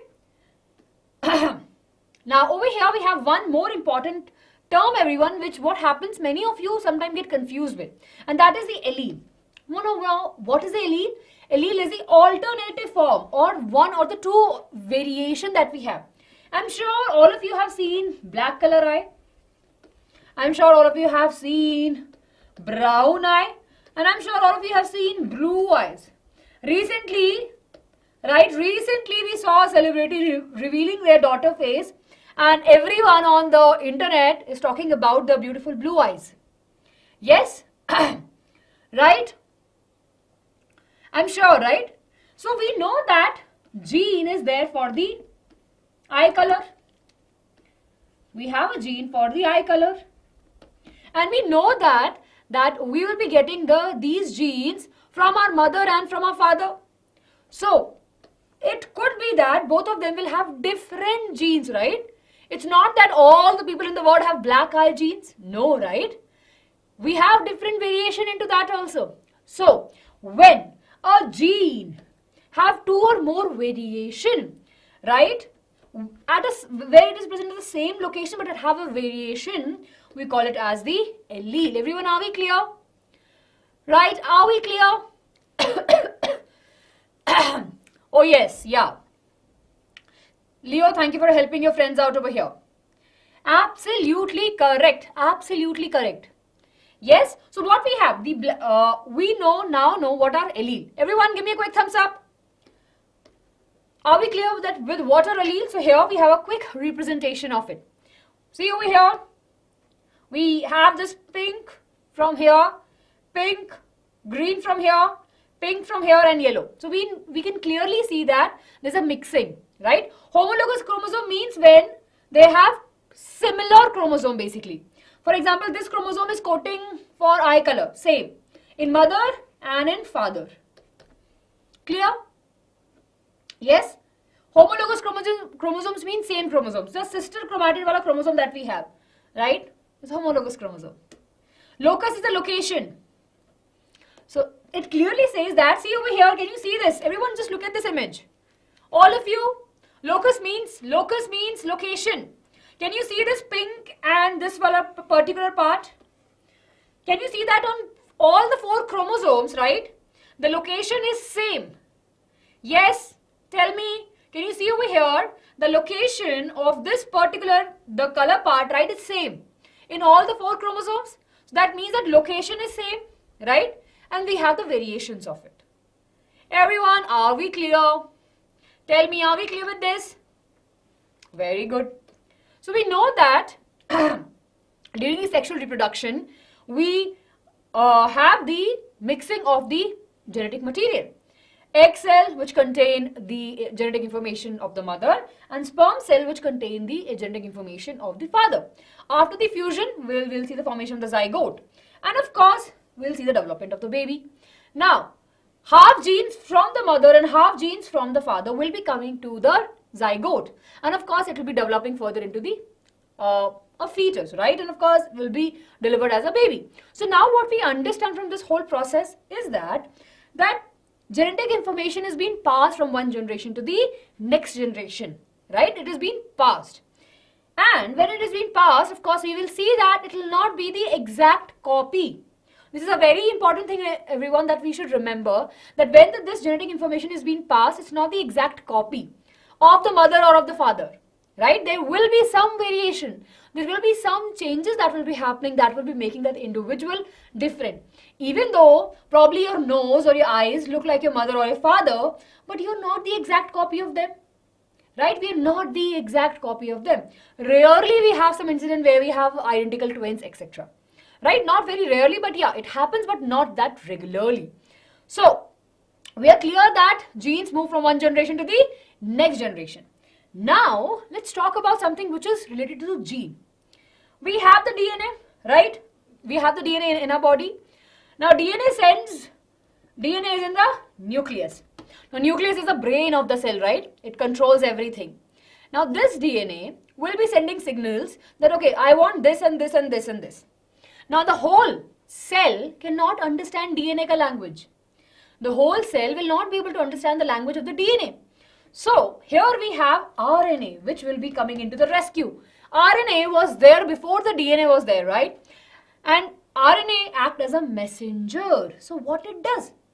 It actually helps in the translation of the proteins.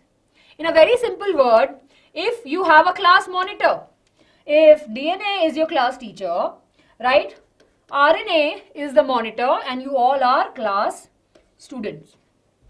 So I'm sure, right, the class teacher will be telling, "Acha, haan, mujhe ye sab kaam chahiye." The monitor will remember everything, right, and then will be communicating it to you. Similarly, we have DNA, which is deoxyribonucleic acid.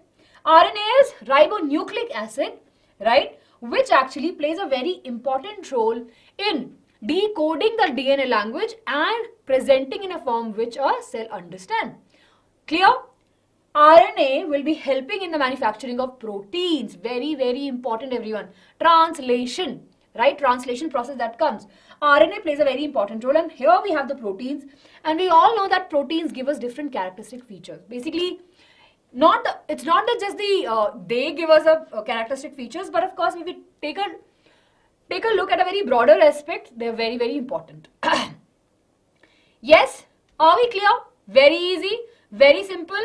See, even if you don't understand this part, don't worry, you can rewind it, right? Yes, you can and watch it again. It's not there in your NCRT, just for our better understanding. Okay. Now I mentioned that word about the variation. Now what is a variation? We have difference, right? You and I are different.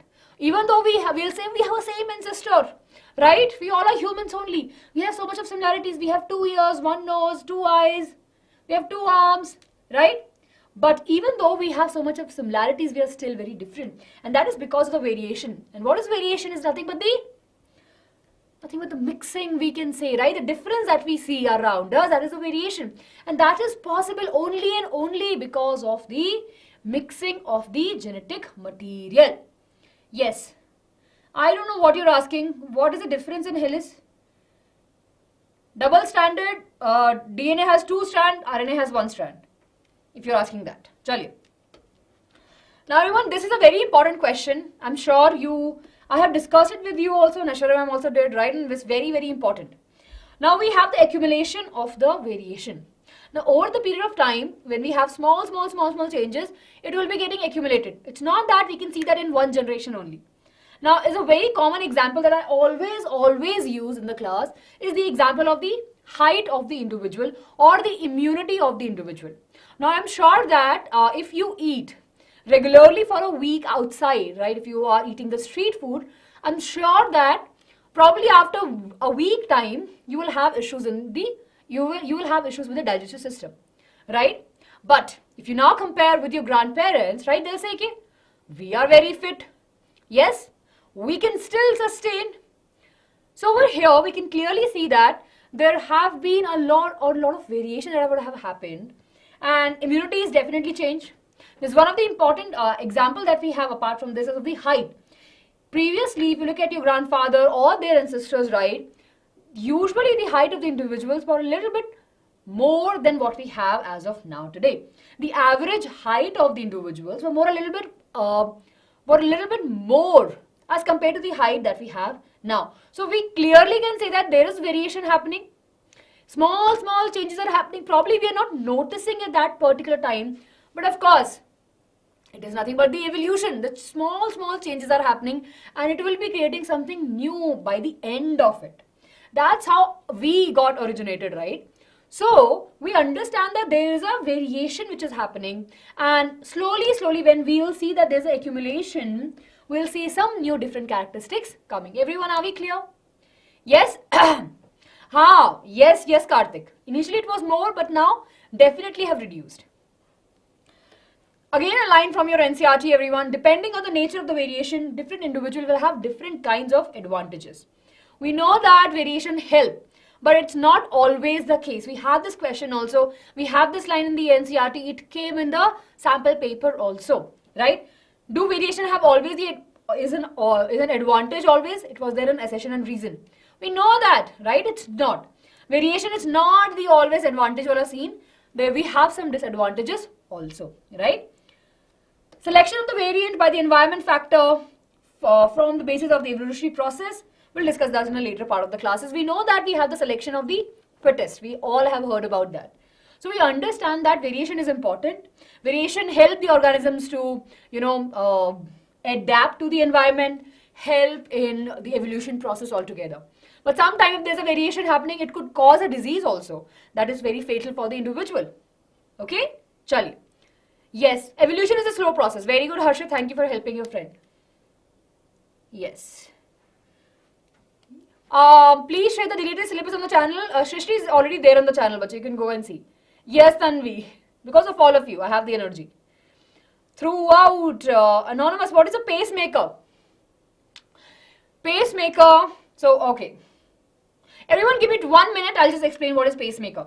So, in the heart, right, we know that our heart beats. We have SA node and we have AV node. Right? SA node and AV node. SA node plays a very important role of producing the signals that are there, right? And because of that, we will see the contraction and relaxation happening. Now, what happens? What happens in the individuals at the old age, this SA node will not be able to pump. Basically, it will not be able to generate the electrical impulse and the heart will not be able to beat. And hence, to save the individual, the doctors will be adding a pacemaker, which is a size like very small flat cell kind of structure, right? It will be placed inside the heart and it will be acting as a pacemaker. It will be helping in the contraction and the relaxation of the heart. Anonymous, I hope that I've answered your question now. Okay. Everyone, what is heredity? Nothing but the transfer of the genes from the one generation to the next generation. Abhi abhi bataya tha. Right? Abhi abhi bataya tha. Yes. Ashwini, we are on the second chapter now. Yes, okay. Transfer of gene from one generation to the another is called as the heredity. Everyone, important terms, focus over here. Inheritance, act of a transfer. Transfer of genes from one generation to the another. Very easy. What are characteristic features? What are characteristic features? Characteristic features are the visible thing that you can see, right? For example, here, height, color, right? What is the heritable feature that varies among the individual? Height. We have tall-heighted individual, right? We have short-heighted individual. The height over here is a character. Everyone focus on this point because many of you get confused over here. The height over here is a character. Everyone will have a height. All the individuals, all the human beings, right, if we talk about, will have a height. Tall, small, medium, etc. They will have a height for sure. That is a character which is there in the all of us. But if we talk about the trait, what will be the trait? Which specific trait we have? Are we tall? Or are we short? Or the flower color is, rusty, or it's red or orangish, or etc. etc. So we have two important words that we'll remember. When we talk about the characters and the traits, you just have to understand over here that height, if I take an example, height is a character. All of us will have a height. But do you think that all of us will have same height? No, right? You and me will not have exactly the same height. Or could be. Do you think that all the individuals in the world will have the same height? The answer will be no. So the trait will be giving us a variation, right? Will be giving us the variation, and of course we'll have a different height altogether. Clear? So with this, we have a clear brief introduction about the heredity. What are traits, what are characteristic features, what is heredity, we are clear about allele, we are clear about the genes, etc. etc. Inheritance and heredity doesn't have a much difference all together. Heredity, we say, what is heredity? Transfer, right? If you go back to the definition, if you see, there's not not much difference in the definition per se. But inheritance is an act of transfer of gene from one generation to the another. Whereas if you take a look at the heredity, prakriti, if you look over here, transfer of genes from one generation to the another. There's a word, difference in act, right? It's a phenomena. It's a phenomena that happens. Clear? So that is the main difference over here. Yes, okay, chaliye. Are we clear? Shreya, not as such. Metabolic waste, if you're talking about, right, of course we're talking about the reaction wala waste. Clear, we have carbon dioxide, we have undigested food, etc. etc. That could be that category. Chaliye, everyone, are we clear? Okay. Now let's talk about the genetics. Now we are entering into the world of Mendel, everyone. I want all of you to stay focused now. Nothing but a branch of the biology that studies the genetics or that studies the genes is called as genetics or the inheritance. Yes. Okay. Einstein, give me 1 minute, I'll explain you. 1 minute. So everyone, are we clear? Chaliye. So just for our friends over here, what is allele? What is DNA? What is RNA? And what is gene? This is DNA, double helix structure. Everyone focus over here. It's a double helical structure. This is DNA, which is, if we coiled it, if we coiled it, we'll be able to see the chromosome. Okay? We'll see the chromosome only during the cell division.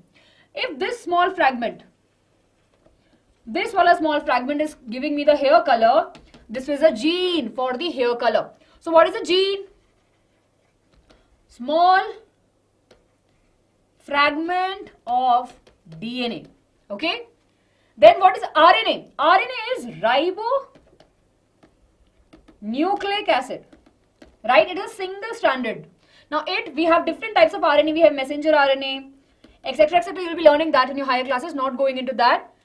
Then we have allele. Now of course we have, let's suppose we have this chromosome. We know that in the child will be having one, like this is in the parent, right? From mother and from the father. Clear? So we'll be getting something, right? We'll be getting the genetic information. So it could be that from the mother, right, we are getting a gene of black eye. Yes, everyone, are we clear? Right? Clear? And from father, of course, let's just make it easy. For example, the mother has black eye and the father has brown eye. What are these? These are allele. What are these? These are allele. Everyone, are we clear? All of you. Are we clear? When a gene will have two or more variation, it can have more variation also, such as the case of skin color, right? If we have more than one variation, right, of let's say eye color, hair color, height, skin, those are nothing but the allele, right? Clear? Chaliye. Now let's meet Mendel, everyone. Pedigree analysis. Dikshit bachche class 10th mein nahi hai. Pedigree you have in class 12, so you need to wait over here.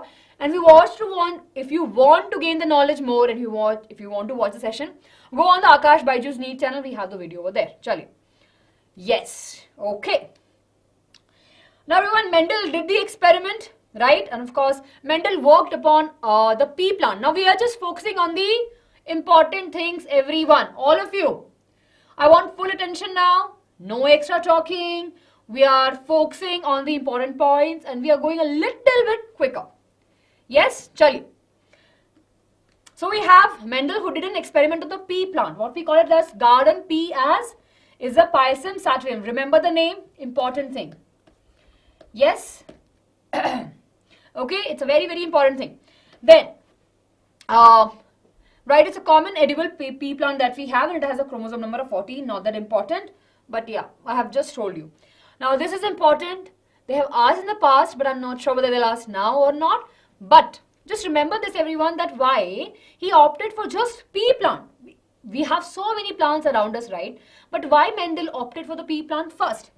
It has a very short span. So if we are doing an experiment, we need a result as quick as possible. So when he was doing the experiment on the pea plant, he can actually see the result in just a span of 1 year. He doesn't have to wait for 2-3 years to generate the result. So that was a very first advantage, that the pea plant has a very short lifespan. Then requires less maintenance and labor. Very less maintenance and less, labor in growing that plants. Multiply plants can be grown in a small area. They don't need much space also. Fourth important point, they have the pure variety, right? They have like the pure variety which contain everything which has not been intermixed altogether. Then we have clear contrasting traits. Important word over here, everyone. Clear contrasting traits. Clearly we can see the difference, right? Whether it has purple flower or violet flower or the white flower. So we have the very different, clearly contrasting visible traits. And hence he opted for the pea plant. Clear? Yes, everyone? And most importantly, self-fertilization is possible in the pea plant. Clear? Everyone, are we clear? Yes. Everyone, just remember that we all are here for you. Right? We all are here for you.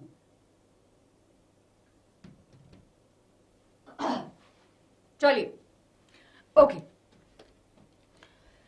So of course, when we talk about the different characteristic features, right? He had so many things, but he opted for flower color, pod color, flower position, seed shape, pod color, stem length, and the stem color. Okay, this is not important. We'll be discussing it further. Right? Not very important. Yes, chaliye. Now, let's talk about the 7 different characteristic features, right? So here, everyone, I'll be skipping this part because it's not that relevant over here. We have height ka difference, right? And we have other difference. But what is important, right? What is important over here is the Mendel law of inheritance. If we finish this, we are done with this chapter, right? If we finish this, we'll be done with the chapter of heredity altogether. So everyone, are you ready? Now I'll be going slow. Everyone, now I will be going slow. Please stay focused. Okay? Chaliye. Yes. Okay. Now, Mendel gave 3 important laws of inheritance, right? Basically, These 3 laws of inheritance tells about that how the genes move from one generation to the next generation. We have law of dominance, we have law of segregation, and we have law of independent assortment. We are starting with the first law, right? Law of dominance. But before that, let me explain you the basics that we'll be using over here. When we discuss about these traits, right, we know that we have something called as dominating or dominate, and the other word I'm sure you all are familiar with, the recessive. Yes or no? I want the answer in yes or no now, everyone. Yes or no? We all know what is dominant. Dominant is something that will be expressing itself. Every time the dominant will express itself, right? We represent in biology the dominating trait by capital alphabets. Don't ask me, ma'am, why alphabets, capital, why not? Why you wrote T? ऐसा सब मत पूछना भी. Because this is what the scientists and the studies, right? They have used these symbols and reused this information for a better understanding. And of course, dominating is the capital alphabets they have given. Then the recessive traits are those that will not be able to express themselves, right? They will not be able to express themselves if they are present with the dominating trait. They will be able to express themselves if they are with their same allele. So we represent recessive by the small alphabets. Small t, that is recessive. Capital T, that is dominating. Acha, you tell me, if we have capital T and small t, do you think that the small t can express itself? Do you think that the small t can express itself? Jaldi, everyone. We can use other alphabets, Harshit, but of course, if you take a look at the examples that we have, right? It's the height ka example or the flower color ka example, so we'll stick to that. Very good, yes. So we know that over here small t will not be able to express itself, right? It will not be able to express itself. Only the capital T will be able to express itself. Are we clear? Only the capital T will be expressing itself. Clear? Chali. So we know that. Now, who will be telling me this, that what this condition is called as? We have both the alleles are same. Can you see over here, both the alleles are same? Can we call this as homozygous? Right? Can we call this as homozygous? Yes? Right? Very good, Divyanshu. Jaskirat, comfy study. Rashmi, Prakriti. Yes, Divyanshu, Harini, DK. Okay, Shirushi, Harshit, Atharv, Prakriti, George, Spandhan. How can we determine the trait is dominant or not? You will understand that. We'll explain. Yes, Soham, Gaurav, Amog. Very good, Aryan, Alfaz, Dhruv. Chaliye. This is also, small t is also homozygous. Very good. Acha, what is this? What we'll call this? We have capital T and small t. Now over here you can see that the allele are different. See, one allele over here and other allele over here. They are different, right? They are not the same alphabet. What we call them as? Very good. We call them as the heterozygous. We call them as heterozygous. Easy peasy. Hetero means not same. Homo means same. So 3 new words. Sorry, actually 2 new words. Homozygous, heterozygous. Homo means same. Capital T, if both the alleles are same, homozygous. If the alleles are different, like capital T and small t, we call them as heterozygous. Chaliye. Now, this is there. Okay, now moving to the next word. Yes. Acha. Over here, let's suppose if I tell that the plant is tall. By just looking at the plant, right, if we all can say that plant is tall, that particular thing, right, is called as phenotype. We have the ratio over here. Phenotypic ratio is a ratio where when we are looking at the plant physically or any of the characteristic physically, we'll be able to tell, the hair color is black. Oh, the height is tall. Right? Oh, the eyes colors are blue. So these are the phenotype. By looking at it, we can clearly say that this is the this is the characteristic features that we have. But if I say that the eye color is because of capital B and capital B, or capital B or small b, or small b or small b, then that is called as what? Genotype, right? That is called as genotype or genotypic ratio. Why we call it as genotypic? Why? Because we're going into the allele level, right? We are actually discussing the alleles. We're taking a look at the allele. What types of allele they have? Do they have same or they have different? Clear? So I hope that you have a clarity now what is phenotype and what is genotype. Phenotype, physical characteristic features. Clear? Tall plant, black hairs, black eyes. But the genotypic feature will be, we are looking at the allele. Oh, is it capital B? Oh, is it dominating? Is it homozygous or it is heterozygous? All of that will be the genotype. So everyone tell me, are we clear with 4 terms? Jaldi, jaldi, are we clear with four terms? Phenotype, genotype, homozygous and heterozygous. Are we clear? Very good, very good. Chaliye. Now that we are clear with this, everyone, let's get into the game. And I hope that all of you are ready to play this game. Okay, chaliye. Now we are Mendel, right? Or let's suppose we are Mendel's student. Let's go back into the time where Mendel were doing their experiment, right? And we are helping him. So Mendel, one day, right? Let's suppose, tell me who wants to be the Mendel?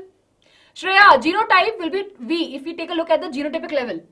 If we talk about the allele, is it capital B, small b, is it homozygous or heterozygous? That is genotype. Shreya, Miss Shreya, answered your question. Ha. Jaldi say, who wants to be the Mendel of the class now? Hypothetically, right? Hypothetically. Arey, sabhi likh rahe hain. Okay, I'll make 3. सभी लिख रहे हैं तो okay. Which one I should pick? थोड़ा सा ऐसा हटके से नाम रहेगा तभी याद रहेगा. I'm sure I will be picking up a name which is a different so that all of you will remember it later in your examination. Yes. Chalo, honey. Right? We have a very interesting name, honey. Okay, so chaliye. So everyone, we have a scientist in the house. I think it was, we have honey's experiment. We'll remember this just hypothetically. Do not get into the seriousness of it. We are just doing so that you will remember it. Okay? Chaliye. Really sorry I have so many candidates. But later. Right, chaliye everyone? We'll remember this name. Right? So, we know that this experiment was done by the Mendel so many years back, right? So what happens? We have honey, who is also performing a similar experiment, right? What Mendel performed, and he was to just check whether the, all the laws are working or not. So honey goes to the field and get 2 plants, 2 pea plants, right? Capital T and capital T. Basically, he gets a tall plant and a short plant. Are we clear up to here? Are we clear up to here, everyone? Are we clear up to here? He goes out and he searches for a pea plant. 1 tall and 1 short. Now, these are the parents. Can you see over here? These are the parents. Okay. Now, can we do the cross? Can we do the cross? We have capital T and small t, essay. Capital T and small t. Capital T and small t and capital T and small t. What is this? After this, we will be able to see F1 generation. Now you tell me everyone, what will be the F1 generation? What will be the F1 generation? These are all F1 generation. 1, 2, 3, 4. Right? We have 4 F1 generation, right? Can I ask you a question? Are they tall or are they short? What is the phenotypic characteristic features? Very good. They all are tall. So you will say that, ma'am, out of 4, 100% are tall. We don't have a ratio of this, but we will say all are tall. Now, if I ask you, tell me now by looking at the allele level, how many are pure tall, how many are pure short, or how many are heterozygous? Tell me. Yes, very good, Soham. So, can we help Honey? Honey को हमारी थोड़ी help चाहिए अभी. right? 1:1 कैसे है? It is a heterozygous, right? See, this is a monohybrid cross. We just have single characteristic feature, right? We have a single characteristic feature. इसका phenotype अभी genotype आएगा ही नहीं, सभी pure है, right? All are heterozygous. Very good. All are heterozygous. चलिए, are we clear up to here? All of you, are we clear up to here, right? In F1 generation, everything is tall. Everyone is very happy. Now, Honey says that I will do one more cross.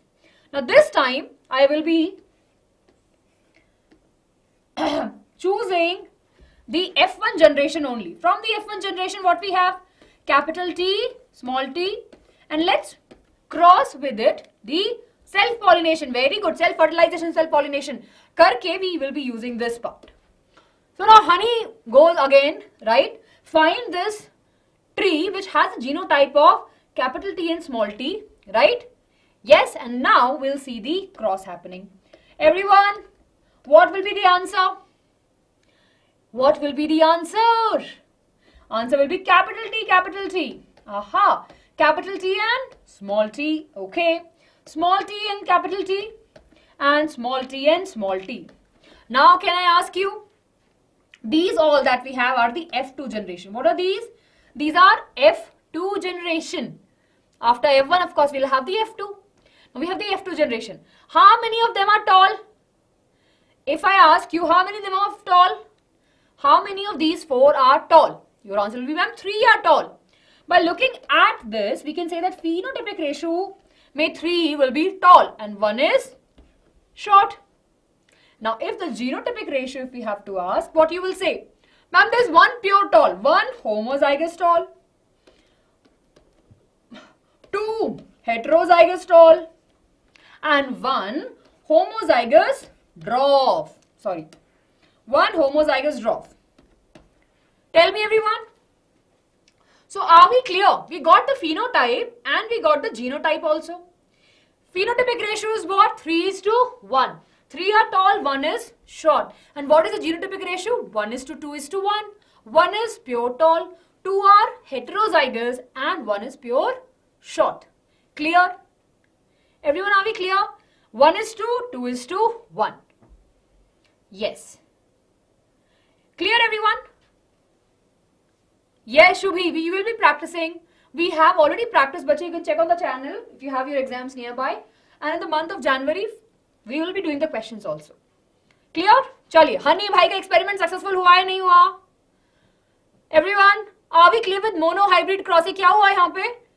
We just spoke about one character. That is this type of cross. We were just talking about one character. What we call them as? We call them as mono. Hybrid mean mixing. Monohybrid cross. चलिए, right हो गया है ना? यानी कि हनी भाई को बोलते भैया आपने बढ़िया एक्सपेरिमेंट करे, राइट? चलिए, now I have one more important thing that I have to tell you over here only. We can move ahead also. The first law. Everyone, the first law talks about the law of dominance. Now you are clear what is law of dominance? We are clear, right? We are clear with what is law of dominance? In the law of dominance, we are clear that the dominating trait will express itself and recessive trait will not be able to express itself. The recessive trait will only express itself in the presence of the another similar allele. Done. That is nothing but the law of dominance. Second law is law of segregation. Who will help me with this? Acha, during the time of gamete formation, what we see? We see the separation of allele. Everyone, what are these? These are allele. According to the law of segregation, it says that during the gamete formation stage, when the gametes are formed, right, allele will go separate. Okay, tata, bye-bye. Right? There's no interconnection. It's not that if one allele is going, the other allele will also go. No. That is a reason, right? Sometimes even if the parents have black dominant eye, right? Could be that they have the homozygous, so the heterozygous small t. Probably the next parent, right? The other half have the recessive traits, of course we'll see some changes happening over there, right? Clear? Yes, everyone, are we clear?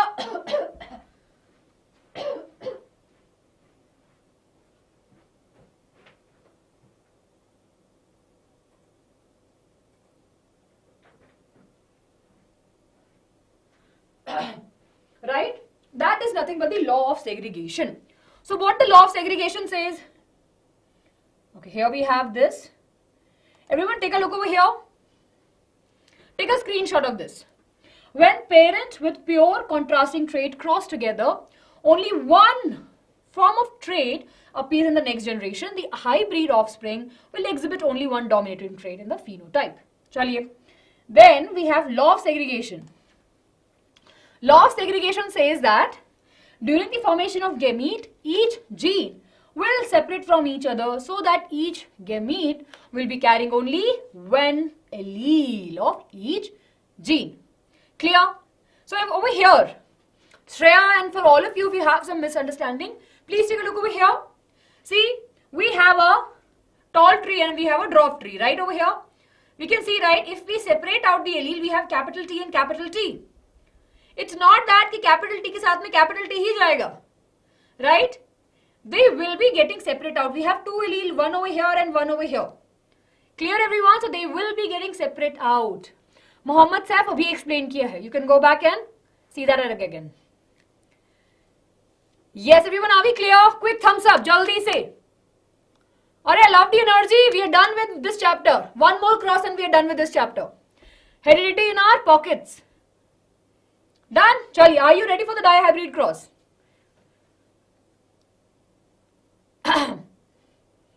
Yes. Okay, chali. Dihybrid cross. Now this cross is very interesting, right? Yeah, I'll show you all the slides. Give me some time. I'll show you that, but let's just look over here. Dihybrid traits, dihybrid cross will have two different characteristic features. The example that we're using is round seed, right, and yellow color. Clear? What we have? We have round seed and yellow color. We are crossing this with wrinkled seed with green color. It's example that we have in our textbook. Wrinkled and green color. This is round and yellow color. Okay. Everyone, are we clear? Yes, are we clear? Tanvi, I'll explain you, bache. Please do pay attention now. You will be able to understand these two from here also. Right? Chaliye. Clear? Now, if we have to make an allele, who will be helping me? Jaldi se bataiye. If these are the parents, right? Now I want to make the allele. We will have capital R, small y. Sorry, capital Y. Capital Y, small y, अच्छा बिल्कुल. Then we have small r and small y, and we have small r and small y. Easy peasy gametes. Law of segregation, everyone. Law of segregation over here.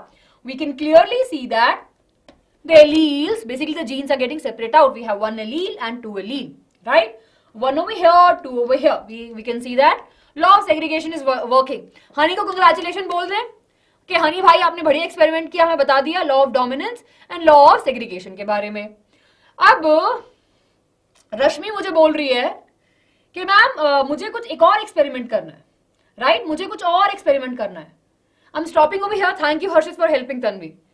Right? Rashmi बोल रही है कि मुझे कुछ और experiment करना है. I want to see something else. So now we'll be supporting Rashmi, right? Everyone, let's support Rashmi.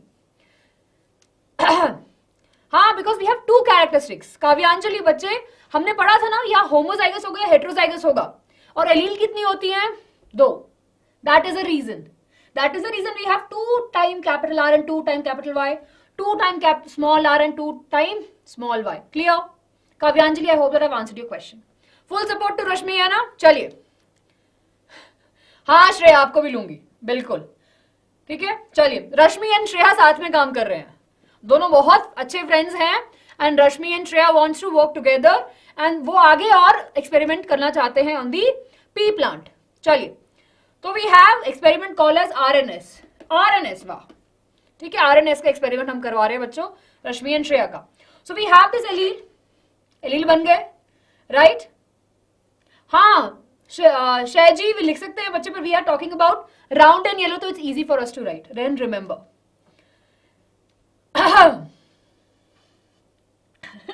बढ़िया, ठीक है, चलिए करवाएंगे. चलिए everyone focus over here. Now can, now if this is a cross, right, if these are the parents, can the F generation be what? Tell me what will be the right? Tell me everyone, what will be the F1 generation ka cross? Yes, everyone tell me. Very good. It will be capital R, small r, capital Y and small y. So the F1 generation, if we do the cross of this, if we do the cross of this, right, we will get this only. Yes, simple सा है. ये थे, इसलिए बस हमारे पास में ये आ गया. Clear? Everyone, are we clear? So this is the F1 generation. अब हमारा काम यहां से स्टार्ट होता है. रश्मि एंड श्रेया का काम अब यहां से स्टार्ट हो रहा है. Clear? Now I'm just taking again a blank slide over here. Now we have F1 generation. We have capital R, small r, capital Y and small y. Now we will be crossing again with the F1 similar. So are you ready, Rashmi and Shreya? Right? Are you all ready to support Rashmi and Shreya? अब रश्मि and Shreya को बहुत सारी मेहनत करके plants की ये study पूरी करनी है, ताकि आप सबको समझ में आ जाए what is the dihybrid cross. Are you ready everyone? Are you ready? जोश नहीं आया? हाँ या ना?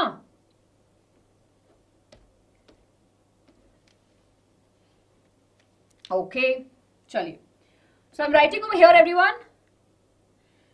Capital R, capital Y. All of you. Now you tell me. Now help me in filling this. Right? Shreya and Rashmi, tell me now. Actually ना Shreya and रश्मि को ये बोलते हैं बताने के लिए कि क्या होगा टेबल में.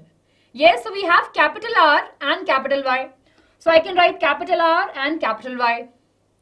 Then I can write capital R and small y, है ना? Capital R and small y.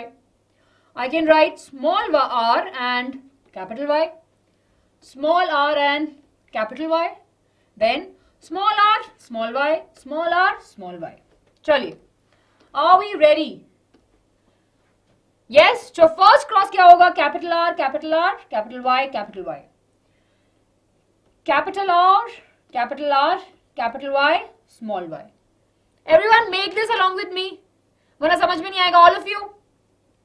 Capital R, small r, capital Y, capital Y. Capital R, small r, capital Y and small y. जल्दी जल्दी जल्दी. मैं कर रही हूँ. Let's see के who will be finishing this first.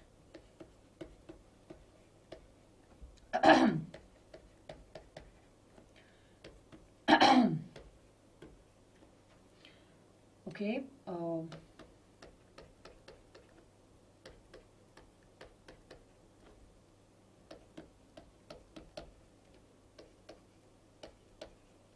Yes, everyone. I can see your answers. Last, jaldi, jaldi, jaldi. You all are making with me, right? Very good. This Punnett square is very important, everyone, and I'm sure you would have seen questions coming from this, right?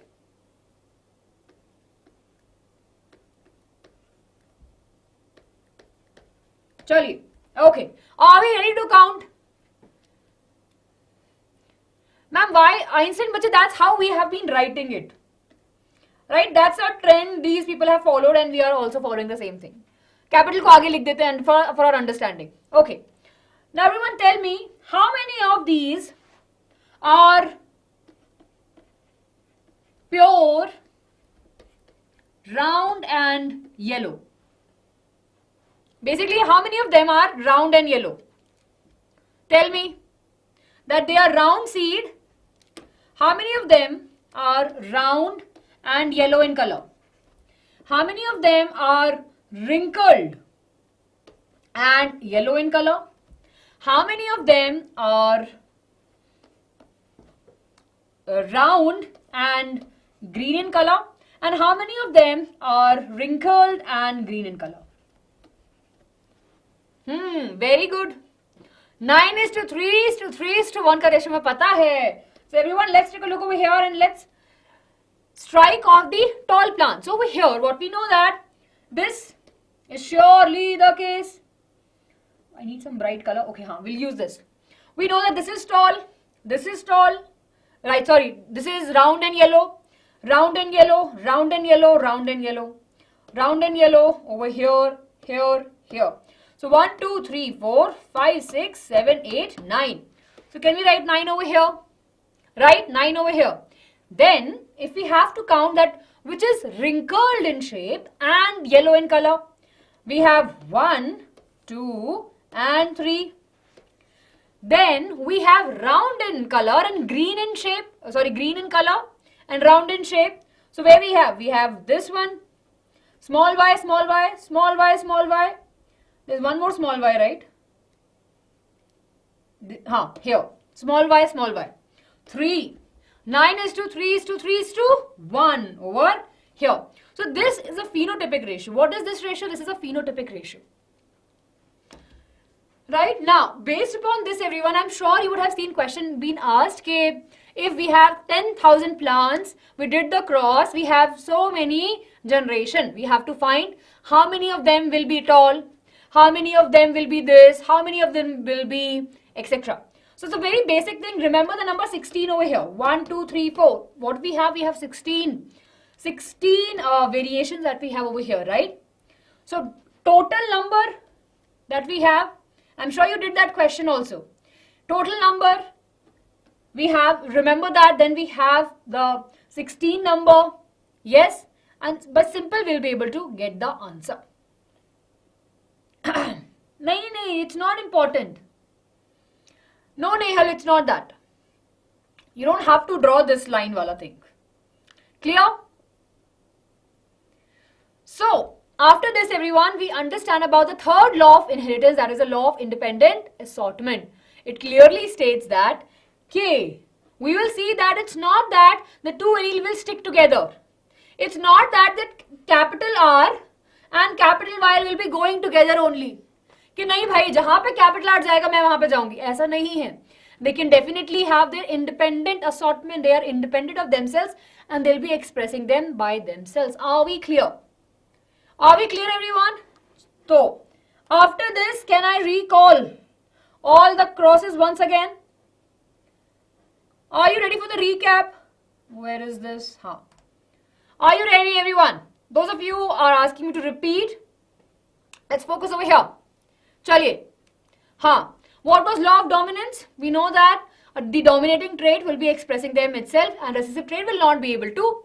That is a law of dominance. We can understand that with the help of a monohybrid cross. Then of course we have law of segregation.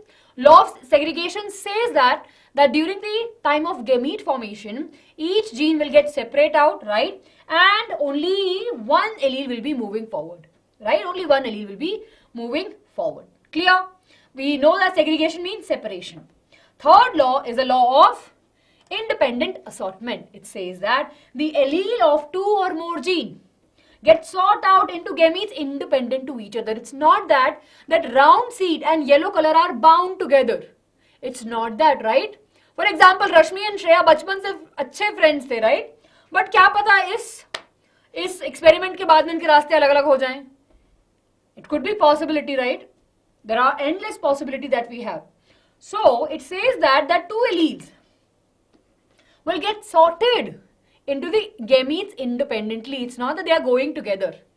Yes, the allele received for the one gene does not influence the allele received of the another gene. Are we clear? Yes, अपने अपने अलग-अलग रास्ते जाएंगे. जो जिसका मन होगा वो उसको opt करेगा. Are we clear? So, with this, happy to announce, everyone, we are done with the big part of the heredity. What are we left with? We are left with Sex determination, right? Yes, what is sex determination? Sure, 3 marks question comes from here. है ना? आता है, I'm sure you would have seen. We know that in females we have X and X chromosome, and in male we have X and Y chromosome. These chromosomes that actually help us to have the sexes of the individual are called as sex chromosome, right? It's called as sex chromosome. Yes. Clear? Now, so if we have X and Y, over here X and Y, X and Y. So the probability of having a girl or a male child are what? 50-50%. Right? We know this. We know this, right? That the probability of having a girl child or a boy child is 50-50%. See, from the female they have X chromosome, so that is sorted. In the males, what happened? In the sperm, in the head of the sperm, right, where the genetic material is there, the genetic material could be of X chromosome or of Y chromosome. So the father is responsible. The father is responsible for the sex of the child, right? Father is an important factor that will be telling, basically will have the control, or will not have the control per se, but is the one reason why the either the child could be a male or a female based upon the sperm, right, which has a chromosome X or a Y, goes and fertilize the egg which has X and X chromosome. Yes, clear? That is the sex determination you have. 2 types of question comes. They'll probably ask you about why the males are responsible for it, and probably they'll give you a question and will ask for it. Clear? Yes. बच्चे, difference between genotype and phenotype. Phenotypic ratio will be telling you there was a physical feature, है ना? Physical feature में क्या-क्या दिख रहा है? Plant की height हो गई, then of course hair color हो गया. If we have to see कि भैया how the genes are there, right, or what are the alleles it have, so we'll be going into detail and saying कि it's capital T or small t or small t or capital T small t. That is genotype. चलिए. Okay, everyone, are we clear with this? Okay. And yeah, here we have one more important information, which is about the, about the animals. Like snail can change their sex to female, like from male to female during their lifespan. And in the case of reptiles, right, if the crocodile's temperature, the egg ka temperature changes, it can definitely vary to the male and to the female. Okay. So everyone, with this, we are done with the heredity. We are done with the heredity. Now the next chapter will be, oh, that's a good speed, everyone. In 1 hour, we have finished the heredity. Now I think it's a matter of 1 hour. 7:15, then 12:15. How we'll be able to finish? We will be able to finish. Chaliye. Uni Sunshine, tomorrow we have class 9th ka marathon. Okay, everyone, now we are moving to the chapter of how do organisms reproduce. Okay? Yes, reproduction wala chapter pe will go now. So everyone, now you tell me, what is your confidence level? What is your confidence level?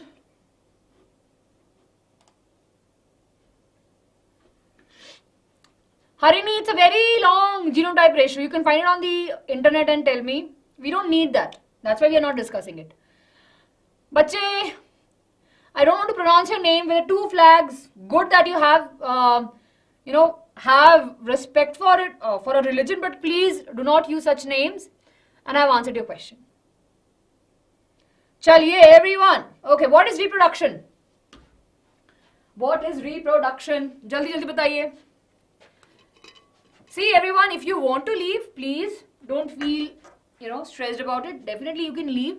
You can watch it later. But if you want to be in live class, you can stay with me. Ma'am, I have many doubts in this chapter. How it will be clearer? Hum hai na? We all are here. Right? We are here.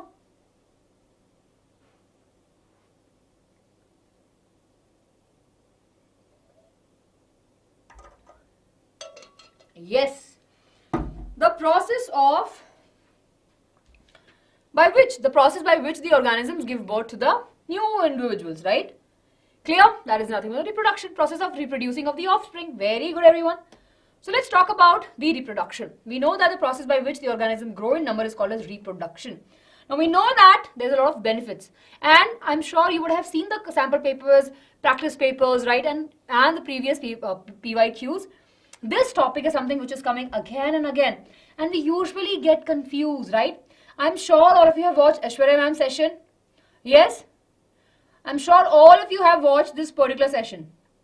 And ma'am clearly said that it's very, very important, right?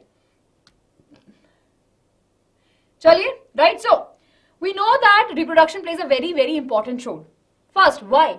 It actually helps in the continuation of the species, right? Reproduction, if the reproduction is not happening, then of course, the population of a species will stop at one point and they will completely get extinct. So, it actually helps in the continuation of the species or continuation of the generation altogether. And of course, very important to make more copies of themselves, right? And we can say to have the variation, this is also a question. Because of the reproduction, we see the variations also. And of course, evolution also takes place. Clear? So we can say that, right? We can say that reproduction is a very, very important process, right?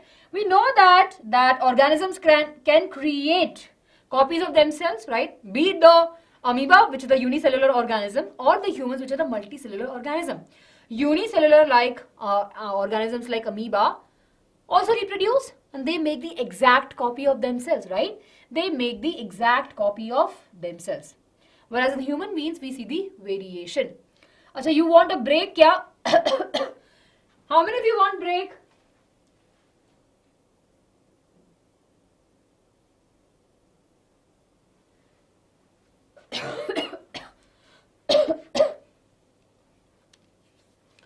Okay, I'll give you a break of 5 minutes. 5 minutes, 5 minutes.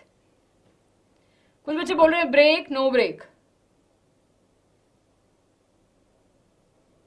I know जल्दी over करना चाहते हैं. Okay. Yes. चलिए, so we'll continue. Okay, we'll continue. So we know that everyone will see the variation. Yes or no?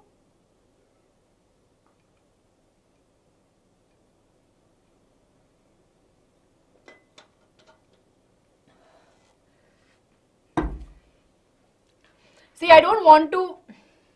अच्छा, let's take a break of 2 minutes. ठीक है?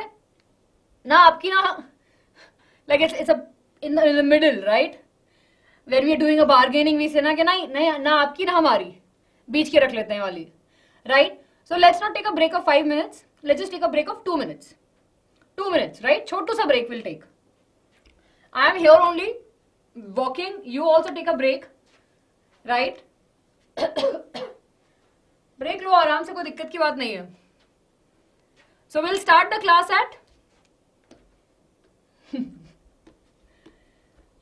okay, we'll start the class at cool. Let's चलिए, ठीक है? Yes, पानी पीते रहना है सबको.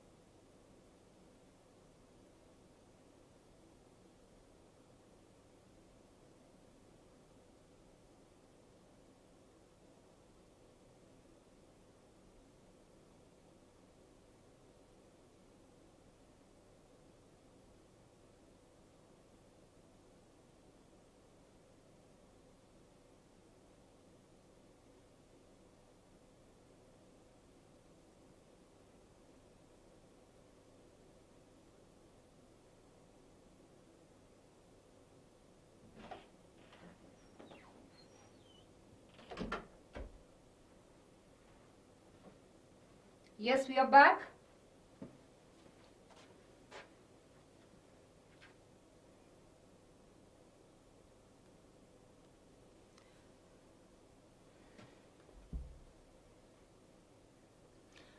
नम्रता डिपेंड्स बच्चे आप कहाँ से कर रहे हो ना.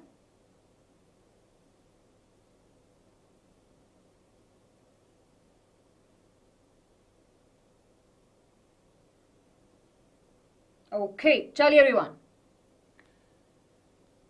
Okay, quickly everyone, tell your friends also. We are back.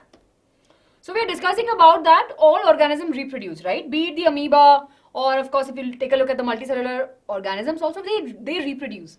In a case of amoeba, we know that they reproduce by normal, right? There's only one single cell and that is replicating, right? And of course, they will be making the exact copy of themselves. Why are we saying exact copy of themselves, right? Because we'll not be able to identify the difference. Probably if the difference is happening or the variation is happening, it will take ages for us to identify and see that there's a new characteristic that has been coming, right? Which is very rare in amoeba. But of course, when you on contrast to this, humans, right, we will see that, yeah, we can clearly see the variations, right? We can clearly see the difference. So one thing which is very evident is that the genetic material plays a very important role and it contains a blueprint, right? And this particular genetic material, right, is present inside our cells. We all know that. I'm going really very quick from over here because we already did the discussion in the heredity wala chapter. We know that the genetic material is present inside the nucleus, right? Inside the nucleus it is coiled, right? And of course we have the chromosome, which is a very coiled structure. Then we have thread on bead structure, which is chromatin, and then we have DNA. DNA is very important. We know that, right? And DNA plays a very important role. Yes? Mostly, Harshit, mostly. There's no exception over here as of now. Chaliye. Okay? And when these cells divide, right, and the nucleus have the genetic material, and when these cells divides, definitely we know that they will be giving rise to a next offspring, right? So if we look over here, right, we can clearly see from a cell, right, we'll see the nuclear division happening inside, right, and then we'll see the division of the cytoplasm, right, and after that we have two cells. We don't have menti today, right? You can clearly see over here, initially it was just one single cell, right? What happened over here? First the nucleus divided and then later followed by the cytoplasm of the cell, and hence we have two cells now. What we can say over here, that we have this cell and this cell, they are the exact copy of each other. These are the daughters, right? These are the daughter cells from the parent. Now, if we have this understanding, we can clearly say that the DNA contains the blueprint, right? We know that the division is happening, and broadly speaking, we have two types of division. We have mitosis and we have meiosis. I was, when we were on a break, I think many of you were talking about the which cell division is better, right? So we have mitosis. What happened in mitosis? We'll see that the chromosomes number will remain intact, right? If we have 23, 23 only will go. If we have 46, 46 will only go, right? Mitosis, what happens? The cells will be able to, right, from the parent, will be able to get the identical copies. That is mitosis. Then we have meiosis. Now what happens in meiosis? And meiosis could be also called as a reductional division. There's a reduction of the chromosome over here, right? There's a reduction of the chromosome here. If over here, if they're starting with 20, let's suppose 46, by the end of it, they'll just have 23. So we know that there's a reduction that is happening in the meiosis. Meiosis may, we'll know that there's a reduction of the chromosomes, and at the end, we'll have 4 daughter cells. In the mitosis, we'll have 2 daughter cells, right? Clear, everyone? Are we clear with this? Yes, meiosis type of division occurs only in the gametes during the time formation of the sperm or the egg. Mitosis happens throughout the body. Skin cell repair, any organ repair, everything is mitosis. Done? So, based upon the meiosis and mitosis, we have this information only, right? We, in our NCRT, they have not gone into the details of it. Chali. But now we'll be discussing about the reproduction. So everyone, are we clear with this? We are clear with what is reproduction. We are clear with what is variation, why the variation is important, and why the DNA is also called as a genetic material. Right? मतलब क्यों इतना information है उसके पास में? We understand that DNA is very, very crucial. We understood about the mitosis and the meiosis now. Now let's talk about the mode of reproduction. There are two modes of reproduction. ये तो पता है हमको, right? Asexual mode of reproduction and sexual mode of reproduction. Just the examples, everyone. Single parent, two parents are involved, right? There's a formation of the gametes. There's no formation of the gametes. Then offspring are identical in the asexual reproduction and similar offspring, right? See over here, similar. Humans he offspring होंगे, right? Clear? So that is similarity that they're talking about over here. And of course, we have over here variation in the offspring is possible, and over here variation is very rarely seen. So we have the difference between the asexual reproduction and the sexual reproduction. Clear, everyone? Asexual reproduction and sexual reproduction. Yes. Harshit, I don't think so. Right? They probably will play around the number of chromosomes to confuse you guys. Okay? But not specifically asking about the meiosis and the mitosis. Because in a chapter, nowhere they have clearly got into the details of it. Okay? Ma'am, is it true that the chances of inheritance disease? Not exactly, Shushmit. We do have sex-linked disorders. And of course, we have autosomal disorders also. Yes, are we clear? Chali. Now we are getting into the asexual reproduction topic, everyone. Right? We know that in the asexual reproduction, we will have the exact copy of the parent. Okay? We'll have the exact copy of the parent. Can we take a look over here? Right? We have this bacteria, right? If it has to reproduce, it will have the same genetic information. We have the genetic material over here, and of course, it will be very identical. So, we can say that asexual reproduction in which we will have a same type of organisms, right? Over here, we have a very interesting fact also. The fact is that bacteria can actually reproduce in just under 10 minutes. That is the reason we always say that so many bacteria are there, right? And they reproduce very quickly. They basically have to divide themselves, right? From one cell, we can have two cells. And just in under 10 minutes, we have this. Clear? So, this is a very interesting fact that we have over here. Chali. Gayatri will discuss that later. Not important for your examination, so we can skip that also. But if you want, we'll discuss that later, but not now. Chali. Now, everyone, I want all of you to focus over here. In one go, we'll be finishing this off. Right? In one go, we'll be finishing this, the asexual reproduction ka. Chali. What is fission? What is fission? Fission is nothing but the splitting of the organism and giving rise to daughter cells. Right? That is fission. So, if we have the amoeba, we know that initially the nucleus will divide. Then, of course, the cytoplasm will divide. And ultimately what we have two daughter cells. Yes, you will be getting the notes on the telegram. After the session, you will be getting the notes on the telegram. Now what happened over here is a fission. I'm sure you would have heard about the term fusion. Fusion dance hai, fusion gana hai, fusion wear hai, right? What we have in fission is a splitting. So we have one single cell and that is splitting into the two. That is fission. And we have binary. I'm really sorry. Binary means two over here, and fission. What is the meaning of fission? Right? Again, splitting only. We have two binary fission, right? In general, fission may what happens? It's split. Fusion mates come together, fission may split. Clear? So, in the binary fission, what will happen? From one amoeba, we'll be able to have two daughter cells. So one amoeba, if you talk about it, the example, will be able to produce two daughter cells by a process of binary fission. Are we clear? Yes, we are clear with this, right? If we have to talk about the fission, we can see that this is a parent and of course, Cytoplasm will divide, nucleus will divide, and of course then we have the daughter cells. Same fission happens in the other organism, which is the Leishmania. This is a Leishmania, right? Now over here, if you take a look, right, this division is happening in a plane, right? It's happening in a plane. It's not happening horizontally, it's happening vertically, right? And of course, we can clearly see that there's a splitting happening. Initially, the organism is this. First, the nuclear division is happening, right? And then we have the two nucleus, and then of course the bodies will get separate out. Yes? Amoeba by binary fission. There's no such word called a single, right? It's binary fission. Okay?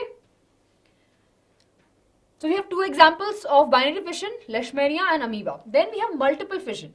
It looks like a passion fruit. How many of you have tasted passion fruit? Einstein, no bache. Tell me, how many of you have eaten passion fruit? Or Krishna phal bhi bolte hain, I guess usko.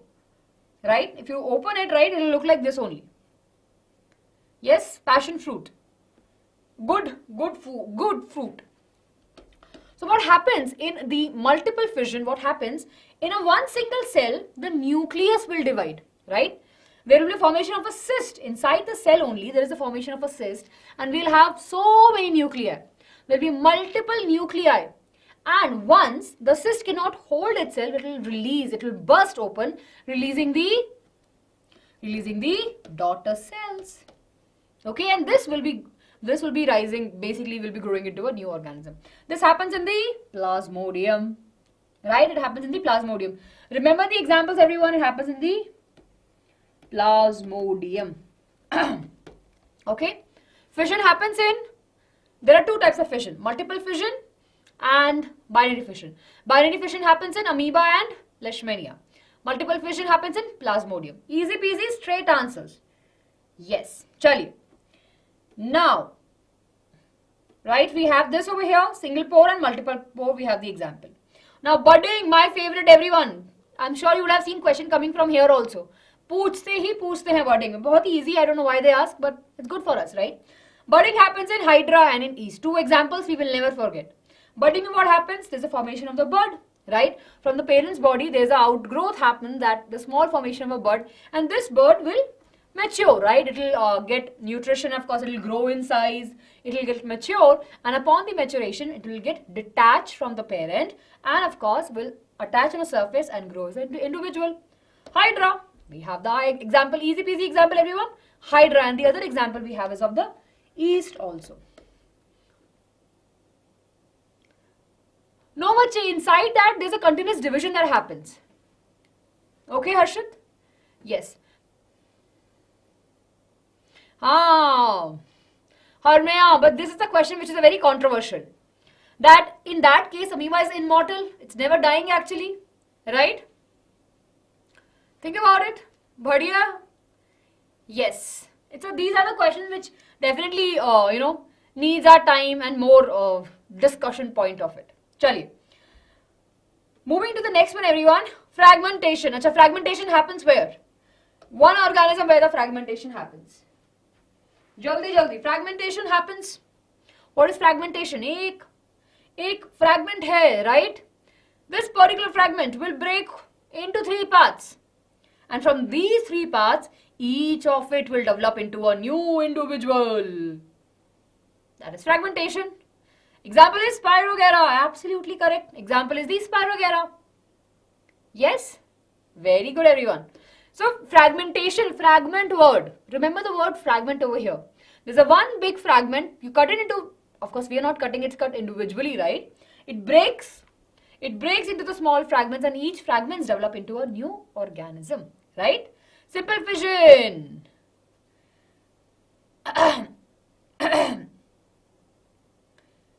didn't get you.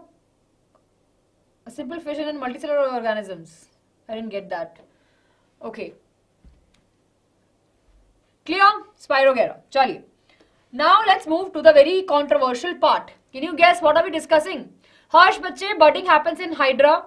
There's a growth of the bud. It gets mature, detached, then stick on a substrate and grow into a new individual. It's okay, Harshit, but now you know the spelling. Chaliye. Harsh, I've answered your question. Jaggu, you all are motivated, bache. You are here and you are studying, so that is a motivation. Don't feel demotivated. गौरव, बच्चे difference है ना fission and fission हो रहा है amoeba में जहां पे एक सेल से हमें दो मिल रहे हैं, फ्रैगमेंटेशन हो रहा है पूरे ऑर्गेनिज्म में जो एक मल्टी सेलुलर है, राइट? अच्छा, you tell me, spirogyra is multi cellular और unicellular? Find this answer and tell me. Yes, what is happening in fragmentation? We have this organism which is Spirogera, right? We can clearly see over here, it's a very long fragment, right? This fragment will break into the small fragments. And from each of these fragments, we will see the rise of new individual. Very good, everyone. Very good, very good. Yes, it's a multicellular organism. Good, chaliye. Now let's talk about the controversial thing, everyone, which is regeneration. And I think fragmentation and regeneration may majority of us get confused, right? Now what is regeneration?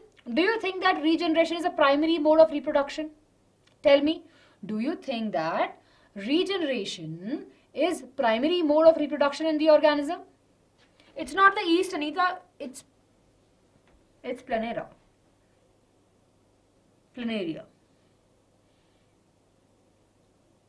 No, right? Very good. So regeneration happens in you and me, in various other different types of organisms also. What happens in the regeneration is that if by an accident, if there's a cut in the organism, right? Or if we are doing an experiment and if we are doing that, this will be giving rise to the lost part. Clear? It is not rising into the new organism per se, right? But they will be rising, they will be giving rise to the lost part of it. They have special cells. Can we mention this, everyone? They have special cells. We will not write stem because research is still happening on them. They have special regenerative cells that have the capacity to grow, right? So, for example, in our liver also we have such cells. In our body also we have such cells. And I'm sure you would have seen the example of a lizard. How many of you have seen a lizard tail, right? If the lizards are very scared of and by mistake, if there's some accident happening, the tail will actually grow back. Yes, after some time the tail will grow back. Why this is possible? It's possible because of the regeneration only. So, first thing that if they ask you to differentiate between the fragmentation and the regeneration, you will say that regeneration is not the primary mode of reproduction. Fragmentation, where is the primary mode of reproduction, right? In a regeneration, we'll not see the rise of a new individual per se. The lost part will be regenerated, whereas in fragmentation, it forms a new individual. Clear, everyone? Yes, are we clear? Yes. Oh, no, it's not. It's a regeneration. Tail ka growth ho raha hai. Cells are dividing only there. Clear? Yes, we have this in the starfish arm also. So that's all about the regeneration. Yes. Now, spore formation, again, I'm sure that you would have seen the questions from here. On a bread mold, right, we'll be able to see the growth, on a bread, we'll be able to see the growth of bread mold, right, which is nothing but the rhizopus. Now, the rhizopus has hyphae, which is a stalk-like structure, right, which is attached, and on top of it, we have the sporangia. Inside the sporangia, we have the spores. Now, these spores are present inside the sporangia, but when the time comes, right, what will happen? This sporangium, right, or the sporangia will burst and these spores will fall on the surface and will grow. If they are given the proper wet or the moist condition, they'll grow into a proper new organism. Are we clear? Harsh, no, it's not. It's the tail. We're just talking about the regeneration of the tail, right? That is happening by asexual reproduction only, na? Regeneration to wohi hai. Yes, we're just talking about the cells over here. We cannot say that a new lizard is there, right? We don't have a new lizard formation. Okay? Clear. Rhizopus, everyone, remember the name rhizopus are called as bread mold. Okay. Last but not the least, we have vegetative propagation. What is the definition of vegetative propagation? What is a definition? Easy way.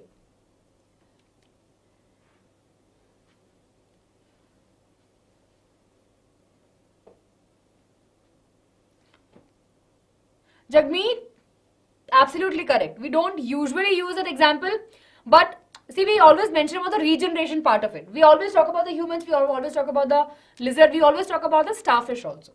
Okay? But probably not in the examination point, she must be saying. Chali everyone, what is vegetative propagation? Of course, when the plants are growing from the, apart from the flower, right? If the plants are growing from stem or from roots or from leaves, we call it as the vegetative propagation. Now, vegetative propagation, everyone, we have three different types. We have from the leaves, from the roots, and from the stem. So, here, let's take a look over here. Now, in that also we have artificial and natural. So, let's everyone talk about this only. Stem, right? In the potato, we know that stem modify itself to give rise to a new organism. Everyone, I want all of you to focus now. It's a very important topic. It looks very easy, but you know that it's important. But healing of a wound is regeneration. Basically, if we say you are asking a question that why healing of a wound is not a regeneration. If there is a, if there's a generation of something which is lost, the word itself says that regeneration. दोबारा से कुछ कर रहे हैं. That is regeneration. चलिए. So on the potato, which is an example of the modified stem, we see the bud. Now this bud, when it comes, we know that it can grow, right? It will become into a new plant, right? I'm sure you would have seen, if you have tried this at home, and it's very easy, and I'm sure you would have seen this, right? So what happens in a case of the potato is that the stem modify itself and it comes, have some modification, it becomes, right, we see the formation of a bud over here, and this bud will be able to generate into a new plant. So what is the example of stem or vegetative propagation? Tell me everyone, what will be the example of stem propagation? Stem vegetative propagation. Yes, just Kirat, absolutely correct. Fission means, Nitin, fission means splitting. Shreya, I'll explain you that again. Give me a minute. Very good. Chaliye. Very good, everyone. So, stem for example, we'll remember potato. Then if we talk about the root, we have sweet potato. Easy. So, sweet potato is actually a root. Root usually goes down, right? It grows down. We have this very special root which have the storage, right? So, what it does, on the roots also they have the buds, and these buds have the ability to grow into a new plant. So if we have to write the example of a root vegetative propagation, which example we'll write? We'll write the example of sweet potato. Okay. Leaves mein, my favorite everyone, bryophyllum. This is a very cute plant. Right on the leaves only we'll have small plantlets, and when these will fall on the ground, we'll have a new plant. Right? Yes, that is the vegetative propagation that we see in the leaves. Now the question you are asking me, what is the advantage of vegetative propagation? Now advantage is what? For example, if we have to get the good variety, we can actually try it out, right? We can actually mix things artificially. That is the reason, right? That is the reason we have the artificial propagation. Bye Harshit. Yes, right? What we have? We have the artificial propagation. Now, when we have that, we'll be able to do a lot and lot. We can easily identify the yield, right? We can identify the plants which have good yield, good disease resistance. Of course, it's given us an opportunity to pick up the good qualities of the plants, right? Naturally, what happens? It happens naturally, right? There's no intervention of any of the humans. It is happening naturally in the environment. Clear? Yes? Definitely, it will take less time. Chali. So everyone, are we clear? Are we clear? So the one that we have discussed now is a natural propagation. But if we have to talk about, right, if we have to talk about the artificial propagation, what we'll say? We'll mention about the grafting, right? We'll mention about the grafting. What is grafting? Grafting is nothing but when we are cutting two different plants and joining them together. We have the cycon and the stalk. So of course this part from the another plant and this part from the another plant, we take them, combine them together, and then we tie them with the rope so that they're not getting detached, right? And we let them sit for some time, and we'll see that the stems will probably, after some time, they will join, and of course, the fruits will have different variation. Especially in the roses, right? I'm sure you would have seen different colors. That is the reason they do that, right? It's very easy, and of course, it's very helpful also.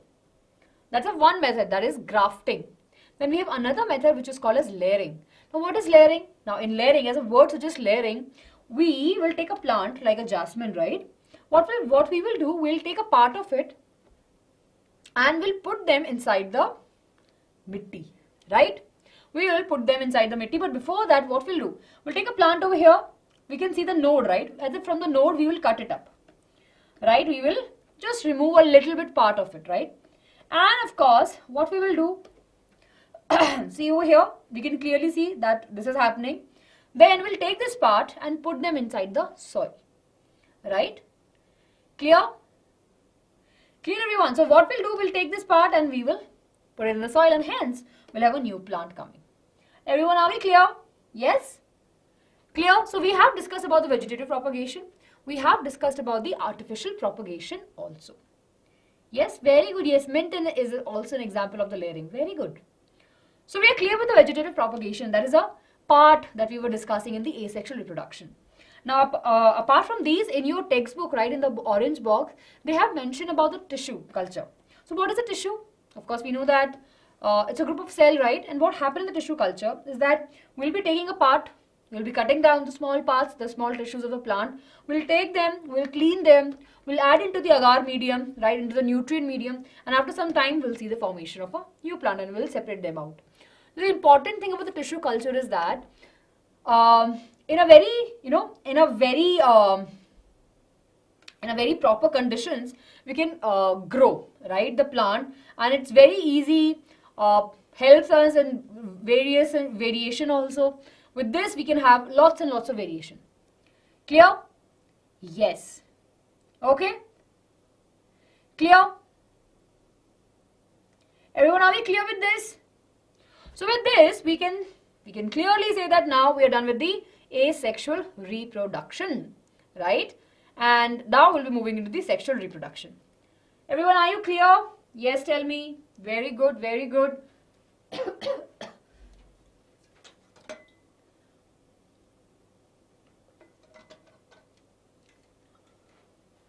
Yes, Einstein. After this, it will be put back into the soil. Not back into the soil. After it, for the further growth, it will be added into the soil.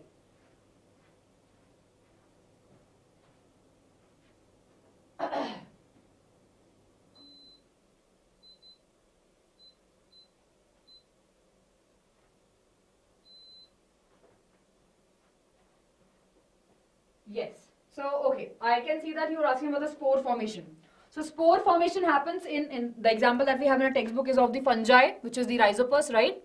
Or the bread mold. What happens? They have the sporangia inside that. They have the spores.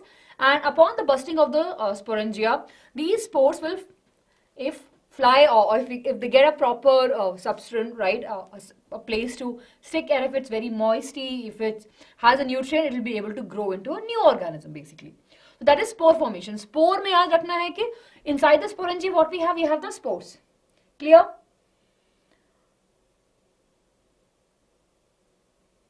हाँ बच्चे, because over here there's a animation which we had.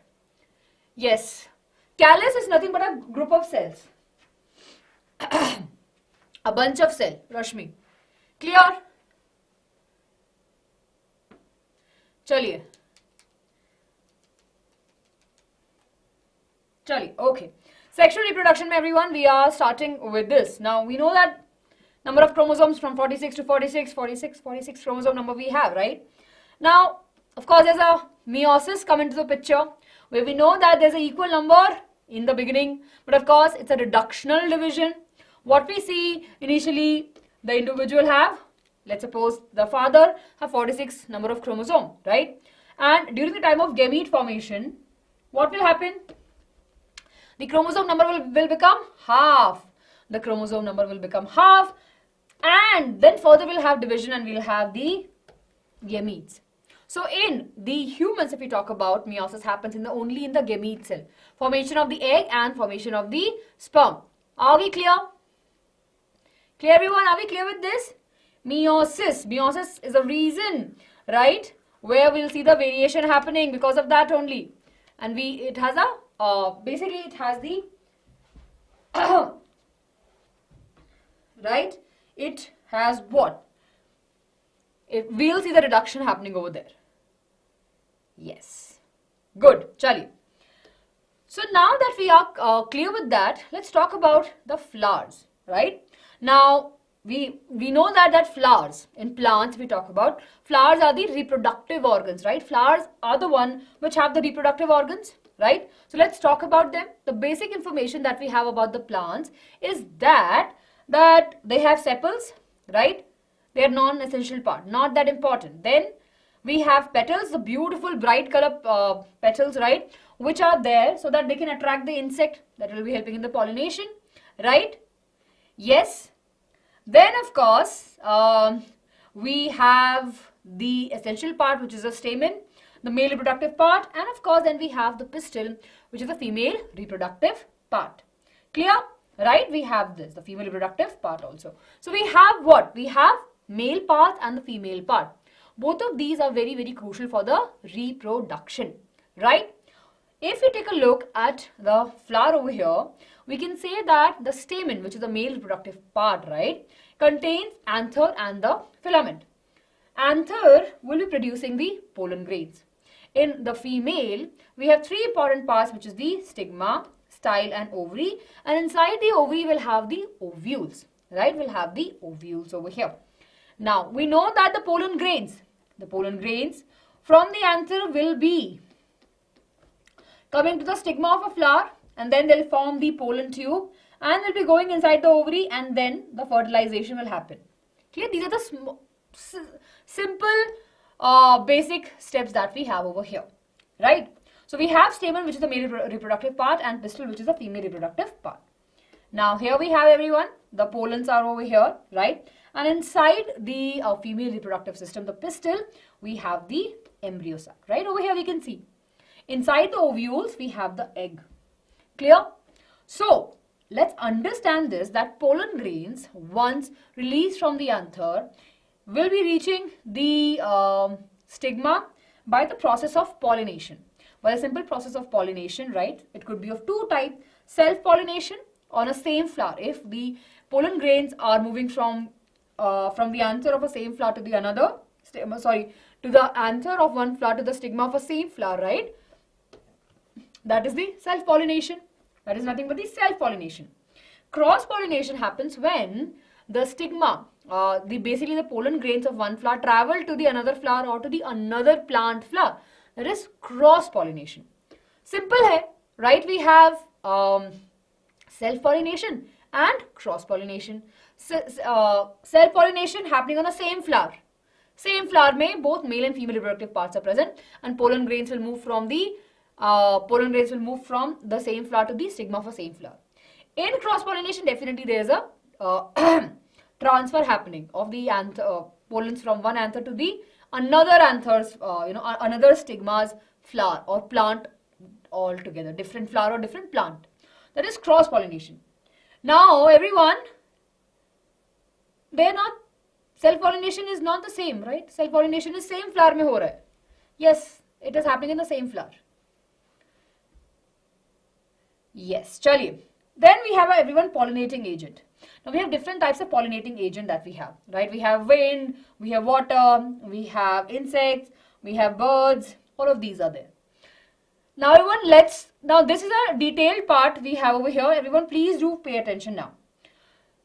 What we'll see the fertilization happening. Now we know that the pollen grain will be moving into the tube, right? So of course, when the pollen grains comes over here, we'll see the development of the pollen tube. Based upon the compatibility, right, what we'll see the formation of the pollen tube. This pollen tube will move to the ovary and inside the ovule, right? Now what is important over here for us to understand that inside the embryo sac that we have, or the ovule, the ovule that we have, not the embryo sac, inside the ovule, right, what we'll have, we'll see the fertilization happening. And what is fertilization? Fertilization is nothing but the fusion of the male and the female gamete. Okay? So, what we have over here, we have the male gamete and we have the female gamete. what will happen? The male gamete will enter into the female gamete, will fuse with the egg, right, and will form the zygote. Now inside ovule, right, two fertilization happens. That is the reason it called as double fertilization also. Now this question is being asked in your examination and is very important also. So everyone, please do pay attention now. When we talk about the double fertilization, we can see that there are two fertilization happening at the same time in a same ovule. We have syngamy, which is called normal fertilization, where the male gamete is fusing with the egg. Then what we have the formation of the zygote, and that will develop into the embryo, right? Then we have one more fusion which is happening, that is triple fusion. Now we hear the polar nuclei, the nucleus only are fusing. One male gamete will fuse with two polar nuclei. This will form the endosperm, which provide the nutrition to the growing embryo in the plants. So we have two fertilization, syngamy and the triple fusion. Now you tell me everyone, are we clear with this? Are we clear with this? See, in your textbook, nowhere they have mentioned double fertilization, but if you look at the diagram, right, in the textbook they have mentioned that they have shown the diagram for basically they have stigma, style, ovary, right? That is nothing but the double fertilization, right? They have shown you the picture, right? So based upon that, in the previous examination, they have asked a question also. So that's an important reason for us to understand, right? Clear? This is double fertilization, simple, right? If I have to tell you, we have the stigma. No, I'll not draw, rather than I will explain you. We know that from the stigma, pollen grain will move to the ovule. In the ovule, what will happen? One male gamete will fuse with egg. That is called as syngamy, right? It will result into the zygote and further develop into the embryo, right? We have one more male gamete which will actually fuse with the polar nuclei. So it has one nucleus and these are two nucleus altogether. It will have three nucleus, and that is the reason it is called as triple fusion. Yes?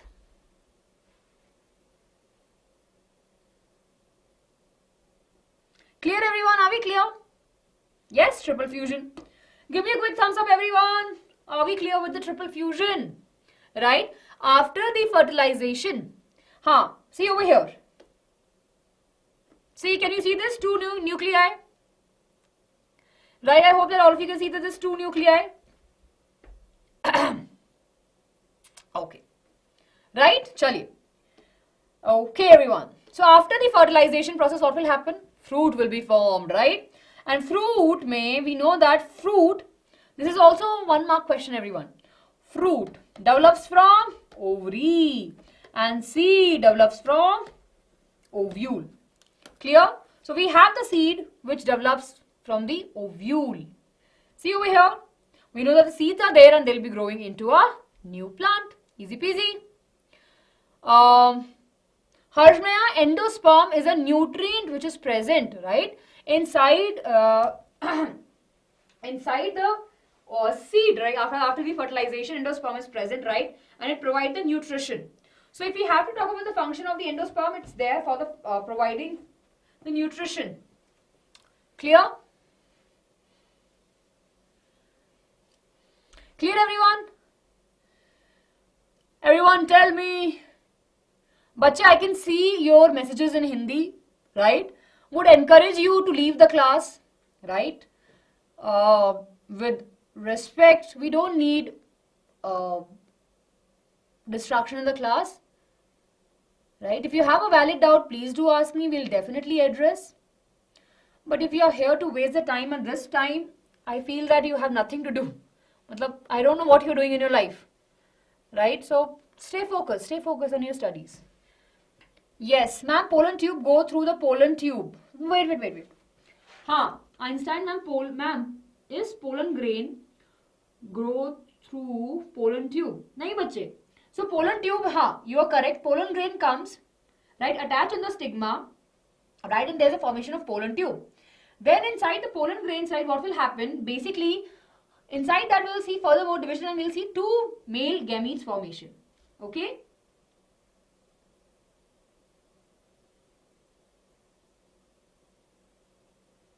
Clear?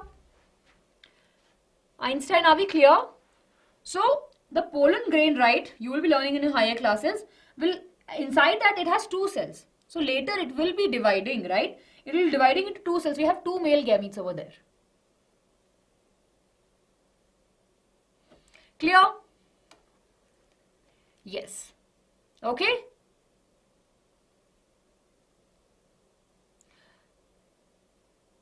So pollen grains, so pollen tube will develop, right, and it will be entering into the ovary. Inside the ovary, what we have? We have the ovules, and there the fertilization process will take place. Vishnu, polar nuclei, the 2 nuclei which was present in the in the ovule, right? Clear? It is a development of the various division that would have happened, right? That happened before the formation of the ovule. Okay. Now, endosperm of coconut is fluid, liquid. Okay. Chaliye. Everyone, let's move ahead. Chaliye, everyone. Now we are going to the sexual reproduction. Right now, it's a topic of. Right, we have the topic of reproduction in humans. Huh? Yes, Einstein, we have so many nucleus. If you go back, right, in the plant wala this part, see, if you see that, it's higher order. You'll be learning this later part, but over here we have 7 nucleus. Sorry, 1, 2, 3, 4, 5, 6, 7, 8 cell and 7 cell, 8 nucleus and 7 cell stage. Okay, chaliye. Okay.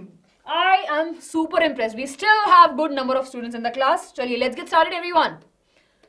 Right? Are we ready for the next topic? Very good, Soham. Very good, very good. It helped in the, yes, chemotropism is there, right? It actually helped in the development of the pollen tube. Okay.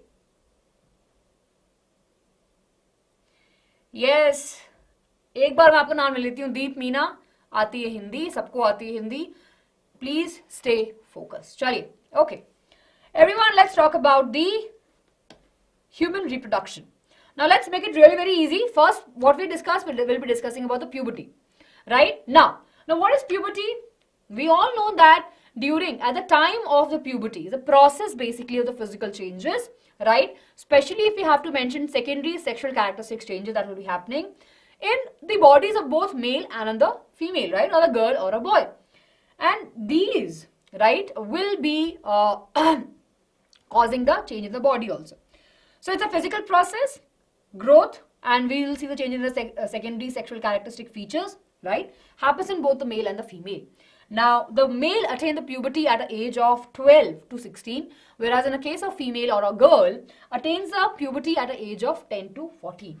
Now, we will see now the difference that we have in the changes that we have in the puberty. Now, everyone, here we go. Right? Chali, everyone, focus over here. So, in the males, right, or in the boys, if we try to recall the changes that happens, right, we'll see the broadening of the shoulder, right, then we'll see the growth of hairs on the face, armpits, right, on the pubic region also. Then there's a deepening of the voice. I'm sure this is a very evident changes that happens during the puberty, right. Then there's a development of the pimples, which is common in both male and the female, right? Both male and female undergo this drastic change with the skin. A lot of pimples on it, right?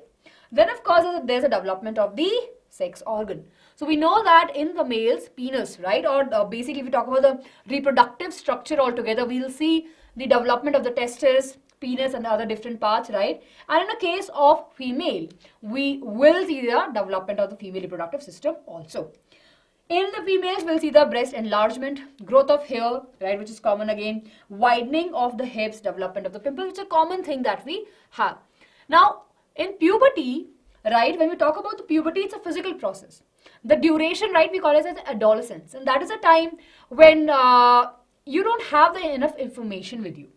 We read stuff, we see we see information online, we speak to our friends.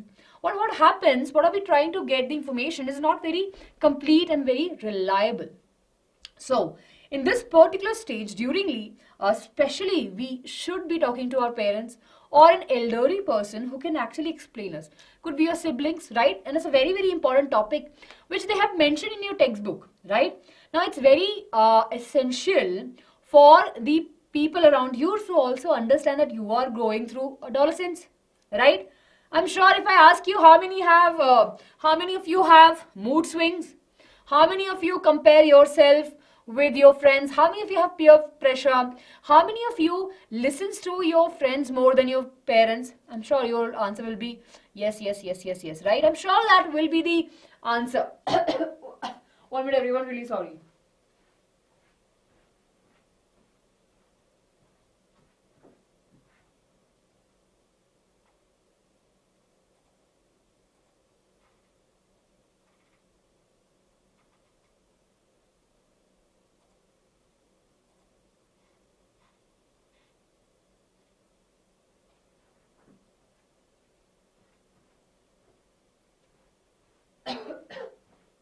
Right, so we see that these all the things that happens, right? And I can see the answer me, right? We all do that and it's perfectly normal.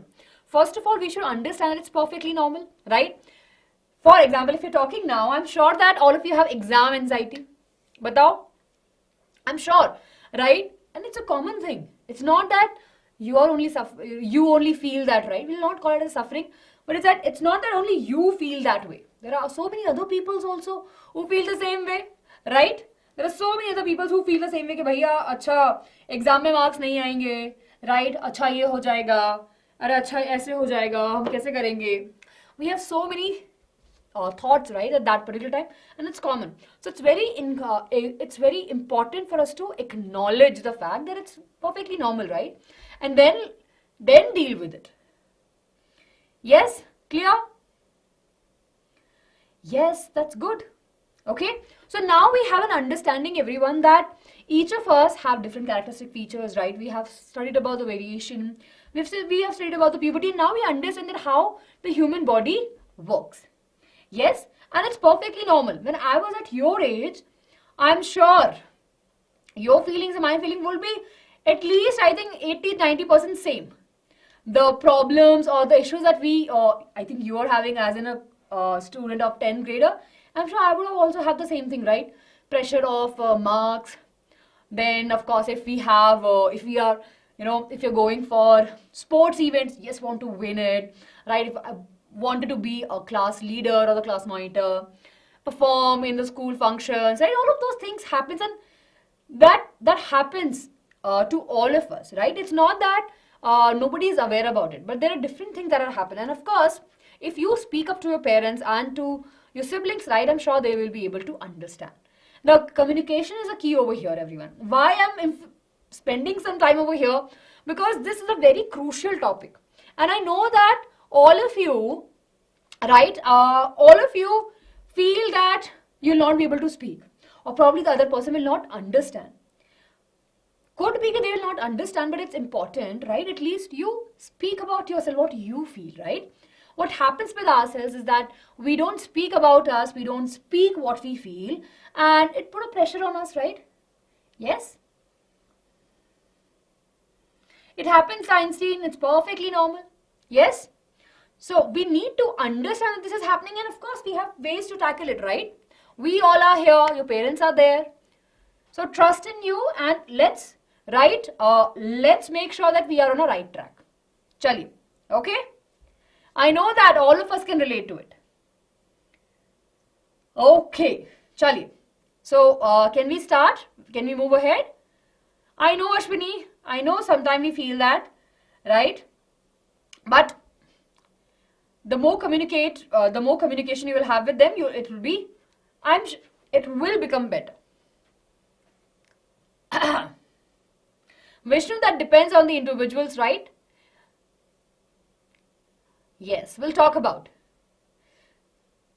Okay.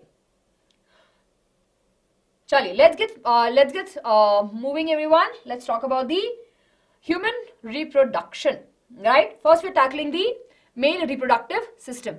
We know, bache, you are asking them how long the session will be. Seems like more than 12 for now.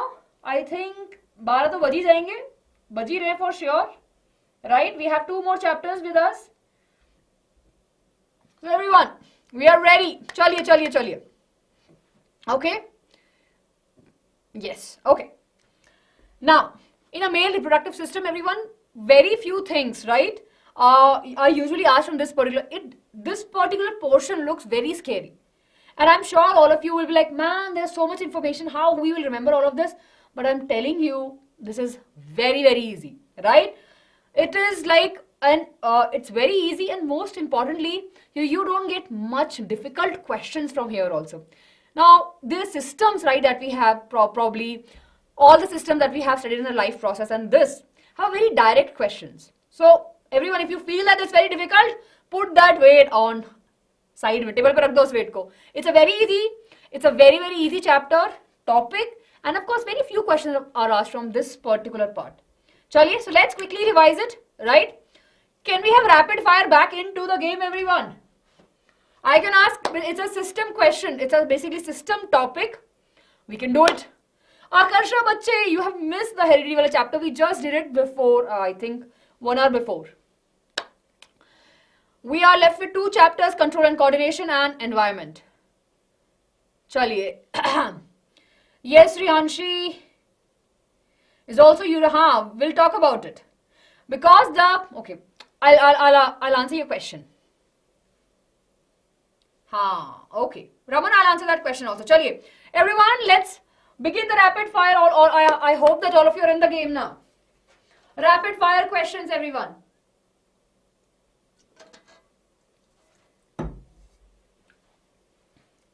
Rapid fire, rapid fire. Okay. No, you don't have to, Joe. Chaliye, everyone, first question. First question from the male reproductive system. Yay. Okay, easy peasy question. Which is the primary reproductive organ in the male reproductive system? Or the gland if you want to call it as. Not the gland, sorry. Organ. Very good, very good. Yes, the organ, right? It's the testis. Absolutely correct. The testis is present inside or outside the body? Testes are present inside or outside the body? Very good, very good. It is present outside the body of the male, right? Testes are present outside the body. Now the question is, common question asked everyone, why the testis is present outside the body and it is present inside what? Very good, Ashwini, right? Very good, Pallavi, Ashar, Prakriti, Gaurav, Jaskirat, Einstein, very good, outside to maintain the cool temperature, very good.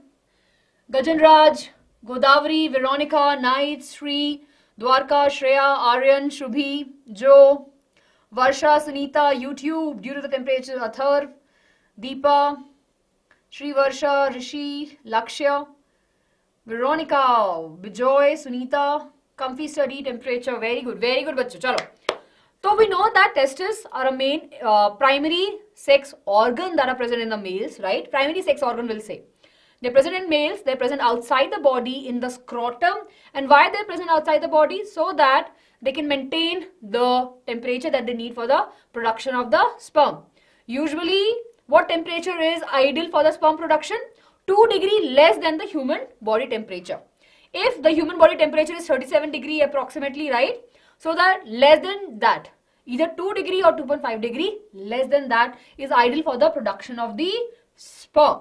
Are we clear? That is a reason, right? That is a reason that testes are present outside the body of the male. Clear? Are we clear with this? Chaliye. Then next question, everyone. Okay. What is the function? What is the function of the vas deferens? What is the function of vas deferens? What is the function of vas deferens? Jaldi.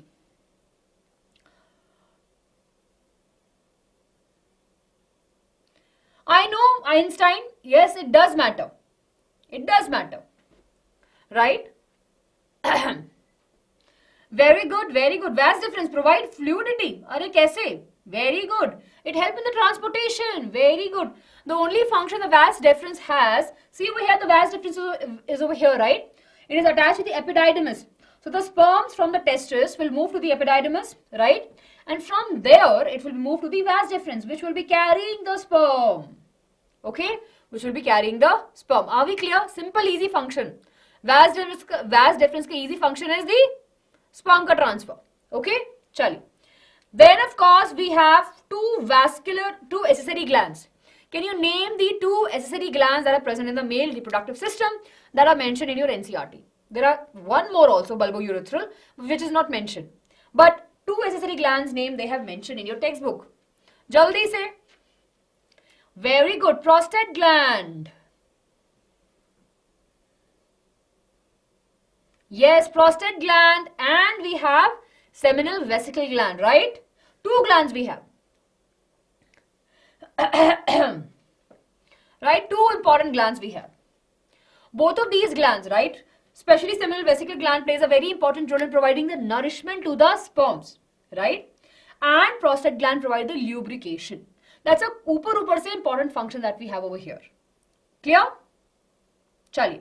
Okay? Very good. Now, I think Rashmi was asking this question. I don't know. I think Rashmi was asking. Yes. So, I think it was a question on why the male reproductive system is also called as urogenital tract, right? Now, why we call it the urogenital tract? In males, right, the passage of the sperm and the passage of urine is only single. There's no two different passages for the urine and for the sperm. There's only one single passage, right, over here.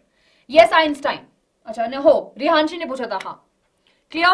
Ma'am कितने chapter बचे हैं? बच्चे 2 chapter और बचे हैं.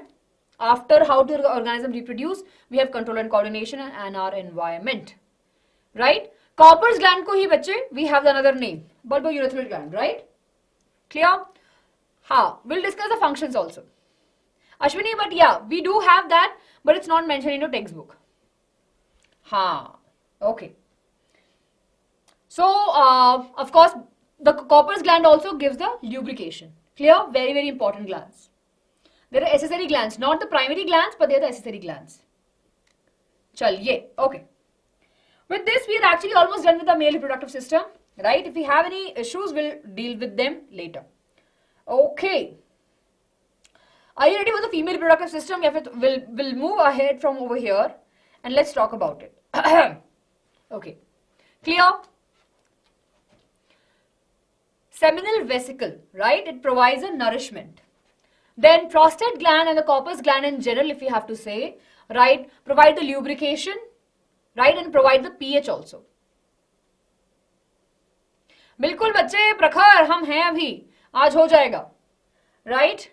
I know that many of you are here and many of you want this session, so of course, see, don't go by the number of the students who are here, right? I'm sure all of them, right, and all of you have something or the other, right? So we will never pressurize anyone to stay in the class late if they don't want to. Yes, आज हो जाएगा. Gonads, glands, the reproductive glands, right? Gonads we usually say testis, right? Okay. हाँ, I know. चलिए. Okay, let's move ahead, everyone. Now let's talk about the female reproductive system. Now this is very easy.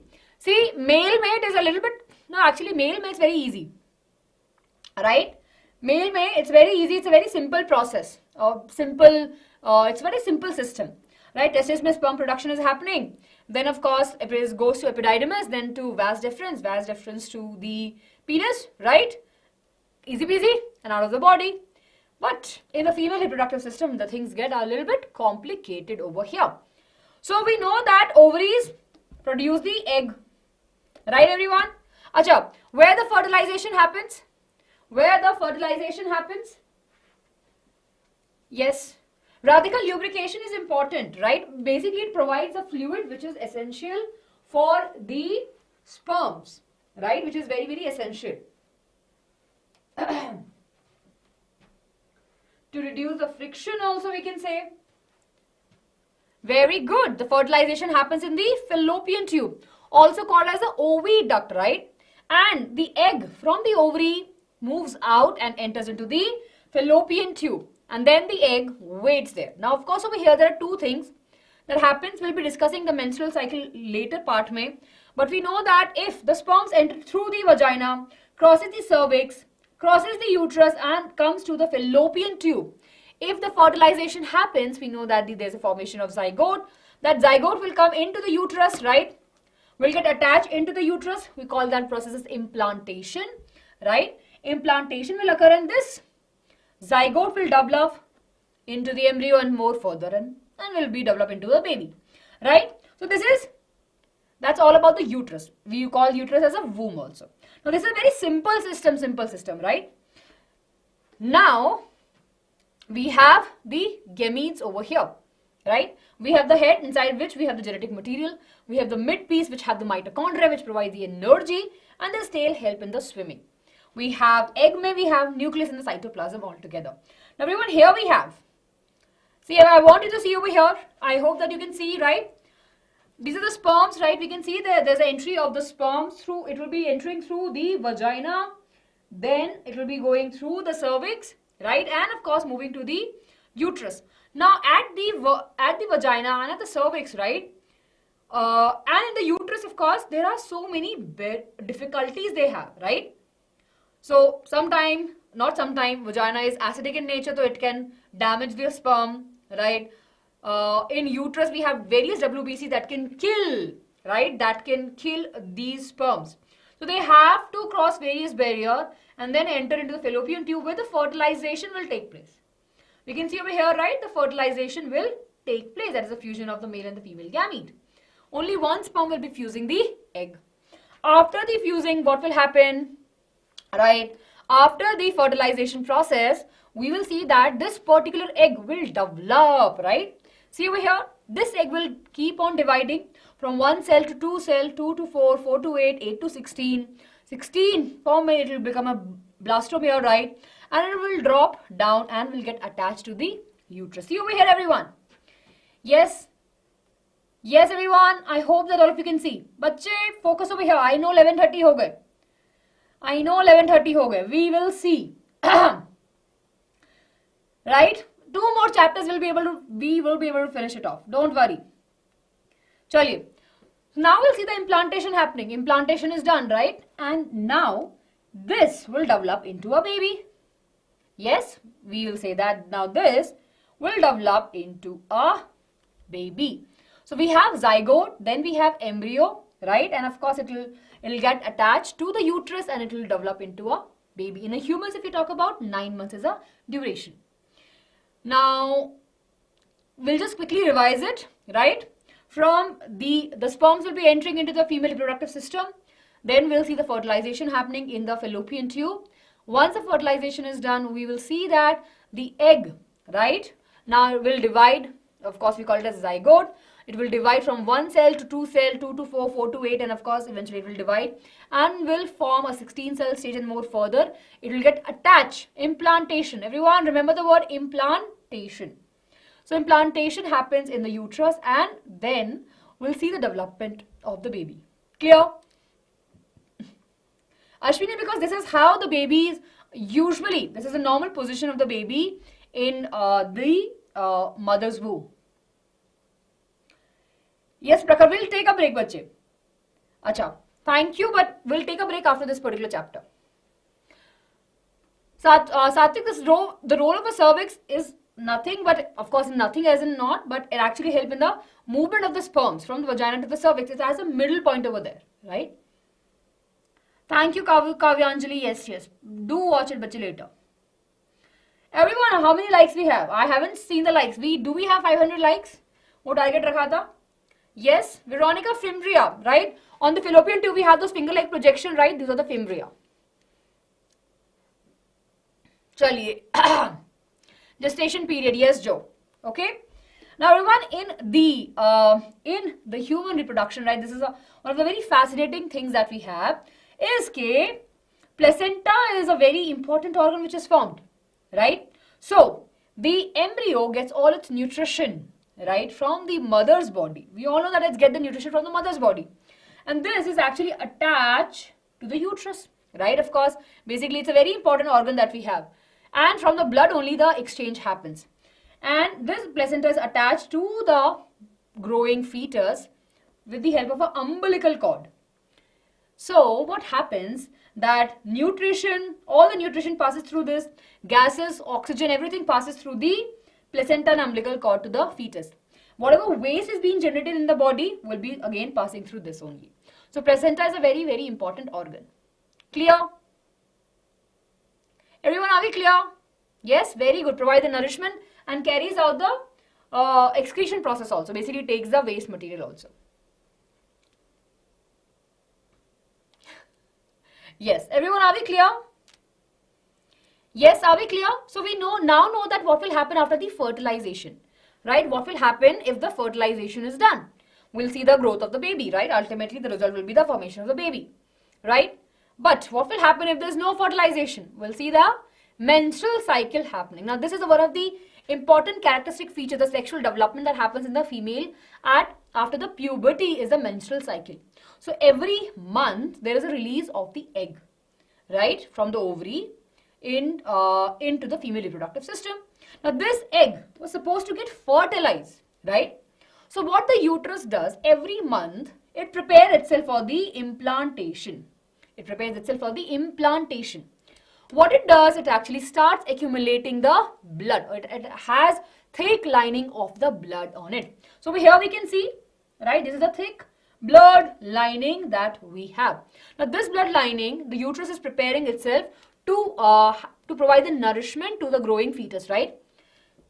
Or for the implantation and for the implantation. So if the fertilization is done, everything is perfectly fine. The fetus will come over here, the embryo will come over here and will develop into a fetus and the baby will be delivered. If the fertilization have not occurred, we know that the blood lining will shed itself by the regular vigorous contraction and the egg will also be removed from the body, right? This cycle is nothing but the menstrual cycle. Females, right, the female go through the cycle every month, probably 28 days, the time that we have approximately.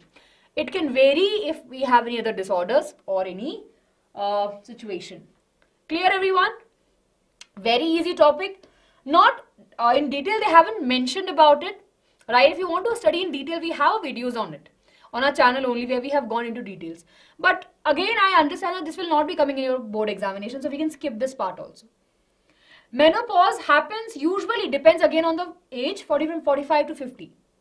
Right, the last, basically the menstrual cycle will stop. That is called as menopause. Yes, it is. It becomes waste. Comfy study, not because of this, because there's so many changes happening in the body, right? We all understand that puberty is also a phase where the hormone level are playing up and down. We all understand, right? Similarly, during the menstrual cycle also, we have lots of variation in the hormones, right? You will be learning in your higher class there are 4 important hormones which plays, and all of them goes up and down. So that causes various changes in the body that can lead to the effects of it. Clear?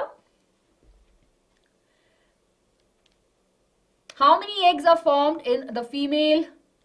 More than 80,000. I think more than that, right? Chaliye. Okay. Now remember, this is cycle, but we are not going into the details, right? We have 4 in the Chaliye, everyone, focus. Okay. We have the menstrual cycle. Menstrual cycle are the first phase for the 5 days. Then we have follicular phase where the follicles will develop. Basically, when we're talking about the follicles, the egg develop inside a follicle, right? Then we have release of the ovum, right? The egg will be released, that is called as ovulation. And then in the last phase, we have luteal phase. Again, we'll see the thickening of the uterus lining, blood lining will increase. Yes, everyone, are we clear? Yes. Cramps are painful because there's a vigorous contraction happening, right? We know that there's a contraction and relaxation happening. That is the reason. All the chapters will be covered in this video, and as of now we have covered 2 chapters. This is 3rd chapter which is going on. Chaliye everyone, are we clear? Okay, jaldi, jaldi, jaldi, jaldi. Chaliye everyone, last topic of the class today now. Reproductive health. Can we finish this and then we'll take a break? Jaldi, jaldi everyone, focus, focus.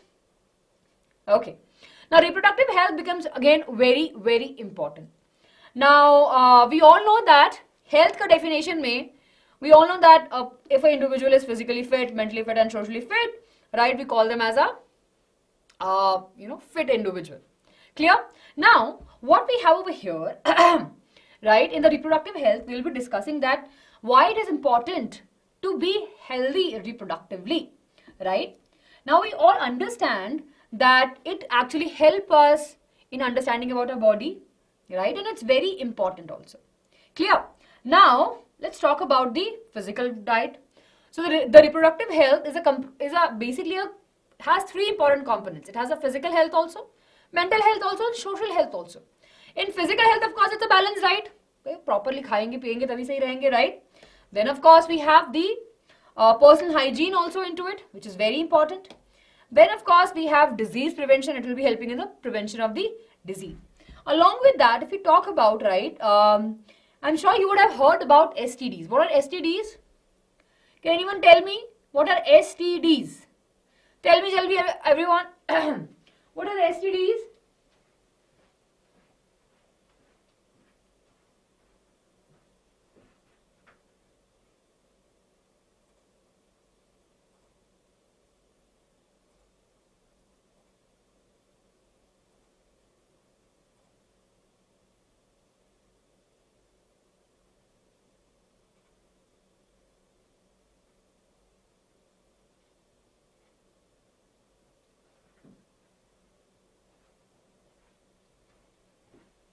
Very good.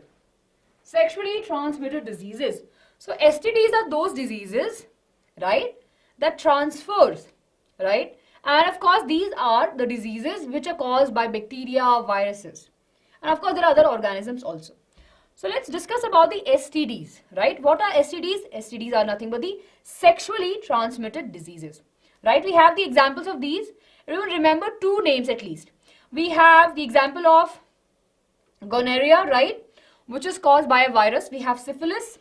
Then of course we have AIDS. AIDS, I'm sure all of you are aware about because there are a lot of campaign that happens around this, right? So it's a virus disease. Now over here we have the information about the gonorrhea, which is a bacterial infection, and then of course we have the viral infection, right? That is over AIDS. Clear? That causes the yes, warts will be there, right? Syphilis is there. We have other diseases also. Herpes is also there, okay? But in textbook, they have not gone into the details, so we will not be going. Yes. Fallopian tube, yes. Fallopian tube, to wo bhi takte hai, haan bachche. Okay.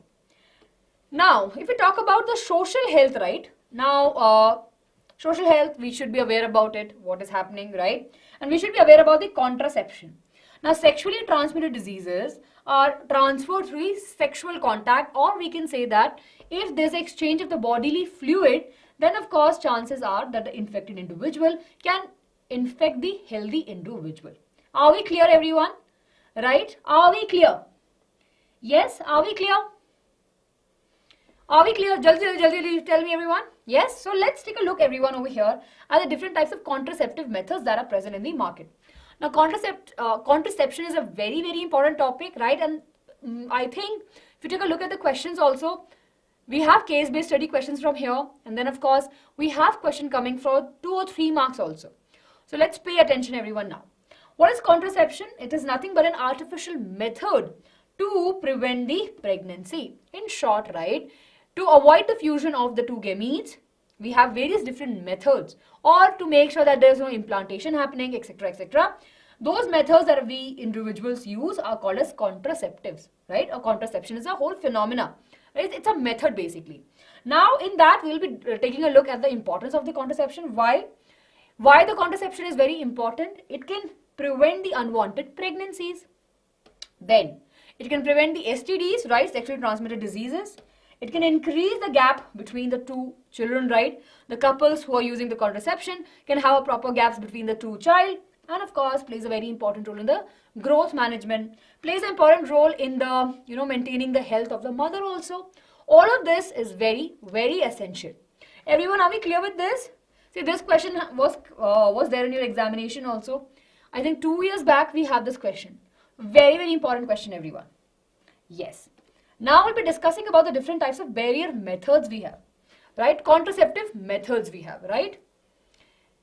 Clear? Everyone, I'm not looking at the chat now. I will be taking your doubts, but give me some time. Can we just study and finish this part?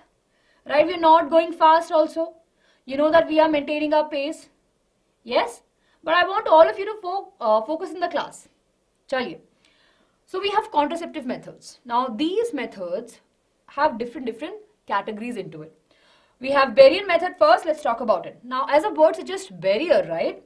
Barrier means what? Basically, it will be preventing the meeting of the gametes. Basically, we will be preventing the meeting of the fusion. Will be making sure that the meeting of sperm and the egg is not done. Yes. So barrier method, we have the condoms, male and the female condoms. Now, of course, if we talk about these condoms, right, what are they doing? They're actually preventing the meeting of the gametes, right? Clear? Everyone, are we clear? That is a very easy method, barrier method. The condoms, I'm sure you all have seen ads, and of course, you all are aware about it. It is the, it doesn't give the 100% guarantee that it can avoid the pregnancy, but for the sexually transmitted diseases, definitely this method is very effective. Clear? Yes, it prevent. Clear, right? Of course. It does. It does play a very important role over there. It's not that it's completely 100% safe, but yeah, it can reduce the chances of STDs. Clear? Chali. Now let's talk about the hormonal method. Now in the hormonal method, what we have pills, right? Specially meant for the females over here in this case, if we are talking. These pills, right, have the chemicals, or basically the hormones that are present in the female body, like progesterone. Progesterone is a very important hormone that plays an important role in maintaining the pregnancy. So what these pills will do, they will probably fluctuate, right, will change the hormone level of the progesterone. So what will happen, even though the fertilization have occurred, implantation will not occur. So the pregnancy will not happen. What we call them as, we call them as the contraceptive pills also. Okay. We have eye pill over here. I'm sure you would have seen in the ads, right? These all, and apart from that, there are various pills which needs to be taken 21 days continuously. Okay, oral pills. Clear? Shivanshu, you're feeling sleepy, but you thoda sa move karo. Rihanshi will talk about that. Okay, then the next method we have is the intrauterine device. Everyone, intrauterine device. This is where we have the copper T. I think many of you have doubts on the copper T. Right? Copper T. Intrauterine device. Very simple word. Intra means inside. Uterine means uterus. Right? Device. So device which will be used or which will be inserted into the uterus is the intrauterine device. And over here we have very famous example of copper T. And we have something in plastic also, like not the copper proper, we have the plastic also. Now what happens that the copper ions, right, when the copper T is inserted, it will be releasing the copper ions. These copper ions will be reducing the capacity of the sperms to fertilize the egg. Some of it will be killing the eggs, will be reducing the speed of the sperms also. So what happens? The copper T is placed inside the uterus so that the sperms will not be able to move ahead in a very simple way. But right, we have the effects as I told you, right? Reduce the fertilization capacity of the sperm. Very, very evident. Kill the sperm in various cases. Right? If you talk about the side effect, there could be irritation, sometime infection and the pelvic discomfort, right? But more or less in our country, many females use the intrauterine device. Now the last method that we have over here, everyone let's pay attention. The last method that we have is the surgical methods. Now vasectomy and tubectomy. Tubectomy happens in the fallopian tube. Tube word se we'll remember, right? Tube word se we will remember tubectomy. Tubectomy is nothing but the cutting and tying of the fallopian tube in females, right? So that the egg cannot pass, right? That is one way to prevent the pregnancy. Now over here, this method is specially meant for the pregnancy. They're not focusing on the STDs, right? STD first method that we have was the barrier method. Clear everyone? Then in tubectomy, fallopian tube will cut and tie. And similarly in males also, we have vasectomy. What we have? We have vasectomy with the vas deferens will be cut and tie. So the sperms will be produced in the testis normally, right? But will not be able to move ahead, right? Because there's a cut in the vas deferens. Are we clear? Are we clear everyone? Now I'll take your doubts. And then we'll take a break and we'll come back and we'll finish off our class. Jaldi jaldi everyone. Yes. Ma'am, STDs are transmitted sexually, but does one is infected?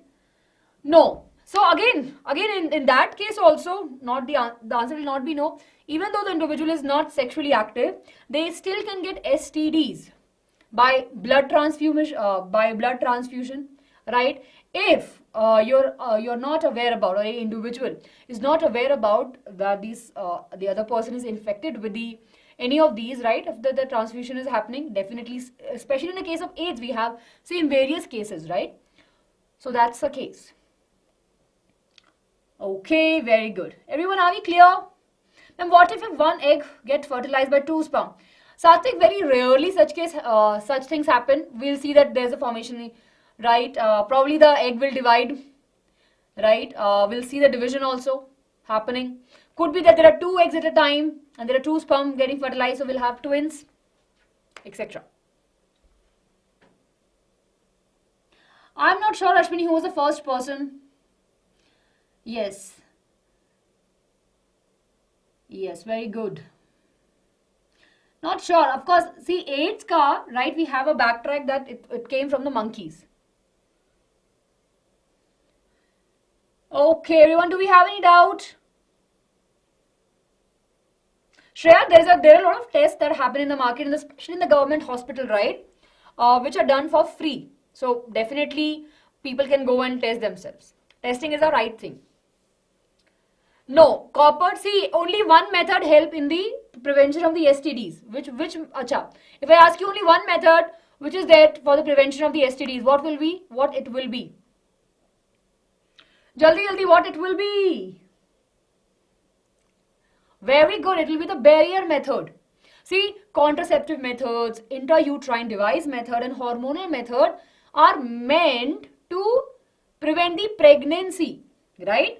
But sexually transmitted diseases ke liye we have one method, which is the barrier method. Are we clear? Chaliye. So everyone, with this, we are done with our chapter number 3. How do organisms reproduce?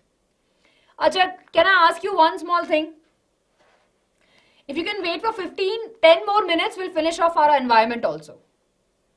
Ya fir we'll take environment later. Your call. Chalo everyone, now let's take a break. Chaliye everyone, move your body, pull your ears. Everyone, parallel conversation chal rahi hai. Focus. Yes. We'll have the break. Chalo, theek hai. Our environment first. Achha. It's okay, we'll do it later. Anyways, we'll just need 15 minutes or 10 minutes that. Chaliye, no worries everyone. So now is the time, it's 11, almost 11:50. Right? So let's meet at 12. Do you want a break of 10 minutes? But after that, I'll not give you a break. We'll finish off the control and coordination. Probably we need a break, right? It's a very huge chapter. So we'll take a break of 10 minutes. वापस आओगे ना सभी बच्चे class में? Pinky promise? I hope that all of you will be coming at 12. Wow. Today is a day, right? Yes, everyone. So I want to see all of you at 12. We have 2 more chapters. We'll go like a rocket. नींद आ रही मोहम्मद? सो जाओ, कोई दिक्कत नहीं बच्चे, you can watch it later. बच्चे evolution पे session नहीं है because it's not there in the syllabus, right? But we have it on the channel in a different segment. You can watch that. Okay, everyone. Chaliye. So break time. It's not a sleep time. If you're not sleepy, please come back to the class. And if you're sleepy, then sleep. No issues. Break time, everyone. We'll be meeting at 12. It's a very iconic day today. Right? Everyone, I'll meet you on the next day. I'll see you tomorrow. Okay? Everyone, I'll see you tomorrow. Chaliye. So we started our class, very interesting, right? We'll tell. We started our class on 26th and the class went till 27th. Chaliye, I'll meet you on the next day. Take a break, everyone. Walk around, have water, go to the washroom, splash some water if you want. Yep, I'm a morning person, so see, I'm here already. Okay, chali everyone, I'll meet you at 12. Now it's 11:50 already. See you.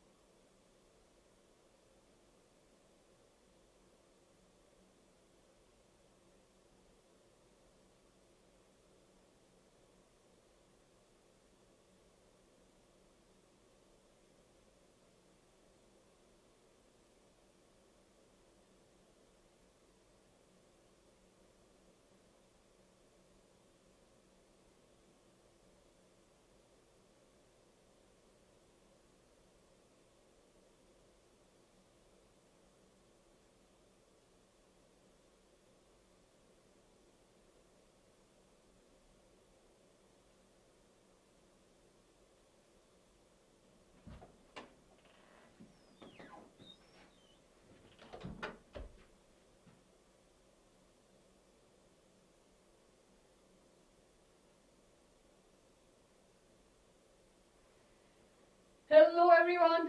Good morning. Good morning everyone.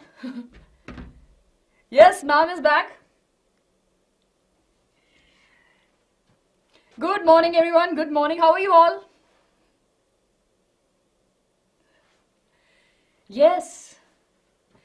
Yeah, such a great day that we have on our channel, right? That we're starting our class at 12.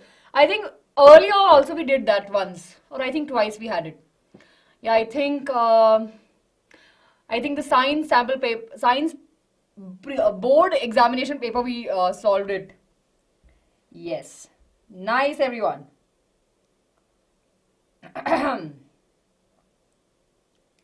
बढ़िया है. So all of you are ready? Are we ready, everyone? Good morning, guys. I can be the RJ, right? Good morning, students. I mean, we can do that. Chai coffee, actually chai coffee होना चाहिए था. My phone is giving me the notification of like it's now I have turned the screen black and white because I have put a timer that after 12, no phone. Yes, everyone. I'm a coffee person. Coffee person. चलिए. Okay, everyone. Happy New Day, right? Coffee person, right? We can have. I'm a coffee person. Nice. Okay. Chalo everyone, so we are into a new day and right, let's move ahead. We have 2 chapters with us. Yes, right? What we have control and coordination and we have our environment. So are we ready? Are we ready or should we wait for your friends? Right? चलिए. जसकृत बच्चे अब तो खत्म करना ही होगा ना, right? Right, we have started this and it's a full marathon. If we would have not said कि it's full marathon, अपन जा सकते थे. Right? चलिए. Okay? चलिए. We are ready, right? I think 1.5 hour attention, everyone. I hope that all of you are now a little, not that, not that sleepy. We'll make this easy. Okay, your friends are coming at 12:05. But I am here. Chaliye, so let me ask you a few questions. Okay. We have good questions, right? So let me check how much you know about our environment. Because I think nobody pays attention to our environment. People feel that, ma'am, बहुत ही easy chapter है. It gives you 5 marks. Easy 5 marks, everyone. And I'm telling you, एक बार, सिर्फ एक बार, what you need to do is just read the NCERT once. एक बार पढ़ लो chapter. You will not need anything apart from that. कोई extra material नहीं चाहिए, कोई extra session भी नहीं चाहिए. You read your NCERT once and it will be sorted. बहुत ही प्यारा सा, बहुत ही छोटू सा chapter है. Right? It's a very interesting chapter also. In environment, if we say, right, we can easily say that there are 3 important topics. Clearly, aankh band karke you can say that there are 3 important topics. We have ozone, super important. Then, of course, we have biomagnification, that is important. We have energy percent law, basically energy percent law. 3 topics, right? 3 easy peasy topics, everyone, and you will be sorted, right? And we'll be discussing in today's class. Yes, 10% law of energy. So we know that things are not very complicated there. It's a very easy chapter. Now, similarly, if we talk about the control and coordination, right? There also we know that we have reflex arc, brain, animal hormones, and plant movement. 5 important topics. But yeah, Anushka will not be able to tell the weightage. They keep on changing the weightage every year. But we know that life process will have majority of it. Nivedita bache, please, can you answer? Okay, you are saying that you're tense. Don't be. I know it's very... See, the first response that will come from anyone mouse is don't be stressed. It's okay. I know that you are stressed. And the point is you should be because it's a very important examination that you'll be writing, right? Not to put any pressure into, a little bit of tension actually help us to be on the edge, right? And it will actually start, it will push us to work hard. But if we have more tension, looking at the screen, right, thinking that okay, I will study someday, that is not correct, right? So if you have a little bit of tension, focus in the right way, that if you work hard, if you study regularly, this tension will definitely vanish. है ना? So have trust in you. You will be able to overcome this.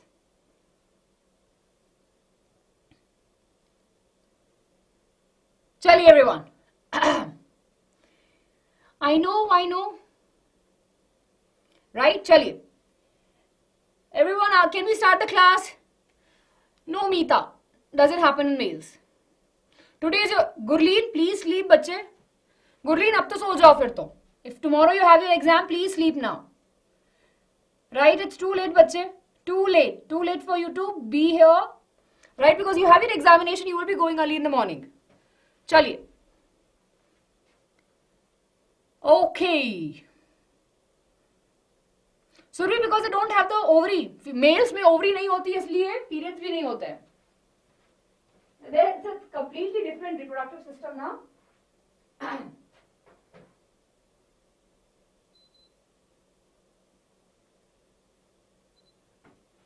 Okay, Gurleen में बच्चे सो जाओगे, बहुत time हो गया. Right? If you tomorrow if you have exam, sleep. चलिए everyone, let's get started. हाँ, और ये आइंस्टाइन फॉलोवर एंड बाकी बच्चों में क्या चल रहा है?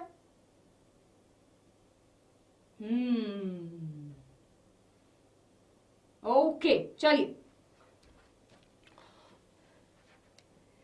Unseen AC. ओके, चलिए everyone, let's get started. Okay, your name is Anushka. तो Anushka, please sleep now. So you sleep for a few hours and then wake up and then study. Yes, yeah, I was using AC now. I switched it off for some time and now it's a little bit of sweating.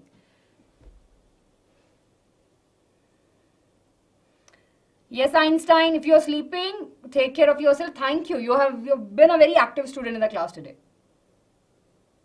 Yes. Okay.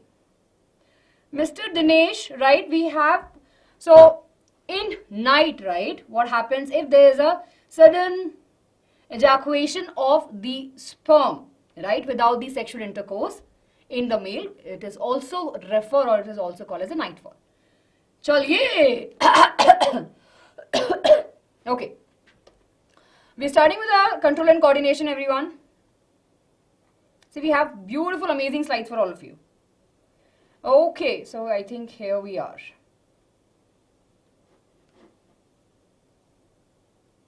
Yep. Chaliye everyone, here we go. Okay. Now, when we talk about the control and coordination, right, it's very much related to the life processes. In the life process, we have discussed about the different digestive system, right? Be it the digestive system, excretory system, circulatory system, respiratory system, right? Now, all of these systems are very, very important, right? And of course, when they all work together, we see the growth in the either plants or the animals, right? I'm sure you will be able to see all of this. We see growth in the plants, right? And of course, if you talk about the movement also, right? The balancing act and all of these, there's something which is controlling all of it. Yes? Yes or no, right? There is definitely some very important thing which is controlling all of this. So we can say that, right, we perform all of these functions without putting much of our thoughts. For example, you are sitting in the class and watching this video, right? Or probably if someone will call your name, you will just react to it. We all do that, right? So what happens, right? What happens is that we have something very, very important. So what we have over here, we have the coordination, right? The process through which by two or more organs interact and complement the function of one another. This actually helps the system to, in our body, to work efficiently, right? And that is nothing but the coordination we have. We all have all of these systems working, but there needs to be a sync, right? There needs to be a proper ways in which they are interacting, and that's how they'll be able to work together, all, right? So that is a coordination part that we need. So for the coordination, it's very essential that it should be there. Then of course, the control and coordination topic, right? This particular chapter can broadly be divided into two major subtopics, right? We have nervous system and we have the chemical system. Nervous system we talk about the brain, the nervous impulse, right? We talk about the electrical signaling. We talk about the neuron, we talk about the brain, we talk about the neurotransmitters, right? Then of course we have the chemical control. Now what is the chemical control? It's all about the chemicals that are present, and of course we call them as hormone. Chemical signaling happens. So both of these, right, are very, very crucial. The brain, the nervous system, right, have the word control over here, whereas the chemical control has the word coordination. Clear, everyone? Everyone, are we clear? Yes, are we clear with this? Very good. Yes. I know. Yes. Chali, everyone. Those of you who are leaving the class, good night. Everyone, let's just stay focused.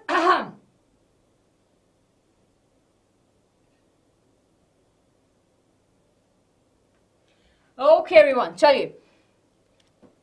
Now, let's talk about the nervous system. Nervous system will have both the control and coordination. Of course, we have different functions altogether. We're starting with the first topic, everyone, which is kind of sure shot ke aata hi aata examination mein. Acha, right? Chaliye. So just if you feel that focus nahi ho pa raha hai, so jao bachcho ko dikkat nahi hai, right? You can watch this later. Now let's talk about the reflex arc, or the basic terms that we have over here for us to understand.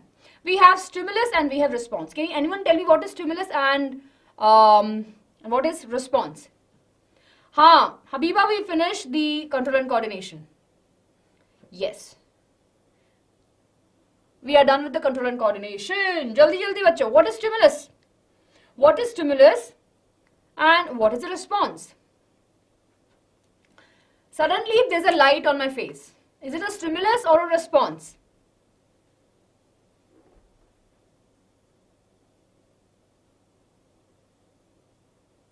I will be sharing the notes, bache. Yes, Prakriti, it's okay. Let's stay focused. Very good. Stimulus is the external, right? Thing that will be causing the reaction, right? And I'll be responding to it. So over here we have an example of a girl, right? We have a hot object. If she is holding and if on her hand, if she can feel the hot object, right? Then of course, the heat over here is a stimulus. It's an external thing, right? Coming from the outside. And then the response will be either leaving the pot or shouting. That could be the response that happened. So we can say that response and stimuli works together. We have stimulus. Any change in the internal or the external environment that brings about a response in an individual is a stimulus. Response is what? Any behavior of living organism that results in an external or the internal change. That's called as the response. Are we clear? Then this stimulus and response are coordinated by the nervous system. Very good. So we're not spending time over here. We are clear with that what is stimulus and what is the response. Now, we have an understanding about the neuron. Neuron are the structure and the functional unit of the brain. We know them, right? And the nerves and the neurons. Let's see what is the connection that we have. We know that neurons are individual cells, right? What happens when the various different neurons comes together, right? What they form? They form the nerve. Over here, can you see? This is one neuron. This is one more. One. So we have so many neurons. When they come together, they form a bundle of neurons, and we call that bundle of a neuron, right, as nerve, right? Clear? And this is our neuron. Neuron has a cell body, has the dendrite, which help in receiving the signal. Then of course has the axon that carries the signal from the dendrite cell body, and of course will be passing the signal to the next neuron. So this is a fundamental unit of the nervous system. Are we clear up to here, everyone? I hope that all of you are here with me. It's a very basic information that we're looking at. Very, very basic information, everyone. Okay? Chali. Now, here I have the structure, right? Yes?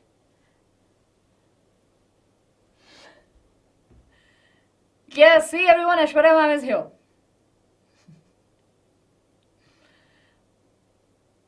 Yes. They have a gap in between. Yes, they have a gap in between. Because through that gap only, right, the molecules, the neurotransmitter will be able to pass.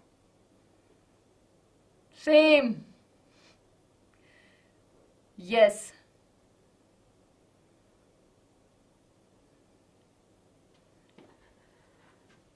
Chaliye everyone. We'll discuss about that, Aryan. We'll discuss about that.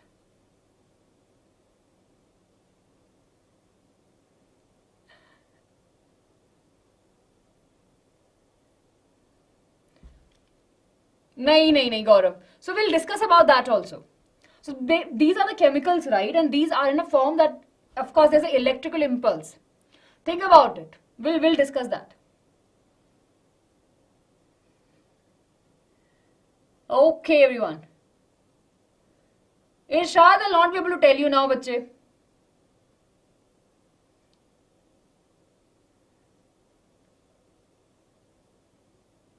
I will explain. I have not explained the neurotransmitters yet. Chaliye. Okay, everyone. Yes. Yes, it's the largest cell. Chaliye. Yes. Let's finish the class. Okay. Chaliye. Now let's take a look, everyone, at the different parts of the neuron. Different parts of the neuron, right? We have dendrites. Can anyone tell me what is the function of dendrites? Jaldi say. Dendrites. Dendrites are those small, structures that actually receive the information, right? Yes, they are these are the structures that receive more information, the information first, right? From the different resources. So dendrite receives the signal. Jaldi everyone. Dendrite receives the signal. Very good. Acha. What is the function of axon? Some coffee to bhi nahi hai. It's okay, Irshad. You are learning. It's okay. It's a recap thing, we'll say.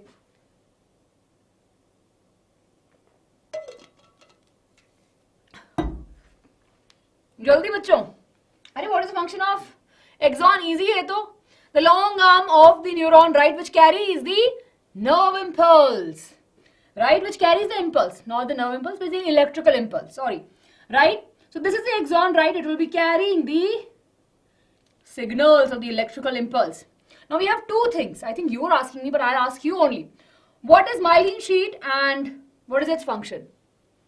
Sheath hai, so there is a covering. Easy, right? If there's any word sheath over here, so we can understand that it's a kind of a covering that we have. So of course it's a kind of a layer that we have, or a covering that we have on the axon, right? And what it does, who will be telling me this? Okay. You can change the setting of your phone for the better visibility. Insulation, very good. It actually keeps the signals intact. We know that insulation, we have wires, right? See, we have on the wires, what we have? We usually have a covering, right? Of course, so that the signals are not getting lost. So in similar way, we have myelin sheath which is surrounding the axon. It makes sure that no signals are lost, and of course it's help in the faster movement also. Then we have nodes of Ranvier. What is the meaning of this? And what is the function of this? Again, this also plays a very important role in passing the information, right? Even though the gaps are there, the information pass very like a zip karke, right? That moves really very fast. Right? It moves really very fast over here. Clear, everyone? So this, we have to understand that, right, that it's very, very crucial and it's a very important structure altogether. Yes. Clear, everyone? Yeah, of course the gap between the myelin sheath is definitely there. Why do they need myelin sheath? To protect. For example, if we have an electrical wire, right, we always have a covering of plastic, right? We usually have a covering of plastic because plastic is not a good conductor of electricity. It will not be able to pass it, right? It's a bad conductor. Basically, it will take all of it and will conserve it. It will not explode it, right? It will just contain it. So that is the reason, right? We are talking about the insulation over here. Clear, everyone? Yes, named after the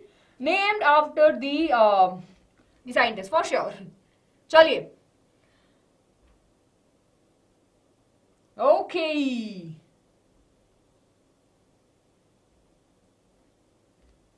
Okay, everyone. Now, what are we left with? Cell body. Cell body has a nucleus, right? And then we have the axon terminal. Now, everyone over here, things becomes very interesting. The axon terminal पे, right? You can see, right? We have these. So on the axon terminal, what we have these structures. Now there's a gap, and we have there's a छोटू सा gap, and we have our neuron over here. Okay? Yes. Schwann cells, absolutely correct. Okay. Now let's see over here, right? So let's suppose we have a signal coming. Zig, zig, zig, zig, zig, zig, right? We have this, right? The signal is coming over here, and right, we can see that it's an electrical signal. We usually say that, right? It's an electrical impulse. So you will be learning in your higher classes, right? You will be learning in your higher classes, right? That the the membrane that, right? The axons and all of those membrane that is there, and of course it passes the information in an electrical way. Now as it reaches over here at the end, axon terminal end, what happens?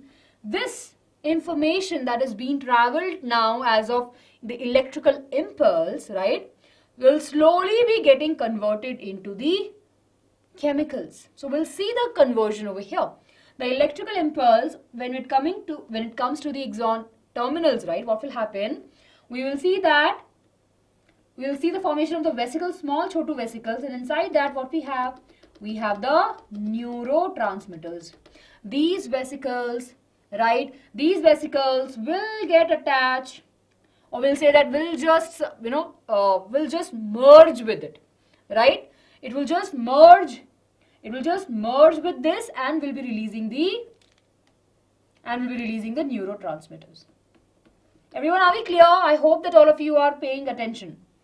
Right? It will be releasing the neurotransmitters, and these neurotransmitters will get attached to the receptors which are present on the dendrite.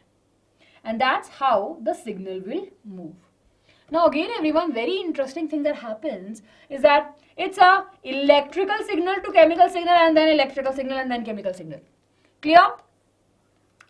Clear, everyone? Yes. We are clear with this? Jaldi, jaldi, everyone, are we clear with this? Very good.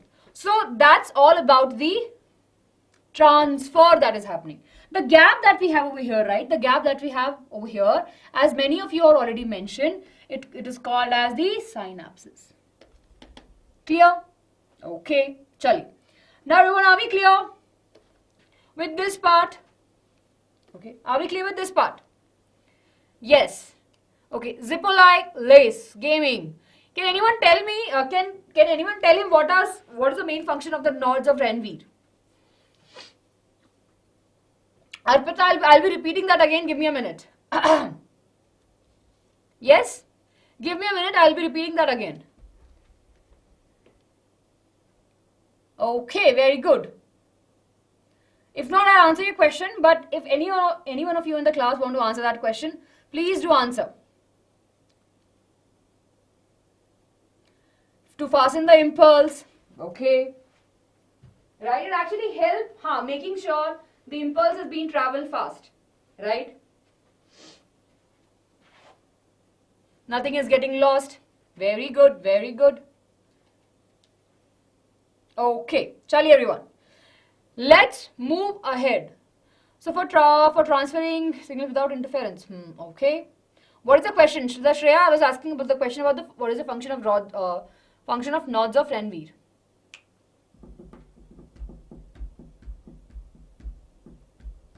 Chali. Okay, everyone. Now let's move ahead to the important topic that we have over here. Right? So we are now clear about, this is a very basic information, everyone. This is very, very basic information that we have. Right? We have started with the control and coordination. We know the difference, and then of course we spoke about the stimulus and the response, and just now we have spoken about the parts of the neuron, right? Now let's talk about that. How do we receive this stimulus? How do we have all of this that is happening, right? For example, now even if you're now sitting, right? You're now sitting in the class, and right, and you're paying attention to it. So of course you're responding to something. You're responding to the sound. your brain is listening, you can understand the words I'm saying, and that's how your brain is processing. So let's understand, how do we receive any stimulus that we have? Now, of course, we receive these stimulus through the receptors. Very good. Very good. We receive these information through the receptors. Now, these receptors will be receiving the information and will be passing it later. So what happens, these receptors are present, and of course, we have different types of receptor that are present on the different sense organ that we have in the body. We have olfactory receptors, which help in the smell. We have photoreceptor, which help in the detection of the light. We have thermoreceptor, temperature. We have photoreceptor, sound, and we have gustatory receptor for the taste. This question was there in the question paper. So this is important, everyone. This paper, this question was there, right, related to the gustatory receptors. So everyone, please take a note of this. Yes, very good. So let's see how the impulse is being moved. I'll be explaining you. I think I forgot who asked me to, repeat this, but here we will be taking a look at how the impulse moves. So everyone, please do pay attention over here. So we have the transmission of nerve impulse between the neuron, right? Between the neuron. So we have the dendrite, we have the cell body or the soma, right? Then we have the axon, we have the dendrite, cell body and the axon. So what happens, from here the information comes, goes to the cell body, right? And of course it goes to the axon, and here we see the impulse moving. Yes? And then of course from the axon terminal, we'll see the release of the neurotransmitter, and they will be getting over here. And that's how the signal will be maintained. So let's take a look, everyone, over here. Can you see this? This is the axon end, right? This is the axon terminal. The gap that we have over here is the synapse. The gap between two neurons are called as the synapse, and over here we can see this ball, right? Vesicles. Inside that, what we have? We have the neurotransmitters, right? So they will take the information and of course will be pass it to the other neuron. Can you see this over here? They have a little bit dot that we have over here. Clear? Yes. Hey, but there's no important diagram per se. There's one important diagram in your textbook about the reflex arc that is important. Nobody will be asking you to draw, but the flowchart is important. Chaliye.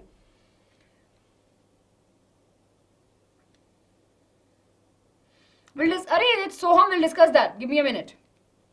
Chaliye, everyone. So let's take a look over here. See, vesicles, and these are the receptors, and inside that what we have? Neurotransmitters, right? Now, I think you were asking about this only, right? We're discussing about this. So we have neuromuscular junction. We have synapse junction between the neuron and the muscle. Very interesting, right? So we have the muscle over here, right? Here we have the muscle, and very close to it we have the neuron. So what it says that between the neuron and the muscle, we have the synapse junction. Are we clear? Everyone, are we clear? Yes? Are we clear with this? Give me a quick thumbs up. Very good. Mahi, we will be teaching. Chaliye, right? So this is easy. I hope that now the doubt on the neuromuscular junction is clear. Clear, everyone? Chaliye. Now let's quickly take a look at the contraction, right? To understand this in a better way. So till now, if we have to frame, right, what we have understood about the control and coordination. What is it, right? We understood about the neurons, part of neurons, right? We have understood what is stimulus and receptors, the response. We have spoken about the receptors, and just now we spoke about the synapse and the neurotransmitters. That's a good information we have, right? Right? GK, the gap between the two neurons, where the neurotransmitter moves from one neuron to another neuron, is called a synapse. Okay? Gayatri, बच्चे cover कर लिया है. We have covered that part. कर लिया बच्चे. चलिए, okay everyone. So now with this information, let's move ahead and let's talk about very important thing that happens in our body. Control and coordination. See, I can move my hand like this. Of course, there's a lot of things happening, right? So let's take a look what is happening over here. The muscles that we have, right? The muscles that we have, of course, have a connection. Definitely they are connected with the neuron. They're connected with the brain. I can control. This is a voluntary movement that I have, right? This is a voluntary movement that I have. I can move my hand and I can actually control it. So the muscle cells that we have, of course, they have a very special protein. They have two types of protein, right? Actin and myosin. These proteins have a power to contract and relax, right? There's a contraction happening and relaxation happening. Yes? So the nervous impulse, right, which we have, the nervous impulse that is coming, right, through the transmitters, or before that where we have the electrical impulse, what will happen? They will change the shape of these protein. Everyone, they will change the shape of this protein, and of course we'll see the muscular movement happening. Now over here, of course, we have the neurons which are attached, right, and they will receive the information, and based upon that they will react. Everyone, are we clear? Yes? Very good, very good. It's an easy thing, right? And I'm sure you all have mastered this. Chaliye. Let me ask you a few questions, everyone, to keep you all awake. But I really love the energy you all have in the class. Yes. Thank you, Mahi. But that is also great, right? We all are same. Chaliye. Okay, everyone. Chaliye. Now let's talk about the different types of neuron. Now we have sensory neuron, we have what neurons? We have motor neurons and we have relay neuron. Very simple name, everyone. Right? Very, very simple name. What we have sensory neuron. Now on the word only will be able to help us to understand what is sensory. Sense organ will be receiving the information, right? So sensory word help us to understand that it is on the receiving side. It is receiving the information. So if we are talking about over here, if this person wants to drink the water, right? Of course, he has an idea about the water. He's feeling thirsty. Of course, there are a lot of hormones that are playing into that part also. But he said, okay, I am thirsty and I have a glass of water over here. Now I have to drink that water. Now this water is really very cold, right? And he's not aware about it. So what it does, he just holds the glass. And then of course the receptor which are there, the sensory neurons which are there on the fingers, right, will take the information and will say, okay, something is happening, right? Clear? It will be sending the signals to the spinal cord, right? And from there it will be going to the brain also, but mainly spinal cord, what happens, this will be sending the signals. They are the receptors. Now between that we have the spinal cord which is there, right? Which is there in the picture, not in the image, but yeah, over here we have. Now this spinal cord will receive the information. Between that, right, it needs to pass the information also. In the spinal cord only we have relay neuron. The only role or the only function that they have is to transmit the information, passing the ball from sensory neuron to the motor neuron. That is the main function, right? That is the main function of the relay neuron. It helps in transmitting the information. Then motor neuron will be carrying the impulse, right, from the brain and the spinal cord for the specific particular part where it needs to go. Clear? Everyone, are we clear? Are we clear about the different types of neurons? Tell me jaldi se, we are clear with this, right?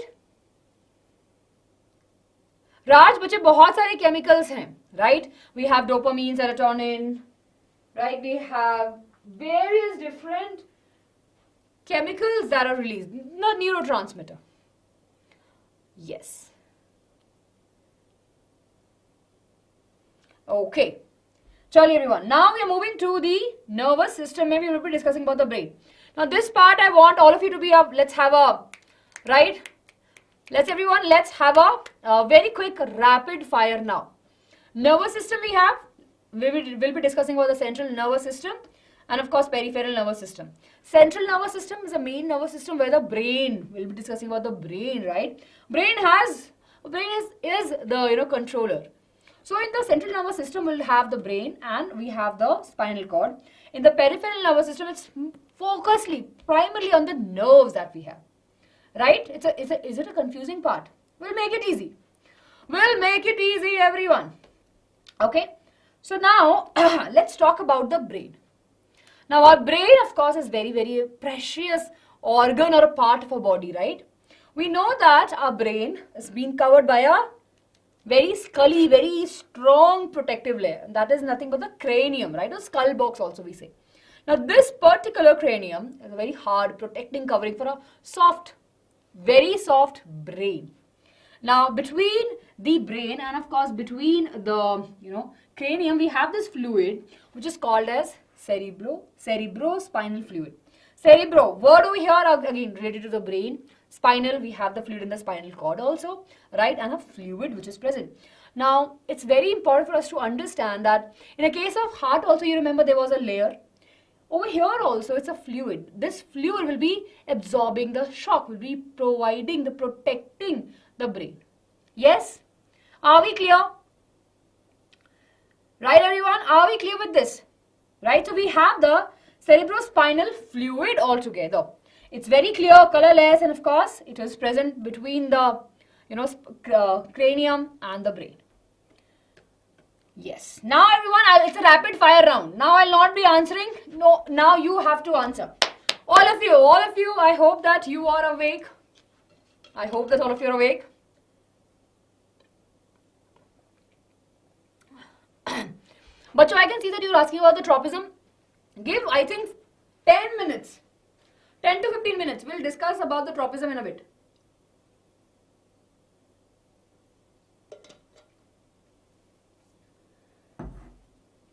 Vipin, yes, we have 3 different layers. Chaliye. Okay, what are the 3 different parts of the brain? Jaldi se batao. What are the 3 different parts of the brain? Jaldi, jaldi, everyone. Last lap. This is the last lap, everyone. Right? What are the 3 different parts of the brain? Very good. We have forebrain, hindbrain, and midbrain. Cerebellum is also a part of, cerebellum is a part of which brain? Cerebellum is a part of which brain? Jaldi, jaldi, everyone. Cerebellum is a part of which brain? Midbrain. Very good. Cerebellum is a part of hindbrain, and it plays a very important role in. Jaldi, everyone. Rapid fire. It plays a very important role in what? What is the main function of the cerebellum? Cerebellum plays a very important role in the balancing. Very good. Maintaining the balance of the body, maintaining the posture of the body. Right?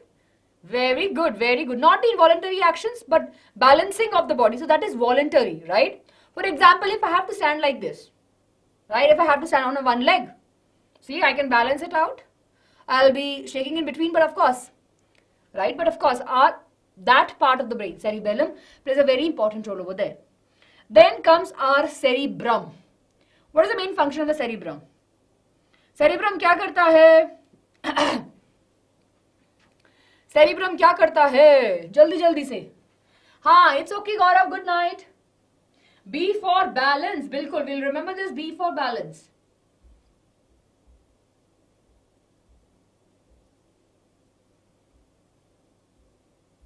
B for balance. Very good. Thinking. It's a site of the intelligence. Thinking, memory, right? Recall, emotions, understanding of the language, voluntary thinking. Absolutely correct. All of it that we have, right, that you all are doing now is thanks to the cerebrum, right? Cerebrum plays a very, very important role over there. So, we have the 3 different parts of the brain. Forebrain has cerebrum, right? Clear, everyone? It has that, and that's a main part. So, let's take a look, everyone, over here. See, so we have the forebrain, right? Cerebrum, the main important part. Our brain, of course, if we take a look inside, it divided into 2 halves, right? I'm sure you have seen a walnut. And a walnut को कैसे खोलते हैं अखरोट में ऐसे 2 ऐसे साथ में जुड़े रहते हैं ना. That is similar, almost not very, structurally अगर हम देखा जाए, it's very similar to our brain. So what happens? We have right and the left hemisphere, we say, right? They're attached with a very small. This is the corpus callosum. इससे attachment रहता है. Clear? Then we have the thalamus and the hypothalamus, the important glands that are very, very important, and they're present. So that's a forebrain part, everyone. All the important thinking that you have, right? I will sing a song, बच्चों पर रहो तो सही. Yes, be here. राज बच्चे दोनों की spelling same लिखी है आपने, सेरिब्रम है, इट्स अ ब्रम, ब्रम, इट्स अ भ्रम, भ्रम होता है ना, इल्यूजन समटाइम वी से, ब्रम, ड्रम से ब्रह्म याद रहेगा. सी drum, we need the control, right? We can we need the control of it, so that is controlled by forebrain, the cerebrum, cerebrum, remember like that. And B से balance, right? B से balance, ब्रह्म, ब्रह्म, ध्रम, और drum के बाद में no भ्रम. yes, चलिए. Now midbrain, is something which very dicey. मतलब एक तो अच्छा काम कर ही रहा है, it plays a very important role in transferring the information, अच्छा, passing the ball. Of course, it controls various involuntary actions also, right? We usually say breathing, respiration, ये सब करके हम heart का movement, we all say that beating of the heart in the middle brain, and in the some part goes into the hind brain also. Pons and medulla oblongata will have an equal kind of a share of functions. It's a very blur line over that we have over here. Then in the hind brain we have three parts. We have pons, where we have cerebellum, and then we have the medulla oblongata. Now pons are over here, right? Then we have the cerebellum, which is the other name of the cerebellum is the small bone. Sorry, small brain, chota dimag, right? Chota dimag that we have over here, right? It's a very smaller in structure, but of course a very important role. Plays an important role in the posture, right? Control and basically the maintaining of the balance of the body. And then of course we have medulla oblongata, which connects the brain and the spinal cord, passing the signals from here. So if we have to take a function, right, and if you have to write the function over here, everyone, please do remember this. It has two parts, right? Of course, in a very broader way. Just remember the cerebrum, right? Yes. Then what is the main function? Thinking, controlling various activities. Sense organs are controlled by this. So yeah, it's very easy for us to write. It looks like a cauliflower. I know it looks like a cauliflower. Now everyone, the midbrain act as a bridge between the forebrain and the hindbrain, control the reflex of the eye, right? We have this, help in the maintaining of the sensations also. Then of course we have our favorite, personally my favorite, right? Right, my favorite, which is the hindbrain. Center, it has three parts, right? We have pons, cerebellum and the medulla. Cerebellum helps in maintaining the posture of the body, right? Then we have medulla, controls all the involuntary activities like heartbeat, swallowing, vomiting, breathing, sneezing, etc. So we have this understanding about it, everyone. Clear? Vomiting is medulla oblongata. Yes. So are we clear up to here? Yes. Okay, are we clear up to here?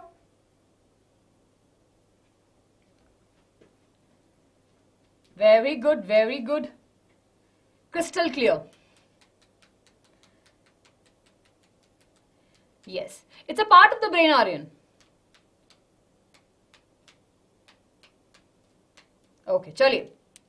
Now everyone, let's talk about the spinal cord. Spinal cord, spinal cord. Now spinal cord is a best friend. I will say that. I always say this and I'll keep on saying that spinal cord is the best friend of, right? Spinal cord is the best friend of the brain. Now this is very interesting for all of us to understand that we always say that this is controlled by spinal cord. Brain is there everywhere, right? Brain cannot just sit आराम से idly कि हाँ भैया अब मेरा काम हो गया, please spinal cord आप संभाल लो, right? It's not that. It is there, and of course it will be focusing on the various different activities that are happening in the body. So spinal cord, we know that is nothing but an important structure which arises from the brain, right? And it is just continuation over here and it goes down till the back, right? Clear? And now what is has? Now, is it a bony structure or a muscular structure? Tell me. Tell me everyone, is it a bony structure or a muscular structure? Or what is the structure that we can call it as? Yes. जल्दी बताओ.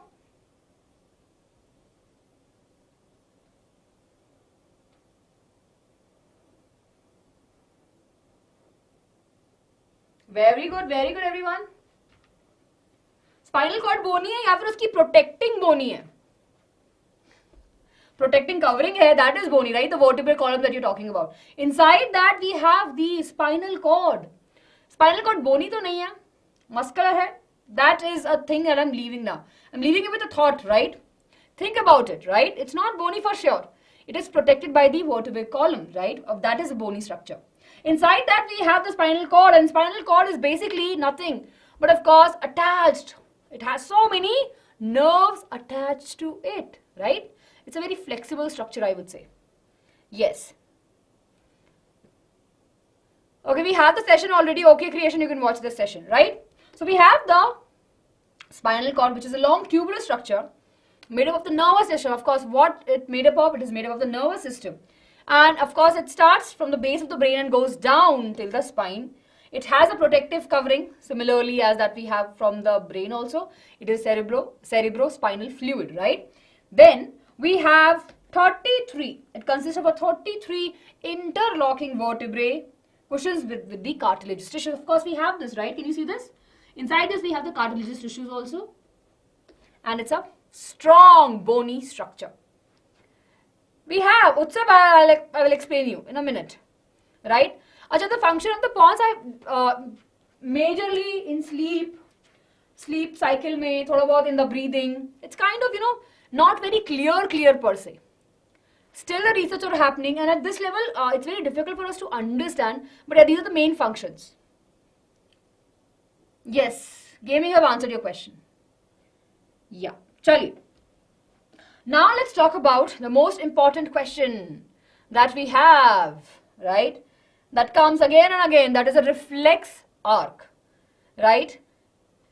Right? It's a reflex arc, everyone. What we have is a reflex arc. Simple. अच्छा, अगर इनको सीधे साधे अक्षरों में बताएं, so let's take a look over here. Yeah. See, अच्छा, सात्विक गया कॉफी बनाने के लिए, right everyone? I hope that all of you are awake, right?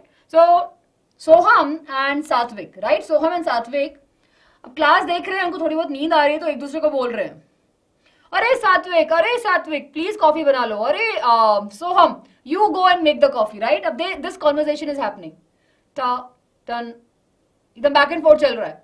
थोड़ी सी नींद खुली, राइट? उन दोनों की क्या लगता है कि हाँ अब कुछ काम करना पड़ेगा, तो ठीक है. कौन जा रहा है कॉफी बनाने के लिए, सात्विक और सोहम में से? बताओ कौन जा रहा है कॉफी बनाने के लिए? I will take that person only. Satvik जा रहा है कॉफी बनाने के लिए या फिर सोहम जा रहा है? यार बैठा हूं चेयर, बढ़िया है, बढ़िया. सोहम ने तो बोल दिया मैं तो नहीं जा रहा हूं. है ना? सोहम बोल रहा मैं तो नहीं जा रहा हूं, सात्विक बोल रहा मैं जा रहा हूं. ठीक है, अब सात्विक आया यहाँ पे कॉफी बनाने के लिए, उसने सामान निकाल लिया एकदम, बढ़िया से. तवा क्यों छोड़ा है पता नहीं, बट हाँ बेसिकली पैन चढ़ा लिया. इसको हम पैन बना देते हैं, राइट? इसको this is the pan, T pot pan. ठीक है, अब सात्विक गया आराम से, कॉफी ले ली उसने, दूध ऐड कर दिया, कॉफी ऐड कर दी, फिर कॉफी बाद में भी ऐड कर सकते हैं, एक्सेट्रा एक्सेट्रा. बट कॉफी जब दूध गर्म हो रहा था तो फिर सात्विक बातें कर रहा है, सोच रहा है कि अच्छा मैं ये करूंगा, वो करूंगा, मैं आज पूरा अपना सिलेबस कंप्लीट करूंगा, I will be able to finish this off and everything is happening आराम से. तो सडनली सात्विक ऐसे से मस्ती में एक बार हॉट पैन को टच कर लेता है, right? What do you think will be his reaction? Satvik क्या रिएक्शन होगा तुम्हारा? Tell me, what will be your reaction? गरम चीज अगर हाथ पे लग जाए एक जरा सी भी, क्या रिएक्शन होता है? थोड़ी देर के लिए तो हम एकदम स्मार्ट बन के आउच आउच मतलब धीरे से बोलेंगे, पर अगर बहुत देर तक लगा तो हम चिल्लाएंगे ouch ouch ouch ouch ouch, right? कैसी हमारी, हमें लगेगा कि oh we need something really very cold now, right? So that happens. Now फटाफट से हाथ लगते ही ऐसा कि हाथ चिपक जाएगा. साथ में बोलेगा नहीं आज तो मैं टेस्ट करूंगा कि मेरा हाथ कितना गर्म ही, मतलब बेसिकली कितना हीट ले सकता है. ऐसा सात्विक बोलेगा कि नहीं ना, राइट? साथ जैसे ही even if it touches a small bit, right, of a finger, actually, Satvik will pull his hand back and do like this. garam hai, right? He will be taking his hands off from the pan. So this reaction that happened, right, it's a response. Now let's understand what all is happening over there. We have already discussed it, but let's just take a quick look over here. Now this is very important from the exam point of view. So what we have over here is a reflex arc, everyone. Right? So if I draw over here, we have the receptors. What are the receptors here? Satvik, you will remember this, right? Right? We will remember this. Seems like Satvik coffee लेने के लिए गया है क्या? ध्यान से. Right? So everyone, let's see over here. We have the receptors that will be receiving the information, right? Now, right? They will be receiving the information. Now, this information will be going through which neuron? Tell me everyone, which neurons are present over here? Ta-da-da. Come on. The receptors will be sending the information to which? Tell me everyone. Sensory, very good. Right? Sensory receptors. Very easy, right?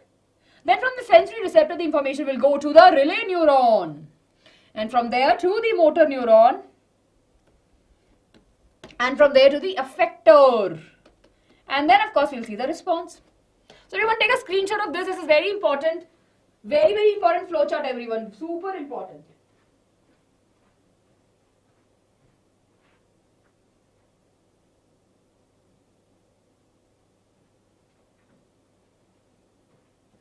Yes, everyone.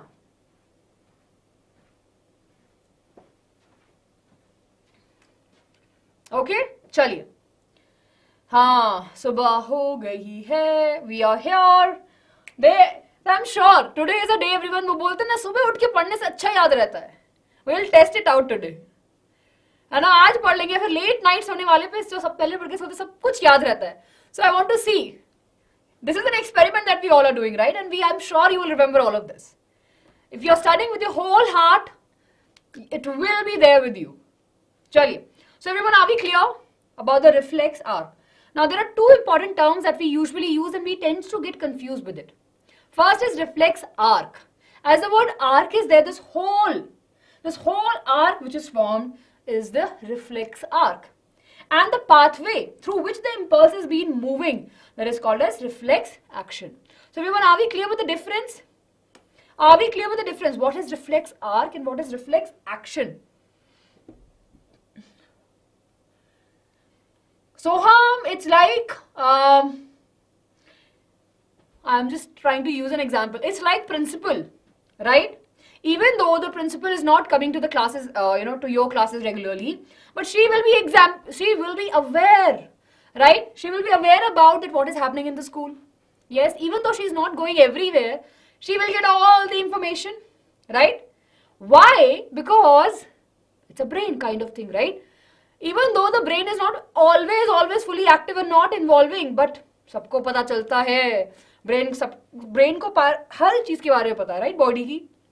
Clear? Similarly, the principal who's still right? Even if she's not coming to your class regularly, she will be aware about, okay, what is happening over here, what is happening in that corridor. Happens. Yes, it's okay, Sakshi, don't have to say sorry, bachche. We understand you. Right? We understand what you I know that when it's perfectly fine. Aram se watch the video once again, come back and watch it tomorrow. Or today. Yes, it's okay. Chaliye, bye Sakshi, good night. Okay, moving ahead everyone, we are done with the nervous system. Ta-da, central nervous system is done. Now, let's talk about peripheral nervous system. Peripheral nervous system is very easy. It's all about the nerves. Right? All about the nerves. बच्चे white and grey matter दोनों ही brain और spinal cord में रहता है. Right? White matter भी है, grey matter भी है. We have different types of cells altogether. Right? कहीं पे dendrites ज़्यादा हैं, कहीं पे axons ज़्यादा हैं, vice versa. So let's not, I really appreciate that you are asking this, but we'll not be able to discuss that in today's class due to the time constraint. Definitely we'll discuss it later. Chaliye, peripheral nervous system everyone. Peripheral nervous system contains all the nerves. See what we have. We have all the nerves that we have in our body, right? So, It is basically a formal link between the central nervous system and the external system, external environment. For example, what these do, right? They control so many things altogether. Yes, the receptors, and they're very, very interesting. So let's talk about, we know that axons will be coming together, neurons will be coming together and will be forming a nerve, right?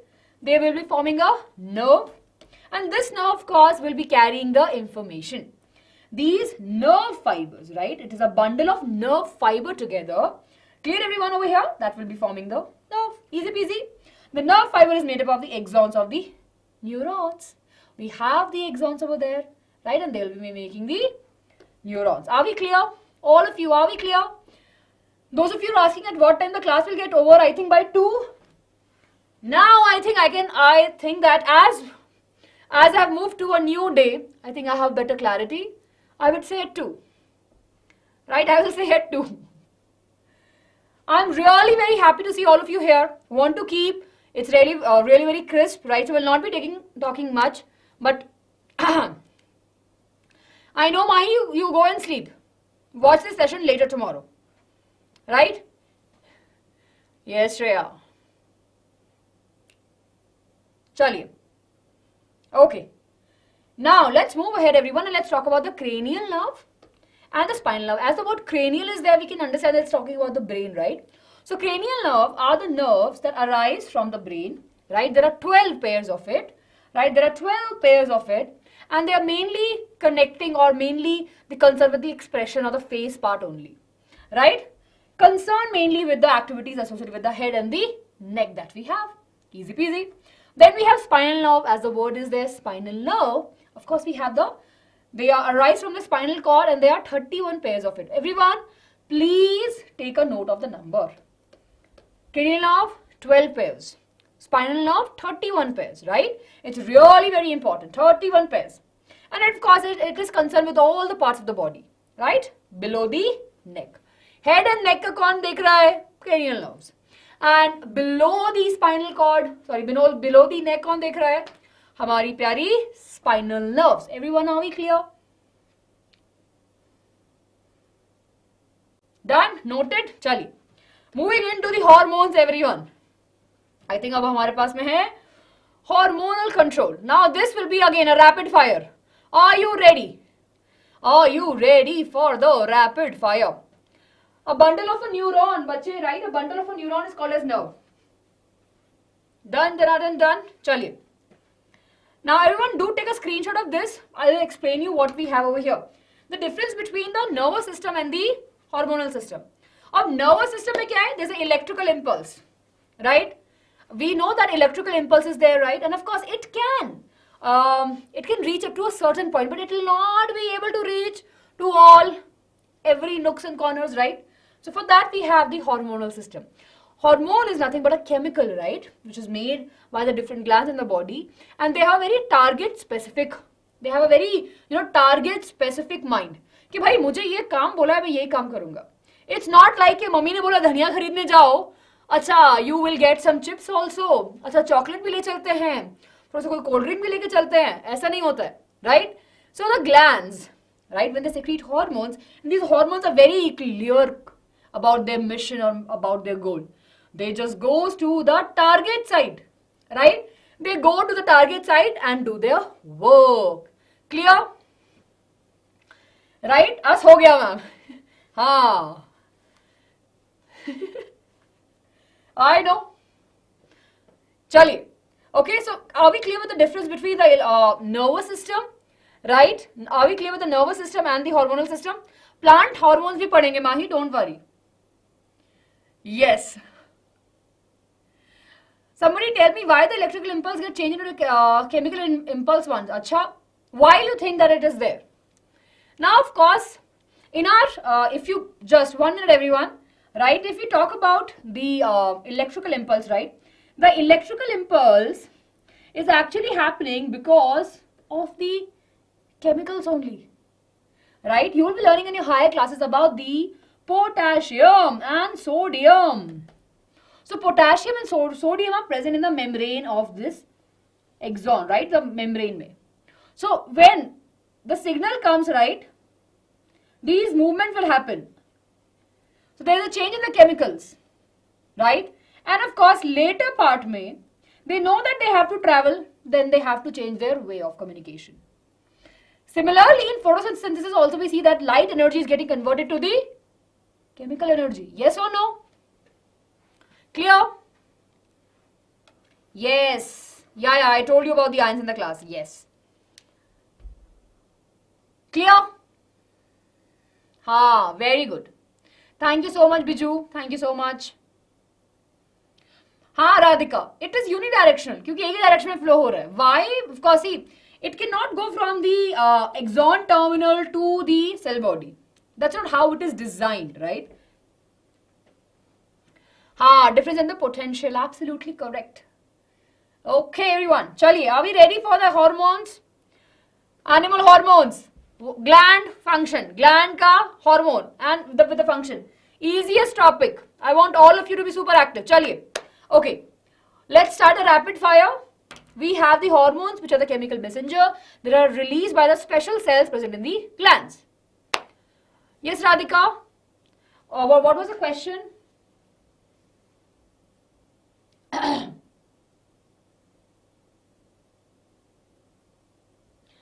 It is unidirectional because it moves in one direction, that is from the dendrite to the axon, right? It cannot move vice versa because dendrite receive the information first and then pass it on. Right? चलिए. Okay, Arpita, good night. ठंड बढ़ रही है. चलिए. Everyone, here we go. Okay. Which gland is also called as a most important gland which releases a hormone which helps in the growth? जल्दी से. Which gland releases a very important hormone which is a growth hormone, right?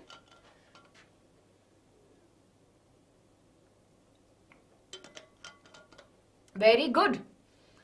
Pituitary gland. Pituitary gland is also called as a master gland, right? And pituitary gland plays a very, very important role. Acha. Now in the height and the growth wala thing only, if the pituitary gland is secreting more growth hormone, what will happen? Welcome to the class, Sakshi. Welcome to the class. Tell me, everyone, what will happen if we have more secretion of growth hormone?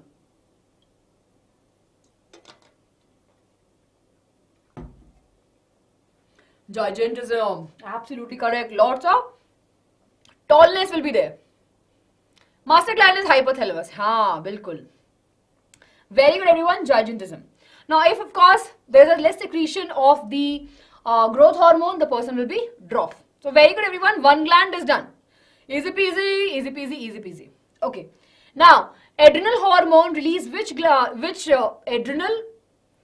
adrenal gland release which hormone? Adrenal gland release which hormone?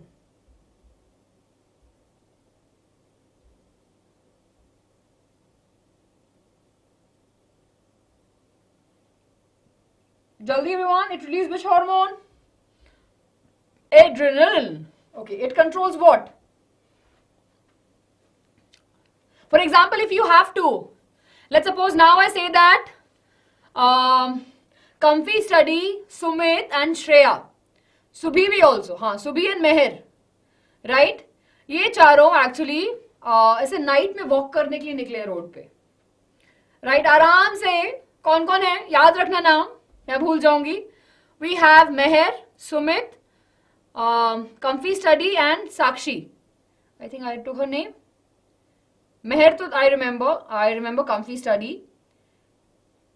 I don't remember the other name, but yeah. ठीक है, 4 लोग हैं हमारे पास में,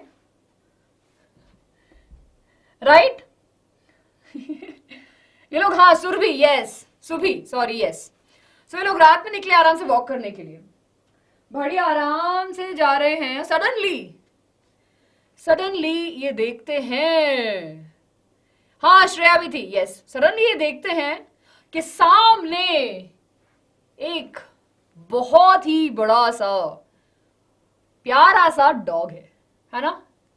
एकदम रात है, और सामने वो देखते हैं कि वो डॉग उनको देख रहा है, ऐसे स्टेयर कर रहा है, ठीक है।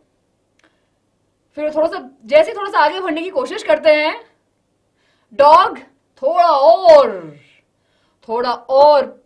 थोड़ा सा सीरियस हो जाता है, उस पर हल्का सा भौंकता है, बार्क करता है।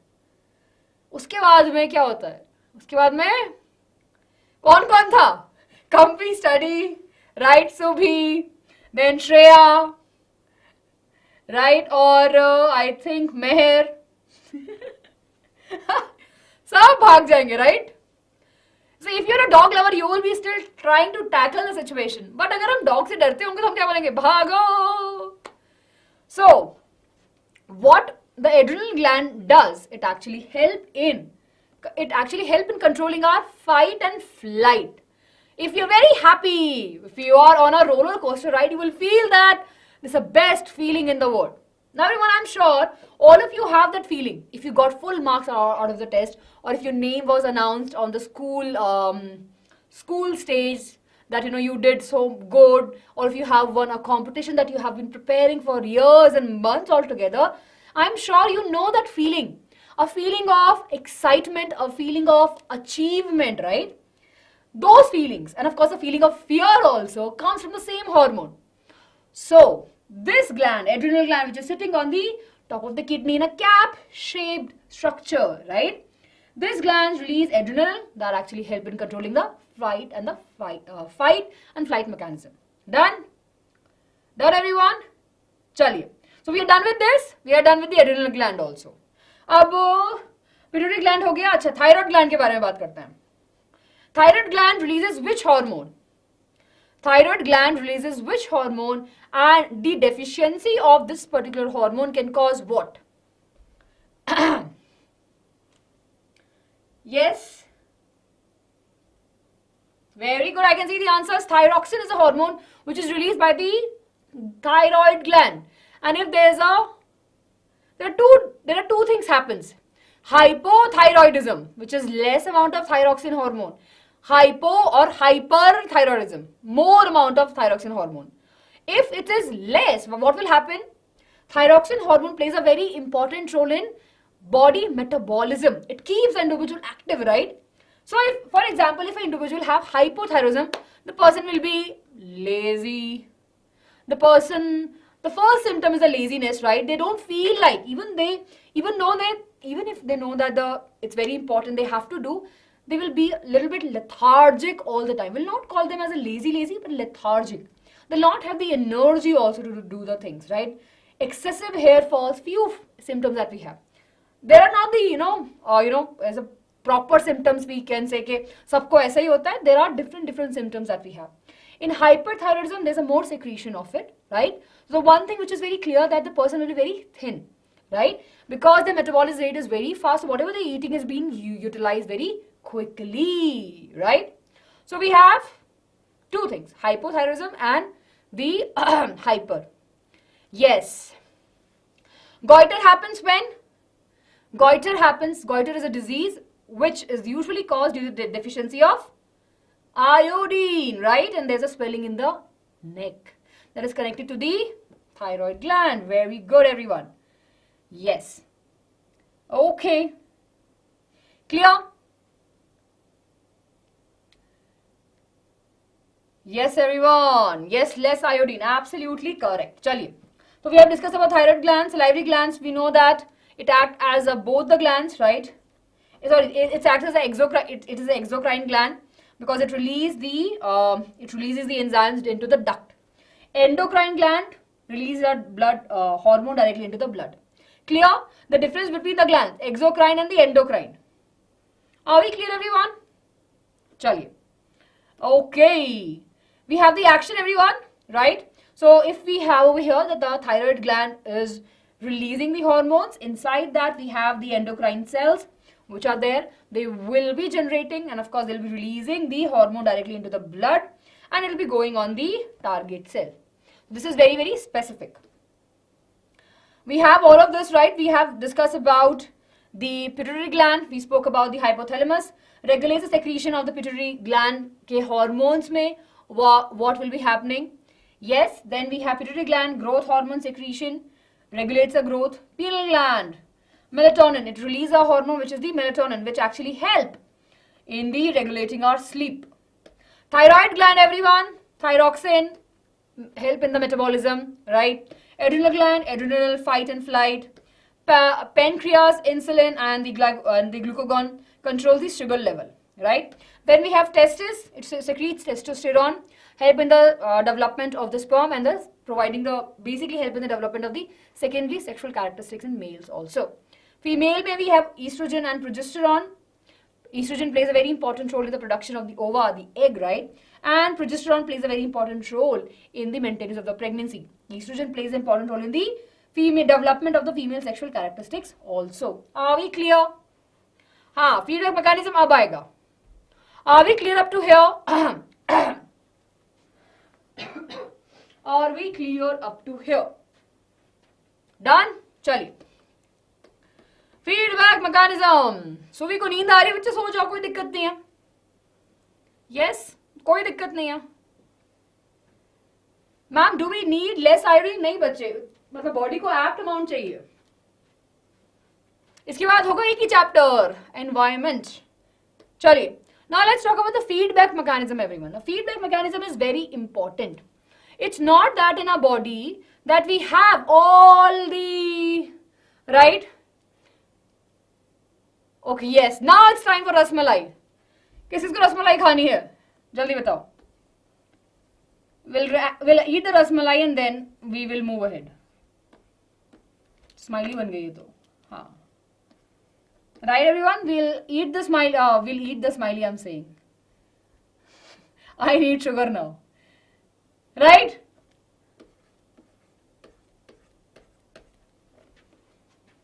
Very good. Okay, everyone, rasmalai and kaju katli for all of us.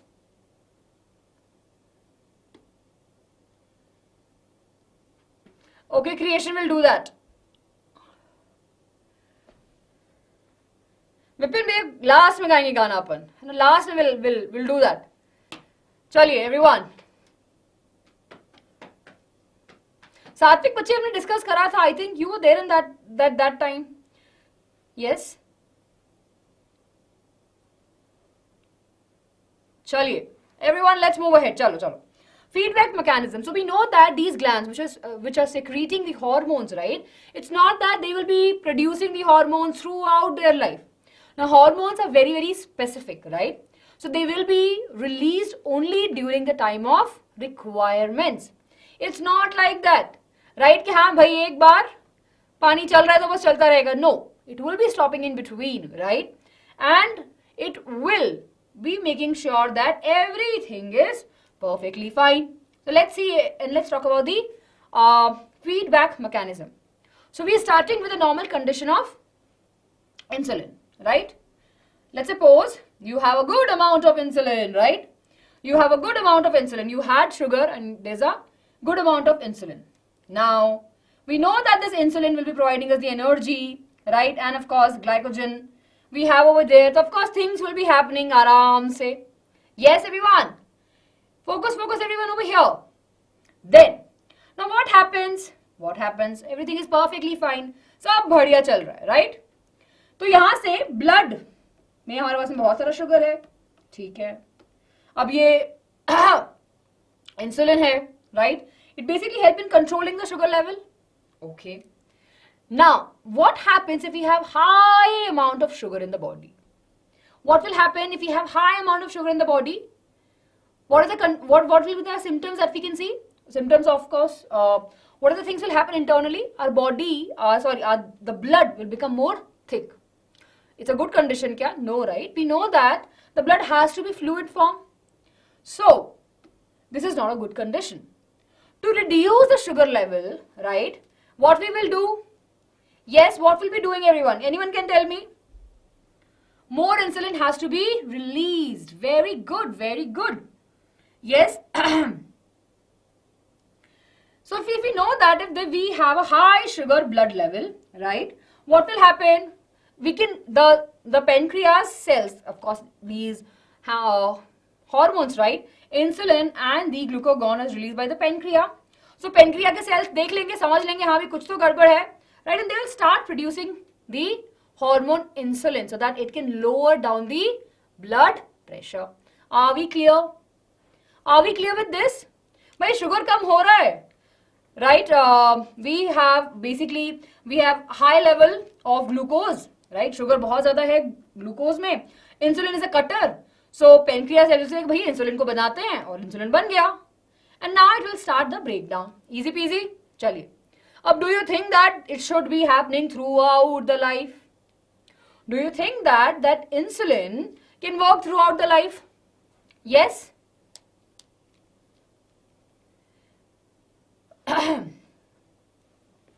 Right? No, na?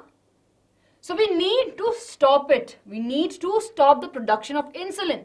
So what will happen after reaching a certain level in the blood, right, where the sugar level is proper, aram, so there's no stress for the body, the signal will go to the pancreas and the insulin will stop. Insulin's production will stop.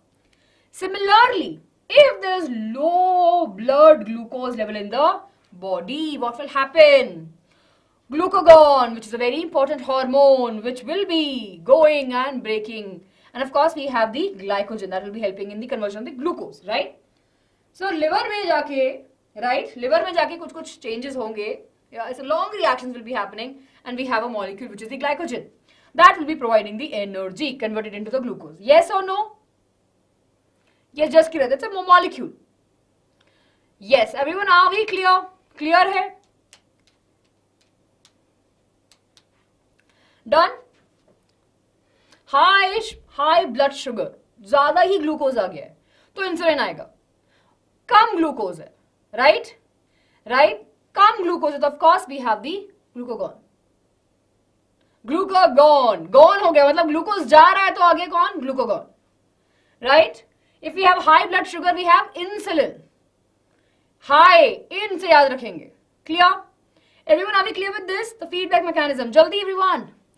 We are at 118 now. We need to finish. I think we all can do 2 am वाला class, right? I'm sure we'll be able to finish by 2 am. गर्मा गर्म राजमा चावल की craving हो रही है. श्रेया, भी मैंने डिनर नहीं किया है, ऐसा मत बोलो. और अब से अभी कहीं राजमा चावल मिलेगा भी नहीं. चलिए, ग्रेफाइट क्लियर, वाह. Okay, everyone. Let's talk about the plants now. Easy peasy plants में. What we have, movement in the plants, growth dependent and growth independent. Growth independent what? Right? What are the growth independent, everyone? Focus now. This is not growth dependent. See, for example, tropic movements, like light ko dekh ke plant moda. That is growth dependent, right? We can say it's a type of tropic movement. Whereas, we'll not see any movement in one particular direction or the growth happening. There is a nastic movement. So let's take a look over here. Talking about the tropism. What is tropism? It's nothing but the growth movement of a plant in direction of the external stimuli. For example, light. For example, gravity. For example, water. So we have phototropism, geotropism, hydrotropism, thigmotropism and chemotropism. Everyone, you can see over here. Okay, creation. Thank you so much, बच्चे. But thank you so much for this. But आप please अब मत लिखो, है ना? You just focus in the class, bache. I really appreciate that you're writing this message for me, but I would request all of you to, right, just focus in the class. Chaliye. We have phototropism related to the light. Geotropism related to the gravity. Hydrotropism, water. Thigmotropism, touch. And the chemotropism, chemicals. So it's a growth related, right? We know that it's a growth directed movement that will be happening. Clear? Now let's talk about the phototropism. I'll not spend much time over here. This is a very important question, everyone. Right? See over here. Can you see the bending of the plant? Essay. Almost essay. Right? That's towards the light. And then we have over here, against the light. Roots are going against the light. They are moving towards the gravity. They are moving towards the gravity. Then of course, we can say that they show positive tropism. They show positive tropism to the light and negative to the gravity. Can we say that? Then of course, geotropism may, we will know that roots will have positive tropism, whereas stem will have negative tropism. Yes or no? right? Remember this, positive and negative also. Negative means it is going against. It is going against that. Then we have hydro. Hydro means water. So, in hydro mein, roots will be moving towards the water and they will show the positive tropism. Whereas stem will show against the water and of course they'll show negative tropism. Yes, that's we'll remember. Easy peasy. Yes, we'll go quickly, really very quickly. Thigmotropism, response to the touch, right? If you have a plant, if you give them some support, right, they will grow into it, right? That's we have the thigmotropism. Chemotropism, we already discussed, it's our response to the chemicals, pollen grains, right? In the stigma and they form the tube. Then in style. So that is the response to the chemicals. Here we have everyone, the structure. Now coming to the last topic. Ta-da, ta-da, da-da-da-da-da-da-da-da. The plant hormones, everyone, are also called as the phytohormones. Now, we have discussed about the hormones in the animals. Now, I'm sure you have an idea, right? And this part becomes very confusing, everyone. But can I suggest you one thing? Easy peasy. And I'm sure all of you remember Aishwarya ma'am also telling you that for such things, you need to make the table. What we need to do, we need to make the table to remember the function. Right? So, let's do that today. Right? Let's take a look that what is the name of the hormone, site, where it is synthesized and the functions of it. Yes? Chaliye. So, let's take a look everyone over here. Rapid fire, right? Chalo, do you want a rapid fire? Achha, which hormone among these, auxin, gibberellin, cytokinin, abscisic acid and ethylene, right? Clear? Is the growth inhibitor. Which among these 5 hormones of plants, right? There's one hormone which is growth inhibitor. There are 4 hormones which actually help in promoting the growth. There's one hormone which actually block or it acts as an inhibitor of the growth. Very good. A, B, A, abscisic acid. Ethylene not fully, but yeah, abscisic acid is the clear and the correct answer. Very good. Achha, which of these hormone helps in ripening of the banana? Easy ho gaya kya? Very good. Ethylene. Yes. Prakriti will come to that. Right? Then, what is the main function of auxin hormone? What is the main function of the auxin hormone? What is the main function of the auxin hormone, everyone?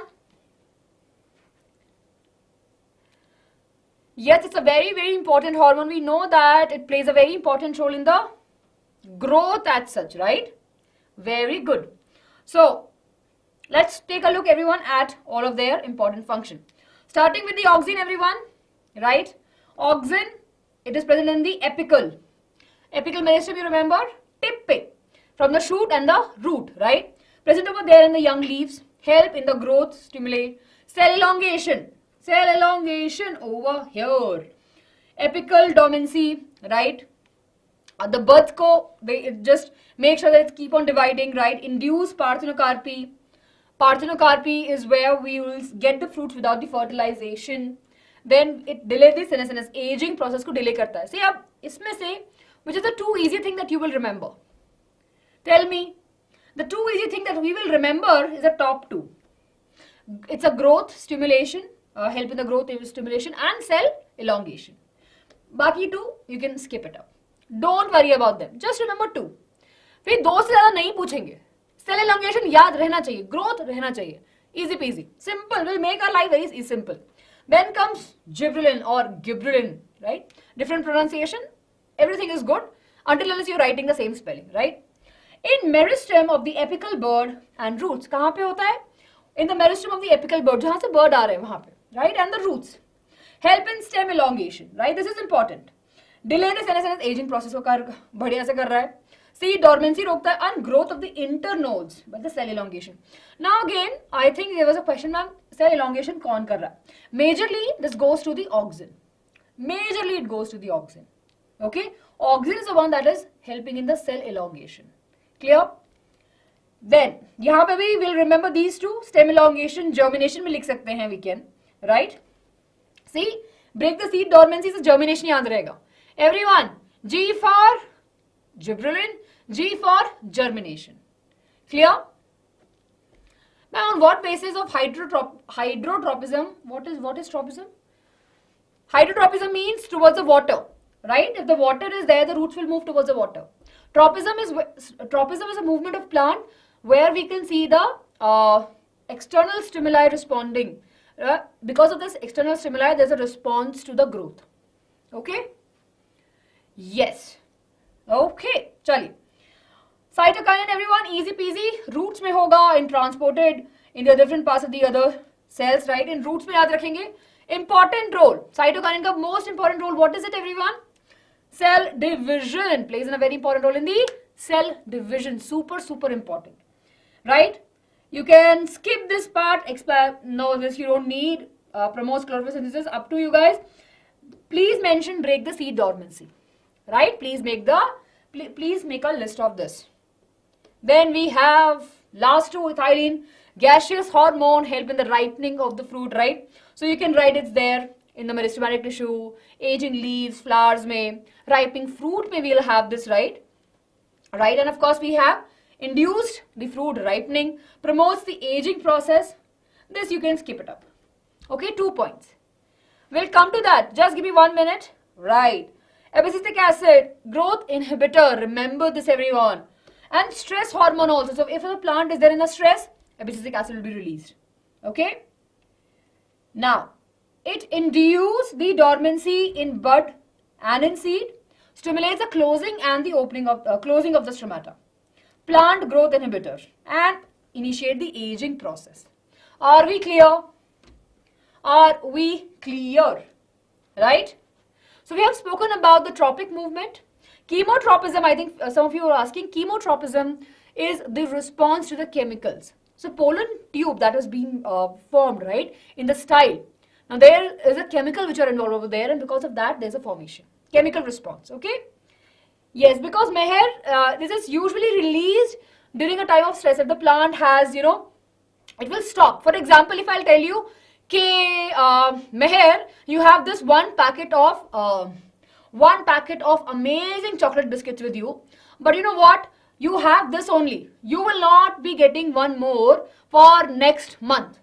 So utilize this aram se. What you will do, you will keep it. You will hide it. You will stop eating the biscuits on a daily basis. Similarly, when the plant does not have water, does not have anything to eat, plant bolta hai bhai ab chup ho jao, right? Let's not do any activity, everyone, and let's inhibit everything. Hence, it's a stress hormone. Okay? Chaliye. Clear? Are we clear? One chapter to go. Absolutely.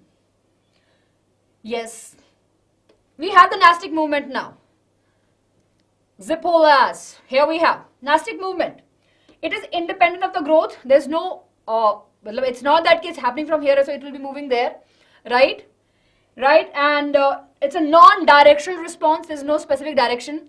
कि भैया यहाँ पे हो तो हम इधर की तरफ जाएंगे. नहीं, ऐसा नहीं है. Right? Responds to it, to the change in the cell shape. We'll discuss about the touch me not plant right over here.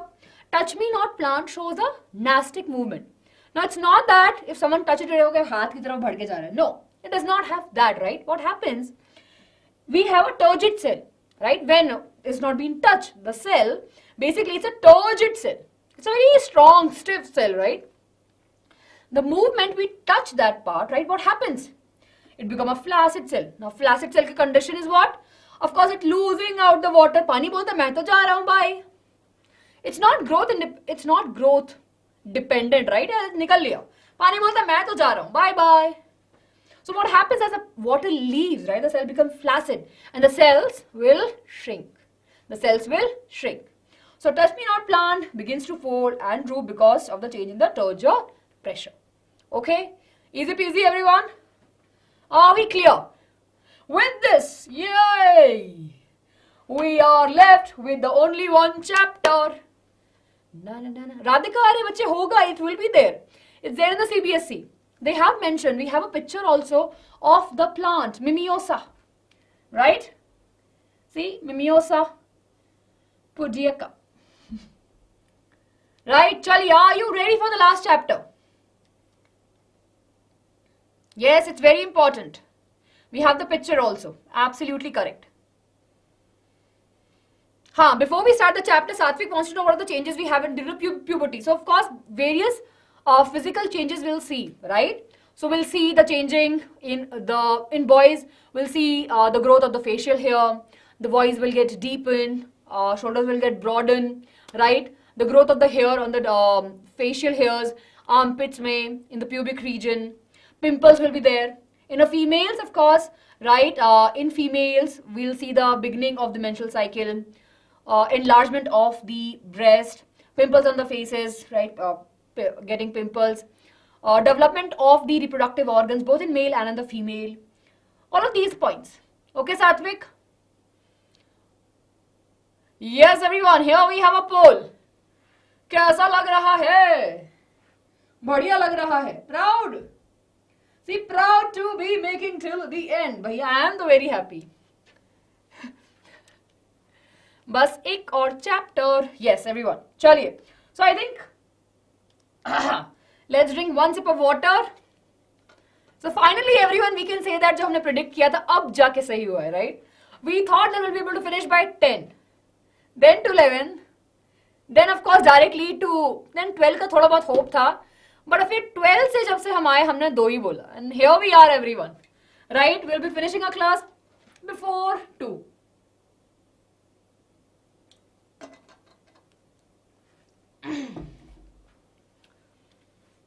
चलिए, last chapter, everyone. Last chapter that we have.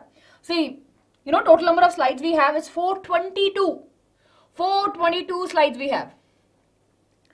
I'm very proud of you, all of you here with us, right? And all of this is just for you.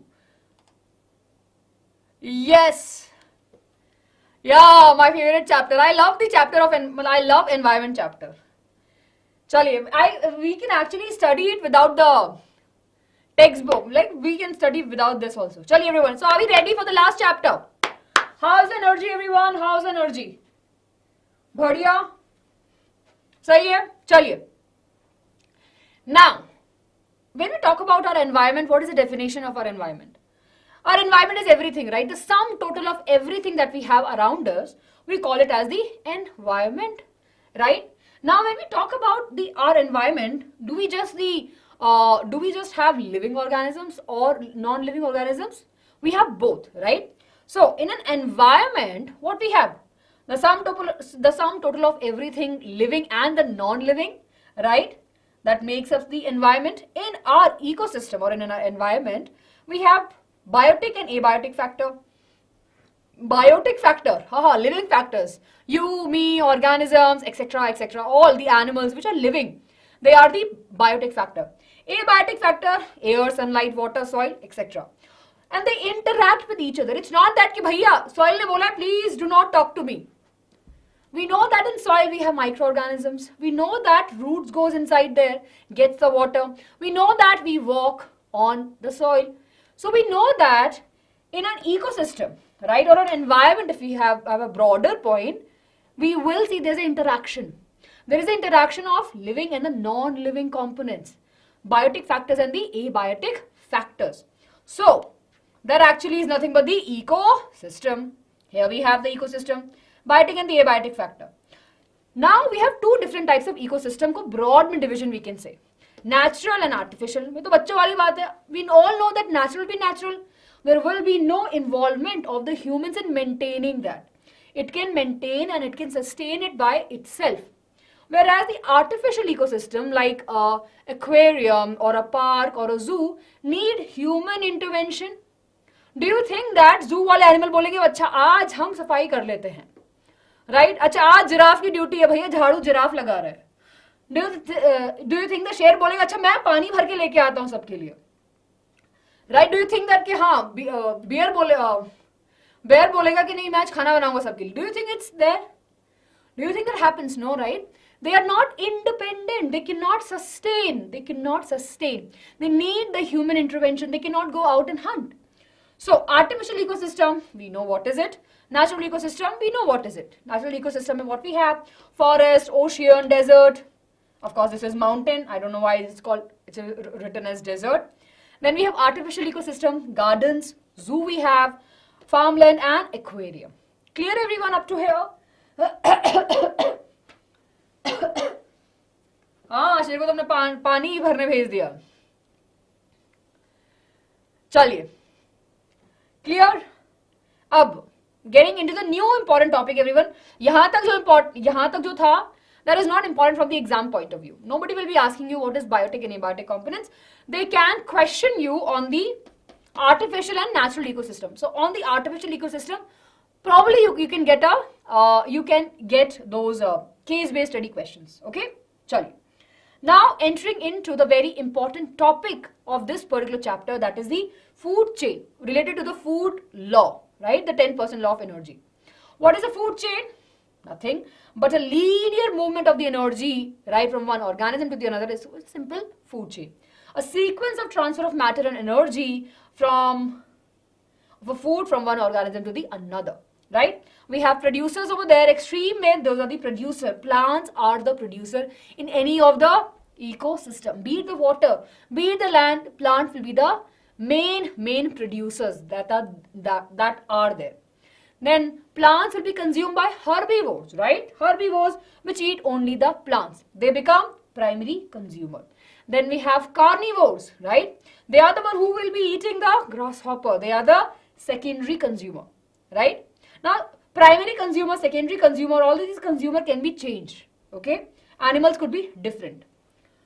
Now then we have tertiary consumer, which are the carnivores. That means that they eat both the plants as well as the animals. So of course they will be consuming. And in the last में, what we have the quaternary consumers. Last में. So are we clear about the food chain? Tell me everyone, are we clear about the food chain? अरे सात्विक बहुत simple है, बहुत easy है food chain. सबसे easiest food chain पता है क्या है? प्लांट, डियर, टाइगर, खत्म. इजी, एकदम यहाँ पे आके खत्म मामला. और यहाँ पे लिखना था you can write decomposers also, but decomposer को usually we don't count in the food chain, right? Clear? Yes, are we clear? Omnivores यहाँ पे हैं, of course. See we can add Radhika, it's not the it's not the food chain which have everything together. They're just talking about the carnivores, meat eating animal. Okay, chaliye. So are we clear about the food chain? We have the clarity, right? What is the food chain? Now when the food chain connects in between, right? For example, if we have plant, we have deer, we have tiger. Right, we have plant, we have rabbit, and we have lion. We have plant, we have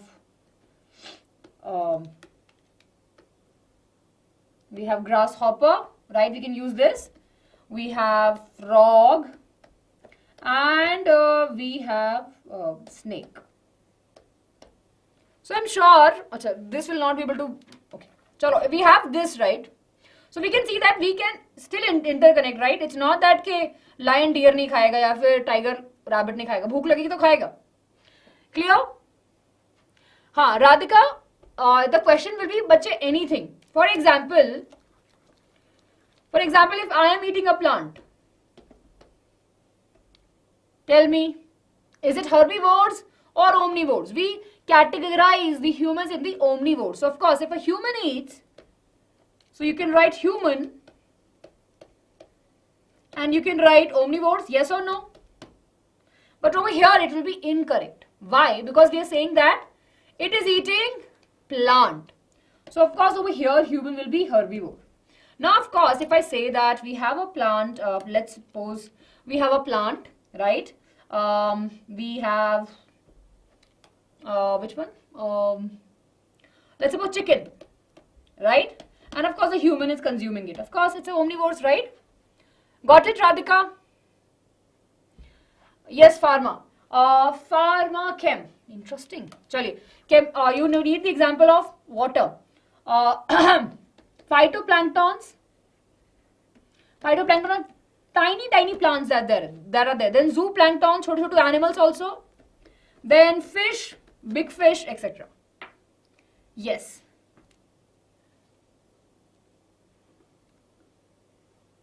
Hello, intelligent boy. Yes, you are here after a long time. Yes.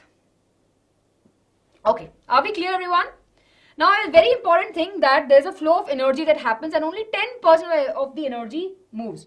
Only 10% of the energy goes from one level to the another level, right? So what we have the sun. Ta-da, sun gives the energy. Sun says, I have so much amount of good energy. Everyone take. Plants say, yes, we are the first one to take it because we have the special code that can actually convert this into something very, very fruitful, right? So plants say, हमारे पास में secret formula है. We will not give it to anybody else, but we have a secret formula. What happens? They get the energy and they make the calories, right? They generate the energy. Now they have, let's suppose, they have 10,000 kilojoule of energy with them. They're at a very first tropic level. Now, of course, this prawn kind of structure, right, will come and will eat the plants. Yum, yum, yum, yum, yum. I am the herbivores, I'll eat plants and it will enjoy. He will be thinking, or no, it will be thinking that it will be getting all the energy which plant has. Do you think that will be the case? Tell me. Yes, Meher, please do that. No issues, bache. Tell me. Do you think that if the prawn over here feels that if it eats the plant, it will get all the energy? I'll answer your question. Mimimon, I'll answer your question also. Give me a minute. The answer will be no, right? Not all the energy will be moving from one tropic level to the another tropic level, and the reason is that bhai plant ko bhi to use karni hai energy, right? Plants also want to utilize the energy. The plants also have various metabolic activities. It has to perform photosynthesis, respiration, excretion, transportation, and so many other things. So it cannot give the energy. Of course, it will utilize the energy, and only 10% of the energy. How much amount, everyone? 10% will be getting transferred. 10% from the first tropic level to the second tropic level. Then from there only 10% will go. So again, what happens? You will see that from 10,000 it becomes 1,000 kilocalorie. From 1,000 to 100 and from 100 to 10. And if we have one more over here, it will become 0 point something. Right? So we have to understand that energy flows, right, in one direction, because that's how the food chain is there, right? It cannot come from the opposite direction. The food is moving from one tropic level to the another tropic level. So hence we'll have a unidirectional flow, only in one particular direction. We have the 10% law of energy, very, very important. I'm sure you would have seen the numericals coming over here. So take a note of it, everyone. Super important, right? Clear up, everyone? Are we clear with this? Ma'am, will a fish eat frog? If it's a big fish, I guess it will eat. Yeah. If it's a big fish, it will be able to eat. हाँ, 90% energy का मोए हो गया. बिल्कुल, बिल्कुल. चलिए. Right, so we are clear with food chain. We are clear with the energy flow. Let's take a look at the food web. A food web में क्या होगा? There's an interconnection, right? See over here, there is nothing but the food web. If we have 2 or 3 food chains that are getting connected, that forms the food chain. Yes. हाँ राधिका, क्या नहीं, अगर बड़ी मछली तो खा लेगी, right? Clear? चलिए. Now let's talk about our environment, everyone, right? What happens and what are we doing? We are actually polluting our environment, right?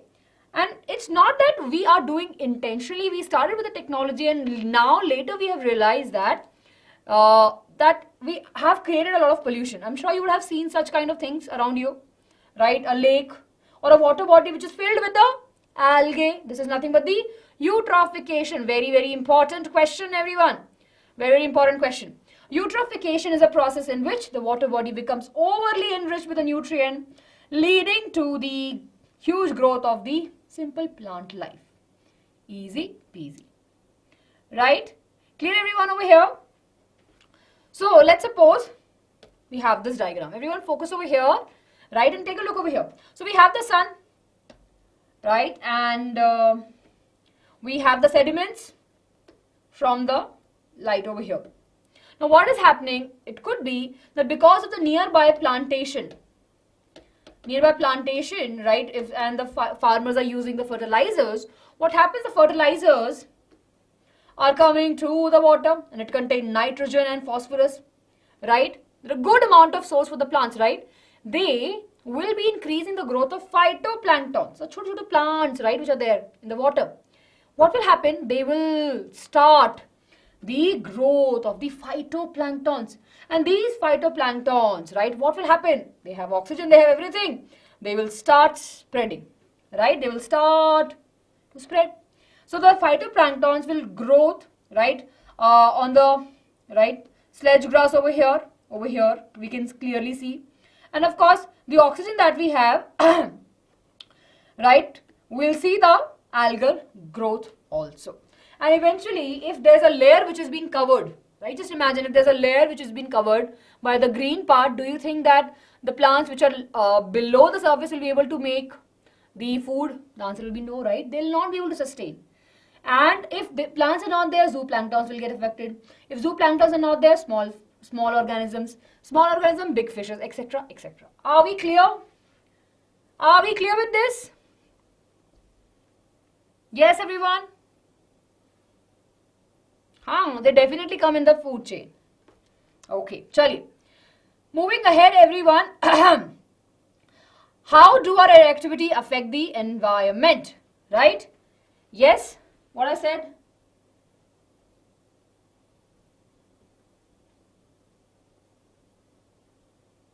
Is it? My God, am I saying exactly? Ma'am, you said right exactly 500 times. Acha, right, it's my filler word, I guess. Yep. So let's discuss about the activities that affects our environment. First thing over here, we'll be discussing about the biomagnification. Then of course, we'll take a look at ozone depletion and global warming. Global warming is not that important. It's not very specifically mentioned in our textbook, but we'll take a look over here. Right? So everyone, when we talk about the biomagnification, what it means that, for example, we have a plant, right? I've used this example again and I feel that it's a very easy example for all of us to understand. Let's make it very easy. We have a plant and we have added the pesticides and the fertilizers. Let's suppose I have added the pesticides and fertilizers. Now, of course, the amount of chemicals which is there inside, the amount of chemicals which went inside the plant is very small now, because of course the size of the plant is very chotu sa. Clear? Now, after some time, what happens? This plant actually goes to a farm where we have the chickens. Now, these chickens start feeding on this food. Now, what is happening? Of course, it was accumulated in all the plants, right? Now, when the chicken is eating, the food is going everywhere. Now, even though initially we can think that the toxin were very less, but as it entered into the body, what is happening? It is going everywhere because of the body mass, right? So we can clearly say that the accumulation becomes more in the chicken, right? Clear, everyone? There's the accumulation of the chemicals over here. And if an human eat, right, this particular chicken, we can see the accumulation getting more and more. Clear? So we can say that as we move, right? As we move, right? What happens in a food chain? If you take a look in this particular case, right? The concentration of the chemical toxin increases at each tropic level. At each tropic level, right? We can see that the toxins are increasing. Clear, everyone? Everyone, are we clear? Yes. They are expensive. Yes. Okay. So that's about the biomagnification. Now, 1 mark question or a 2 marks question can surely come. Then let's talk about the ozone depletion. Now, this is important for 3 marks, everyone. Super important for 3 marks. Yes, 10% law is very important. Chaliye. Now, we know that ozone is a protective layer which we have, right? And it acts as a barrier between the UV rays and protect us from the harmful UV radiation, right? Now, we know that ozone is, of course, definitely very far off, and we say that there's a holes. Let's see how much reality we have over here. Now when the sun rays come, if we don't have ozone, it will be directly coming to our surface, right? And will be destroying and causing lots and lots of damage. Even though the sun is very nice and very helpful, the real rays without the protection of a UV or an ozone, right, are very, very dangerous. So let's understand. Ozone, of course, we know that it is present at the higher level. And over here in the atmosphere, right, at the higher level, right, it has what? It has O2 is there in the environment, right? And of course, it has oxygen. Mahi will explain you, bache. I'll explain you. Give me a minute. Sorry, yeah. So we have oxygen over there, right? So what will happen? These sun rays that comes, right? These sun rays which comes that actually break the oxygen O2 into OO. Now we have free oxygen atom. This oxygen atom will combine with O2 and will form the O3, which is O. It's a formula for the ozone. Yes? So this reaction is important, everyone. O2 breaking itself into the OO atom, right? Then O will be getting connected to joining, reacting with the oxygen molecule and then forming the O3. Easy peasy. Yes? Chali. Now, we know that this is how the ozone is formed. Now, there's a depletion of it because of the CFCs, right? Chlorofluorocarbon, we see that there is a depletion of the ozone. These are very, very harmful. They will react, right? They will react with the oxygen and will create, right? It's not making the oxygen, but it's actually forming other chemicals which are harmful. And because of that, we can say that there are gaps. We can say that there's a depletion of ozone happening. Yes? Clear, everyone? So, we are clear with that. What causes the depletion? CFS, right? Chlorofluorocarbon. How it damages the humans? We can write all of these points. Cause skin cancer, can cause the DNA damage, right? Hair damage, blindness, aging, and weaken the immune system. So that's all that happens. In the plants also, it will be affecting the yield of it, and animals also. It can cause various diseases and the health hazards. Yes. Now let's talk about the last topic, which is the global warming. Now, of course, we know that there is an increase in the global temperature due to the increase of the greenhouse gases. CO2 is one of them. And what happens as is the increase in the temperature of our planet Earth, we see that there's a melting of the glaciers. We have a good amount of glaciers which have good amount of water, right, which are present over there. But as the temperature is rising, we are seeing that there's a melting of the glacier, which is not a good thing. More amount of water can lead to the rising in the sea level. What will happen? It can cause the flood, right? And of course, it can just cause that, that particular land will be no more. It will just be covered with the water. It will get submerged by water. And of course, we have the most important impact which is there on the animals. Their home are being destroyed, right? So over here we have the example of the polar bear. We all know that polar bears stay aram se in ice, right? They need that coldness. But due to the melting of the glaciers, they don't have any place to go. Yes? Clear? अरे भाई खाने पीने की बातें भी मत करो. Focus, focus. 5 और minute. बच्चे, so the UV radiation, right, are very harmful. They can penetrate. They can actually, right, we have the different variations of it. So it can go past through your skin, right? And of course, we have the cells over there. So that can cause damage in a very longer time if we are exposing ourselves to the UV radiation. Not ऐसे नहीं होगा एक बार में होगा, but of course gamma rays होती हैं, right? I'm sure you would have seen a movie Hulk. उसमें gamma rays थे. फटाफट से we saw the transformation. But in reality, it will not be the transformation that happens, right? We'll see the person will have more different types of cancer and probably they'll not be able to survive. Okay, chaliye. Last topic, everyone, the waste management. We know that waste are of two different types, biodegradable and non-biodegradable waste. Biodegradable waste is the one that we can easily, basically can be broken down by the process of decomposition. Microorganisms can work on that and they can break it up. Whereas the non-biodegradable waste, such as plastic, is something that microorganisms cannot work upon it. Right? Clear? They cannot work upon it and cannot be decomposed, and hence the amount is increasing and increasing and increasing. Yes? So, how we can manage the waste? That is a very important question we have over here. Again, a question of case-based study. Okay? What we can do 3 are reduce, reuse and recycle. Whatever you can reduce, please stop reducing the use of it. Plastic bags ki jagah pe you use a cotton bag or a jute bag. Plastic, instead of the plastic vessels that we have on the go pe, we can have our own steel ka vessels. We can take them.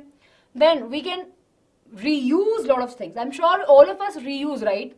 Probably bags are using, jars, and our moms use a lot of t-shirts.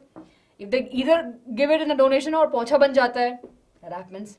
And then comes everyone the recycle, where we should be segregating waste in such a way that it can go to its assigned place for recycling, right? Can be broken down not completely, can be broken down into form that can be reused, again, recycling. Everyone, with this, before 2 p.m. everyone, we have finished our class. We are at the homework question. Congratulations to all of you who are here with me till the end. Minimo, White, Harsh, Radhika, Sakshi, Pacha best example, I know, comfy study. Soham, yes, GK, haan, Shreya. Yes, congratulations everyone. So with this, we have finished our bio ka portion. Mahi 10% law bache. For example, if we have a plant, right? We have grasshopper and we have frog. So for example, if this has 1000 kilocalories, right? Mahi, if the plant has 1000 kilocalories because of the sunlight, and of course it made the good amount of energy, it's not that the grasshopper will be getting 1000 kilocalorie, right? It will be only getting 10% of it. It will be getting only 10% of it, only because this plant also will be utilizing the energy that it has. It's not that ke bhai ekdam 100 ka 100 plant is like mera dil bahut bada hai, le lo sari energy mujhse, right? Plant ऐसा नहीं बोलेगा, बोलेगा भाई मेरा भी तो काम है, मुझे भी तो करने दो, right? It's very important for me also. Clear? So that is the 10% law of the energy. Only 10% of the energy will be moving from one tropic level to the another tropic level. Comfy study, same here. Piyush, thank you so much. Yes. Ira, बच्चे बताया था, food chain is unidirectional, right? Because we have organism placed in such a way. It cannot be bidirectional, right? It cannot be that कि हाँ deer बोल रहा है ठीक है मैं खा रहा हूँ चलो शेर को आज मेरा दिन है, right? Do you think it's possible? Do you think the deer will one day will say okay today I'm very hungry, I will hunt the lion? In the ecosystem, right? In the ecosystem, in the chain, it's not been made such a way. Definitely due to the evolution, we know that we have different characteristic features that the lion has or the deer has, and that have contributed to the formation of the food chain. So it goes deep down. Clear? हाँ भाई सोहम और साथ में coffee की बातें चल रही, सही है. Radhika, biomagnification, the accumulation, right? Wait, I'll just show you this. I will show you this. हाँ. Yeah. Concentration, if there's accumulation of the concentration of the chemicals, it increases in the each tropic level. Yeah. Here we have. Okay. Thank you so much, Meher. Yes. Mahi, explain the DNA copying last, please. DNA copying, matlab I didn't get your part. How the DNA getting copy? You don't have that in your syllabus. DNA ka replication hota hai. That's a whole process that we have in class 12th, right? Which is called as replication. Copying mein bas ye yaad rakho ki if you are talking in class 10th ka, we have the chromosomes, right? Let's suppose we have the chromosomes. So only one chromosome will come. Let's suppose one from each. We have 23 pairs, right? This is one pair. This is one pair. So only one of these will come. Not all the two will come. That is the DNA copying if you are talking about. I think you're talking about replication. That is something you'll be learning in your higher class. Chaliye everyone, are we clear? I have a homework question for you. Homework question everyone. Homework question for all of you. Yes everyone. Homework question for all of us. There are two interesting questions. Right? So please do write the answer for these, everyone, in the comment section below. And tell me everyone that, right, how you felt about this session. Answer it or batana kaisa laga. I'm sure I want to read your comments. Who all are here, please make sure just drop a single comment. It will not take much time from your side, right? Tell us that what is a feeling that you have finished your biology, right? We started at 6 and now it is 2. We're almost done with our complete biology. Just imagine. In one class we have finished this. And praise yourself, everyone, right? Praise yourself that you sat throughout this, right? For 8 hours straight. Kudos to each one of you. And I hope that this marathon would have helped you. Yes? Please make sure everyone to write in the comment section and tell us that, what are the different types of session also you want. We have amazing thing planned for you in the upcoming future. So I'll be waiting for this. And a quick reminder for all of us, everyone. Please don't forget to register for the workshop which will be taken by Ashwin sir. Right? So on 31st of December, everyone, register now. Link is there in the description box. And it's from 12 p.m. 1 hour only. Yes. हाँ, समझ में नहीं आ रहा कैसे खुशी बयां करूं. बिल्कुल श्रेया थी ना उसमें जब डॉग्स पीछे भागे थे. Right? Thank you so much, everyone, for all the love and for all the support that you gave me. Thank you, Aishwarya ma'am. Right? I really miss you. Yes, and do take care of yourself and all the students. Keep working hard. We are here with you, right? It's not that we're just saying it to you. You know that we are here. There are times, could be, oh ma'am, jaldi karna hai, slow karna hai, ye karna hai. We are managing, right? We are doing it for you and we will be. We'll make sure, everyone, that you excel in your examination. Yes. Bilkul, SST ka bhi hoga. Wednesday, no, I think on Thursday we have the political science. Be ready, everyone. Right? Yes. Yeah, Aishwarya ma'am came few, I think after, yeah, I think ma'am was there since 12 o'clock. Yes. Yes, everyone. Ma'am misses you all.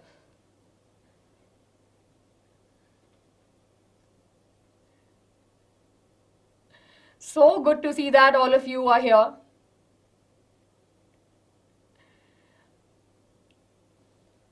Okay, everyone. How many likes we have? Let me just quickly check. Can we make it 400?